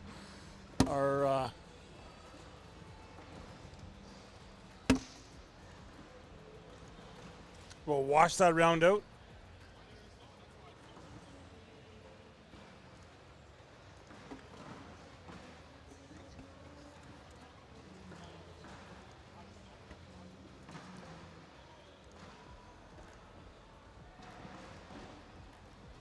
Okay, so that is not the game that we are playing. That is in the bracket ID. We'll clear that one out.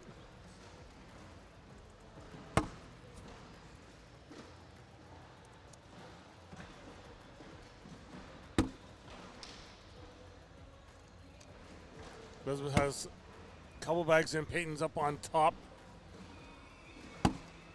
Peyton will go in for a 10. Elizabeth in for a 10-10 wash. We continue on.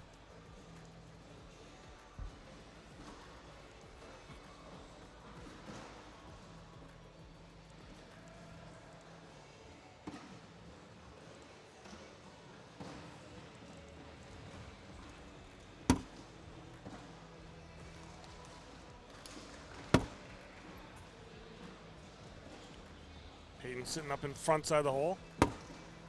We'll go alongside of her bag.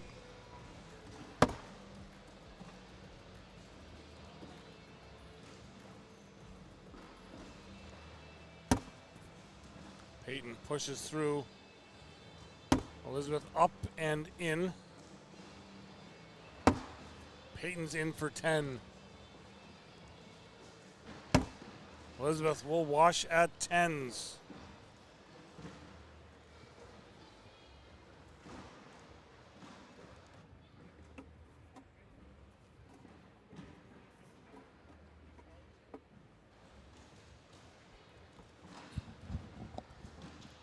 All right, I'm going to take it over here while Doug goes and try and get this technology working for us. We got 5-0 on the scoreboard in favor.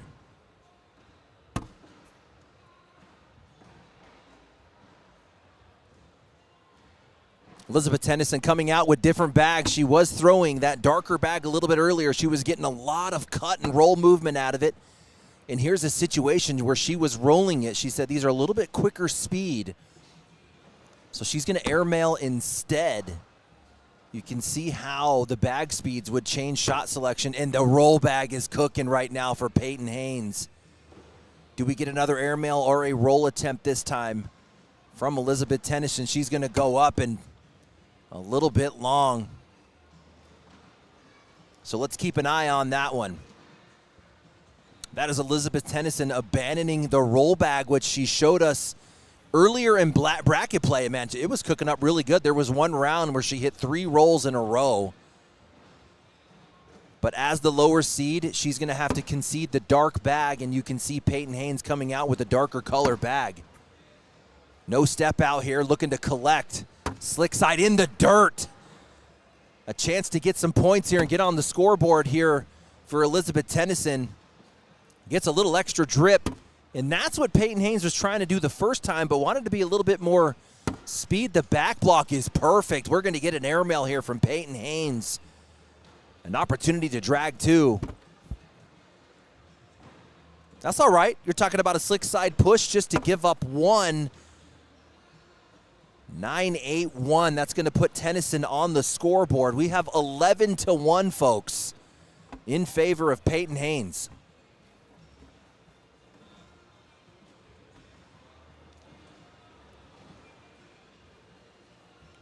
Lead bag finally moving over to Elizabeth Tennyson. Let's see what she does with this lead bag. In block position, but way left, wide open up the right side, and Peyton Haynes gets hung up. That actually lets Tennyson off the hook, but she's going to have to deal with these lane side blocks. And she was getting more pop, like I was saying earlier, out of the black bags, but no pop on that one. Up over the top, way left.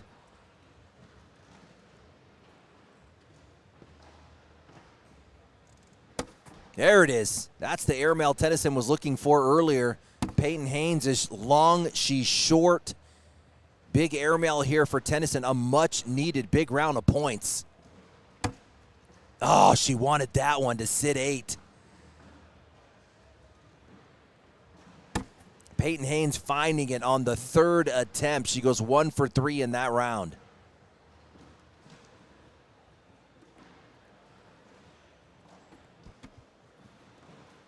If you were following us earlier, it was Peyton Haynes taking down her bracket, going through Rosie Streaker. That was significant because they were both sitting at the 8th seed in the women's pro division. Whoever finished further in the bracket took that 8th spot for the pro invitational later in the week, and Peyton Haynes locks it up. That was a cut attempt, a little bit long for Tennyson. Do we get a roll or airmail out of Peyton Haynes? She's going up. Bang! Hits it. No drag, no love. Here comes a roll attempt. Now a push for Peyton Haynes to possibly get 4 points.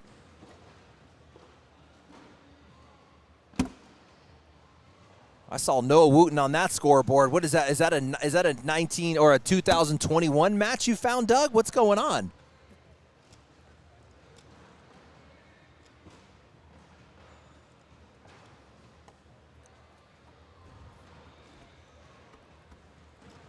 (13-6) on the scoreboard. That's Peyton Haynes, 13. Winner of this is going to get the winner of Cara McKay versus Sarah Cassidy. That match is done. Let me pull up that one so we can get you the results. Is Sarah Cassidy taking down the semifinal against Cara McCoy, 21-11. That is Sarah Cassidy in the women's final.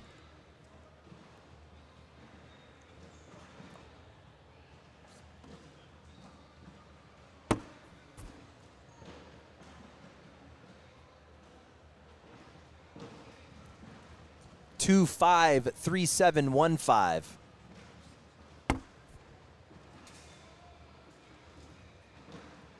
What do we get here from Tennyson? You've got the push, you've got the roll. She's going to go with the roll, and it is left.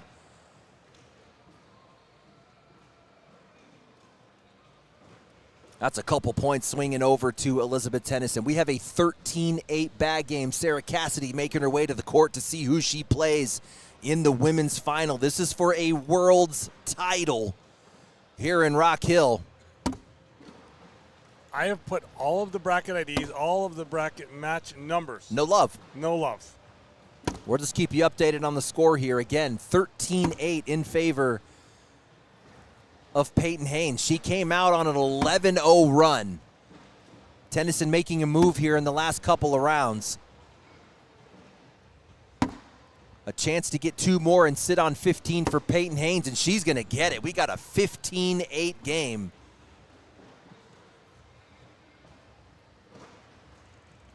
Let's look at the game between Sarah Cassidy and Cara McCoy. Sarah Cassidy throwing a 10.4 to win that one, 21-11.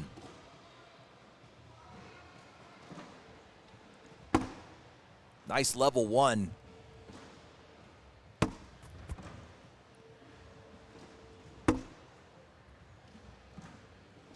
Peyton Haynes has just really been cooking up all weekend. Mixed doubles yesterday. Advances to the mixed doubles final alongside Zach Aiken. So this is Peyton's second attempt at getting more. She's going to be on TV a lot this weekend, man. Yes. Slick slide coming through, field goal. Not enough juice. 2 more points. You can see the scoreboard on your screen there. We're going to have a 17-8 game. Peyton Haynes up 17-8. Yes, Mr. Tate, we do know that it is that ID, but it's not showing up.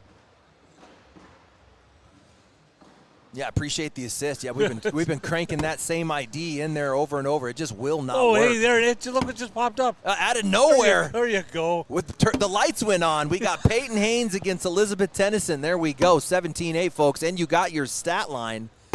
It has been a bit dirty. Everything kind of sit in front of the hole. I tell you what, man, the way Sarah Cassidy is playing, you're going to have to throw higher than an 8. That girl has been cooking up all day at 10 pluses. Over the top. Comes up a little bit short, but gets one. Another point. We're sitting 18-8. Gets a little stressful when you're trying to figure something out and it's not working, and you're putting it in, and it just doesn't work. It just popped up out of nowhere. The lights went on. Someone flipped the switch for you. I think it could be the guy in the truck the next court over. As they are waiting, they have their, so we're going to have a juniors one probably up next year. We got Jace Fleischer, Zach Aiken over on court 1. That's going to be your semifinal for the juniors world's title. The winner of that one, right over the back of the screen there, Aiken Fleischer, winner of that goes to TV. So that means we should have Clausen. Yeah, we need an update on that junior match. We had Cash and Farias. Is that one's still Oh, going? it is still going, yes. Maybe that means Cash won the first game because he would have had to double dip. Looks like he is up in game 2 as well. All right, here we go. Cash Chamness wins the first game 22-7. And check this out, Doug. Cash is up 12-0. Yes. Throwing an 11.17.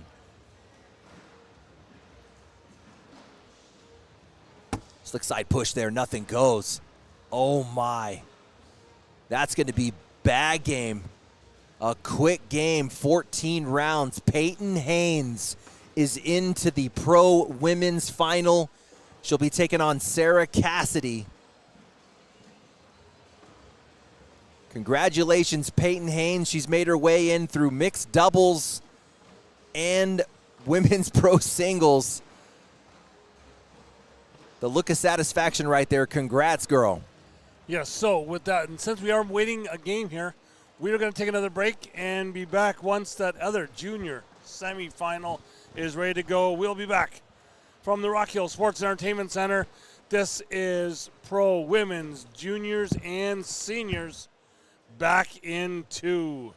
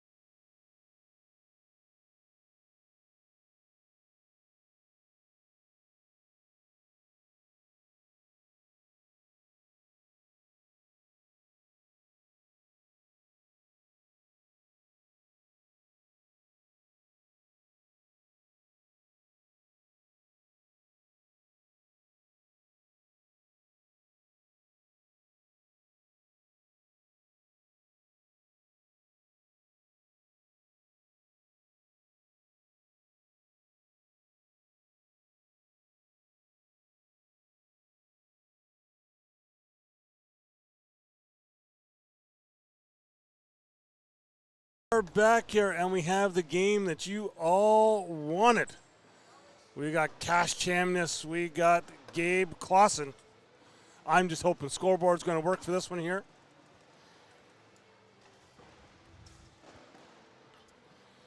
Okay, chat, who you guys got in this one here?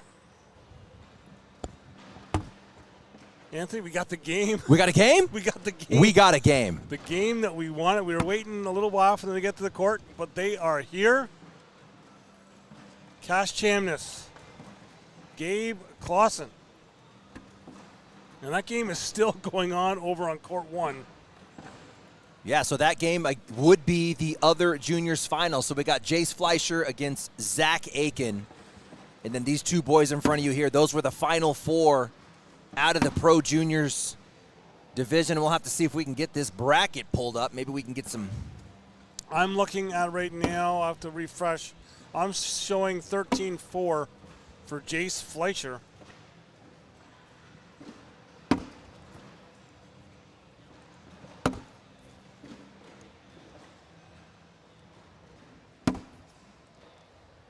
Yeah, still showing 13-4 for Jace Fleischer.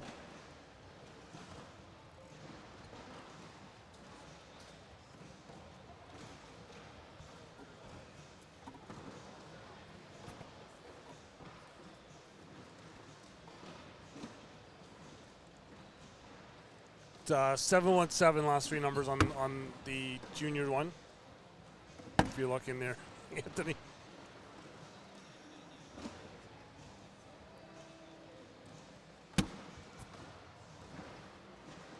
Finishing up these here down and backs. Then we'll get started.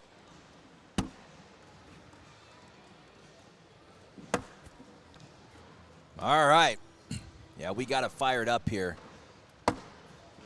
Yeah, so your 4 bracket winners, we got Clausen and Chamness right in front of you here, and Chamness had to double dip Ethan Farias, and did he do it in commanding fashion? Oh, Man, yes. He was cooking over there. When I walked away, it was 19-2. So I'm not sure how the final score finished up, but man, he was absolutely cooking up.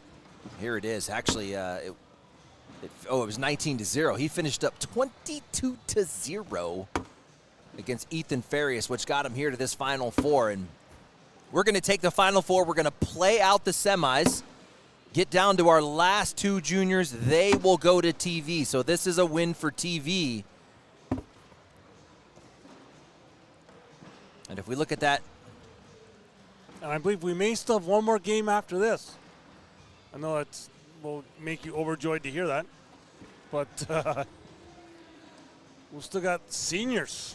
oh, let him play. Tell Corey, let him play.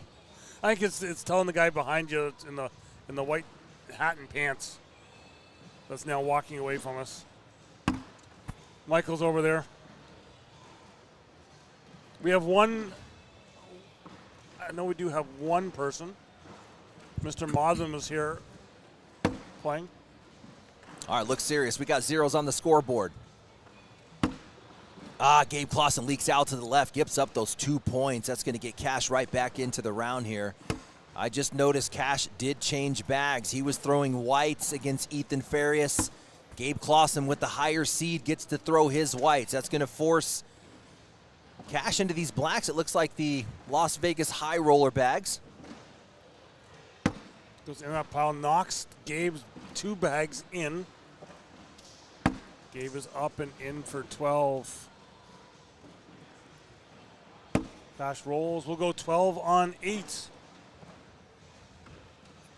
Cash just gave up points. Let me pull that up real quick. Look. Cash just went 22 rounds with Ethan Farias, did not give up a point.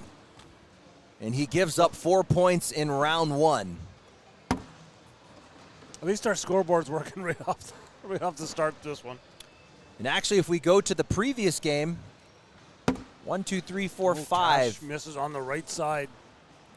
Cash finished game 1 against Ethan Farias, 5 straight rounds without giving up a point. And then he goes into game 2, 22 rounds. So he went 27 rounds of play, did not give up a point. Bleeds out 4 right out of the gate. Clausen. So Chamness knocks Clausen's bag in. Clausen with the roll. That is beautiful. That's over a deep level 1. Cash try and go up, or he's going slick side down. He's calling a timeout, round 2. So one thing to keep an eye on, and this just started a couple tournaments for Cash Chamness. You're going to see him checking his pitch a lot. It is something he's working through. He said it doesn't bother him, but he will be checking that swing. I saw him actually take a timeout against Ethan Farias after he checked it about 4 or 5 times, so he might burn a couple timeouts. But this should be a standard push. The question is, does he get the drip on the back? No, give up another 4. Not enough speed. 8-0 out of the gate for Gabe Clausen. The only thing I wasn't a little nervous about was last time you and I did a Cash Chamness game. It went for 2 hours with the Jamie Graham in Cleveland. Cash Chamness is notorious for 2-hour games. Looking at all of bracket play for Cash Chamness, he led his bracket in PPR with a 10.36 on the day. 127 rounds of play for Cash Chamness. Cash up and in. And Gabe Clausen led his bracket with a 10.49 over 61 rounds of play. Cash misses on that left side again. So Cash has played twice as many rounds here today in juniors.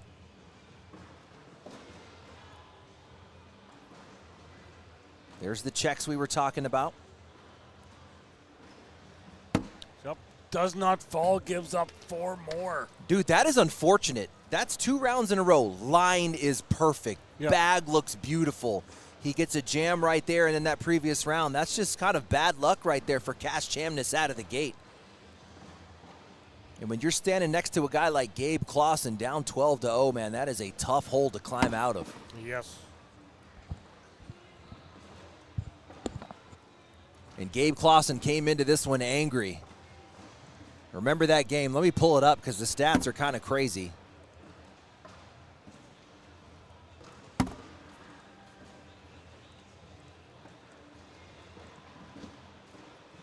Yeah, he came off of that really close game against Jackson Gore. Jackson Gore comes out of the loser's bracket. Gabe Clausen said, we're done with this. I'm going to win this one 23-0, throwing an 11.8. That is the game that Clausen is coming in from. Yes, and Cash kind of pinches up in that front of the hole. Gabe will roll through. Cash has that bag up on the left side.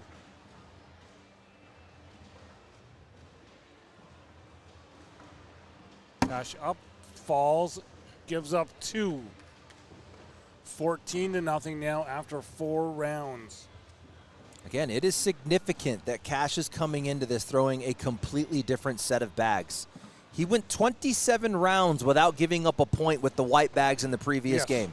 You switch over to these blacks and look at the score, 14-0. Everything changes. The speed changes. The way that they feel in your hand changes. And I think that's one thing that Donnie McPhee and I talk a lot about is that the darker colors, the bags aren't as fast. Yeah, might be the same material.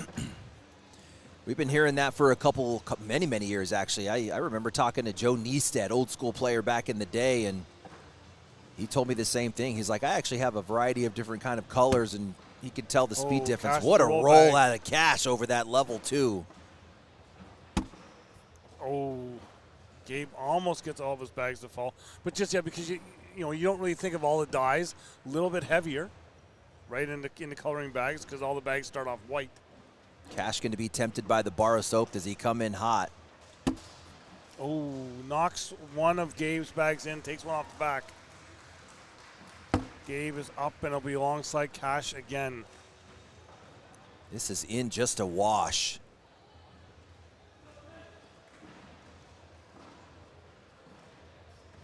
Beautiful roll. That's it. Gosh, Cash Chamness's bag. That backload is beautiful. It actually kind of starts on a side tilt, and then as it works its way to the peak, it kind of flattens itself out. It's just so beautiful.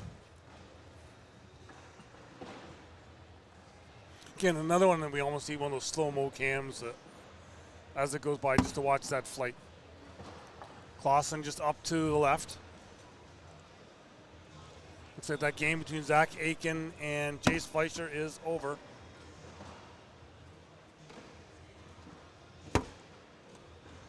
Clausen, couple bags on that left side. Cash is up and in.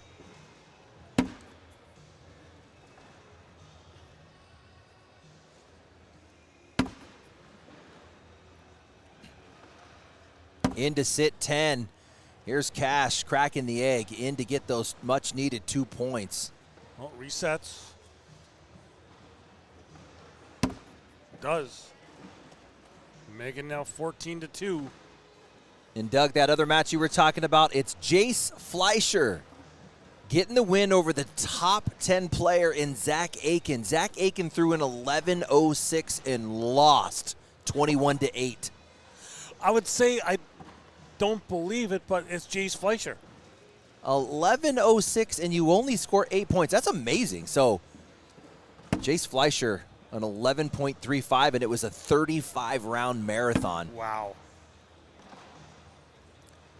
Jace Fleischer threw 140 bags, had 0 off the board, and missed 10. 130 of 140. That's insane.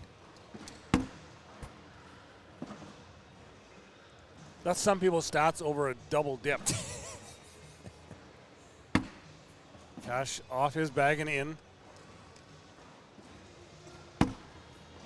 Gabe up and in as well. Cash is looking to collect this bag that's sitting on the left. Just got a corner sitting in the hole. Oh, that looked good. Gabe up, does not go down. Wash it 10s. And continue on. Yeah, and the thing is we're looking at the Pro Juniors Final Four, but let's just talk about pros in general. Yeah. It don't matter. These guys are some of the best in the game. You're talking about both of these guys top 10 in singles and top 10 in doubles. Yes. And Cash Chamman is taking down a signature title this season alongside partner Justin Burton Jr. And Gabe Clausen throwing with Ethan Farias. Coincidentally, the player that Cash had to beat to get here. Imagine Ethan Farias winning. He'd have been playing his partner here in the Pro Junior Final. I just think it's just, what just fascinates me is just a whole junior takeover of a pro division. Back block attempt here from Cash, and he laid it perfect. That's going to force an airmail or a roll on bag 3 out of Clausen. He's going up. Gets the airmail.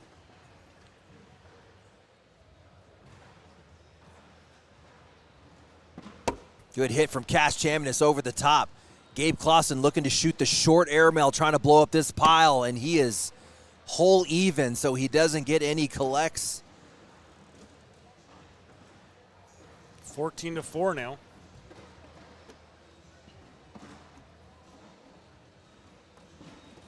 Cash picks up 2. So I was kind of talking with some people about this last weekend. When do you think we will see an all juniors pro singles final?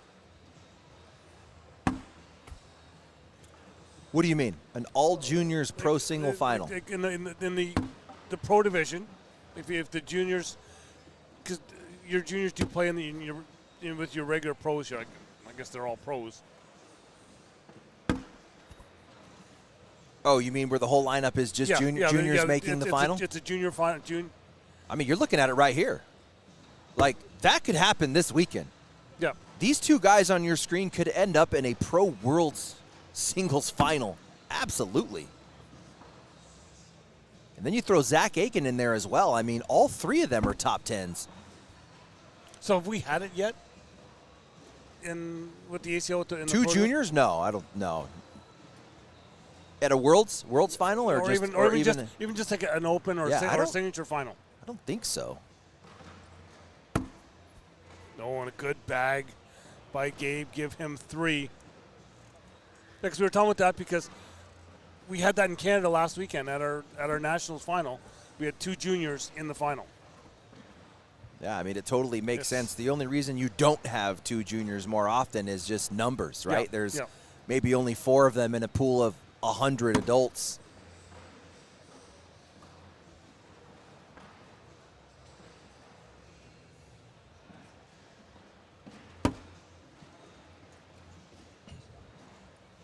Gabe Clausen on a mission here, man. And if we're talking about that pro singles final, you know, if we pick 5, what do you think, Doug? Who's definitely a shoo-in in the top 5 guys to be in a world's singles title this weekend? I think the obvious one, you got to go with Jamie Graham in this building. In this building, right? Yeah. He's won 3 world singles titles. Thinking of Mark Richards. Mark Richards, absolutely. Just because the way he's coming into it, you got to think of a Logan Chamberlain. Logan Chamberlain, 100%. I mean, you're talking about potentially the MVP this season, the only player to take down 3 singles titles in one season. There is no doubt Logan Chamberlain is going to be on that list. I would throw Gabe Clausen in that one. He's the right side of your screen. Yeah.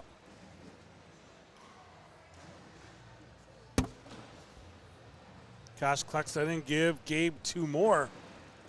We got a 19-4 score. I did not see this score line this quick.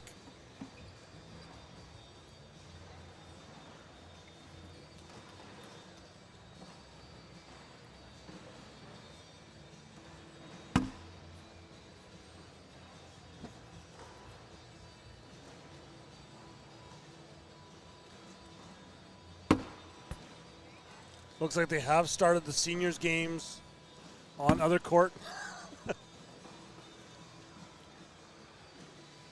Cash looking to pick this one up. Little step out there, slick side. He is outside arm as a lefty. Watch this left to right movement. Beautiful bag. That's it.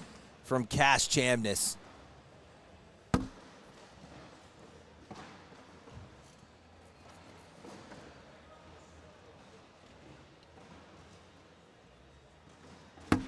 Cash up, just easy in the front side of the hole.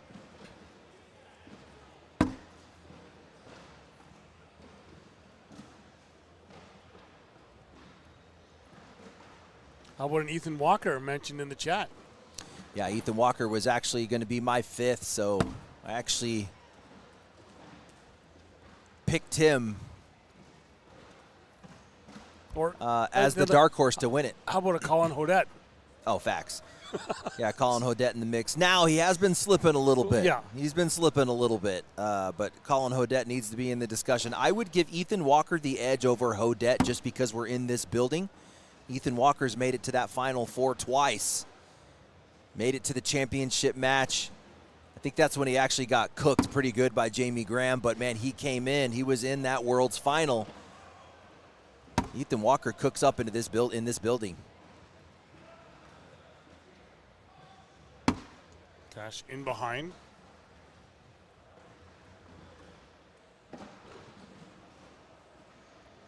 Dave goes for the roll, gets it, drops one of Cash's bags as well. Makes that look so easy. Yeah. Here's that slick side. Cash looking to clean everything up. It's going to be tough. You got these bags in a line. In the dirt, this could be bag game. This could be Clausen moving in to the juniors singles final, and it is. That will do it. Gabe Clausen moves on to face Jace Fleischer in the junior final.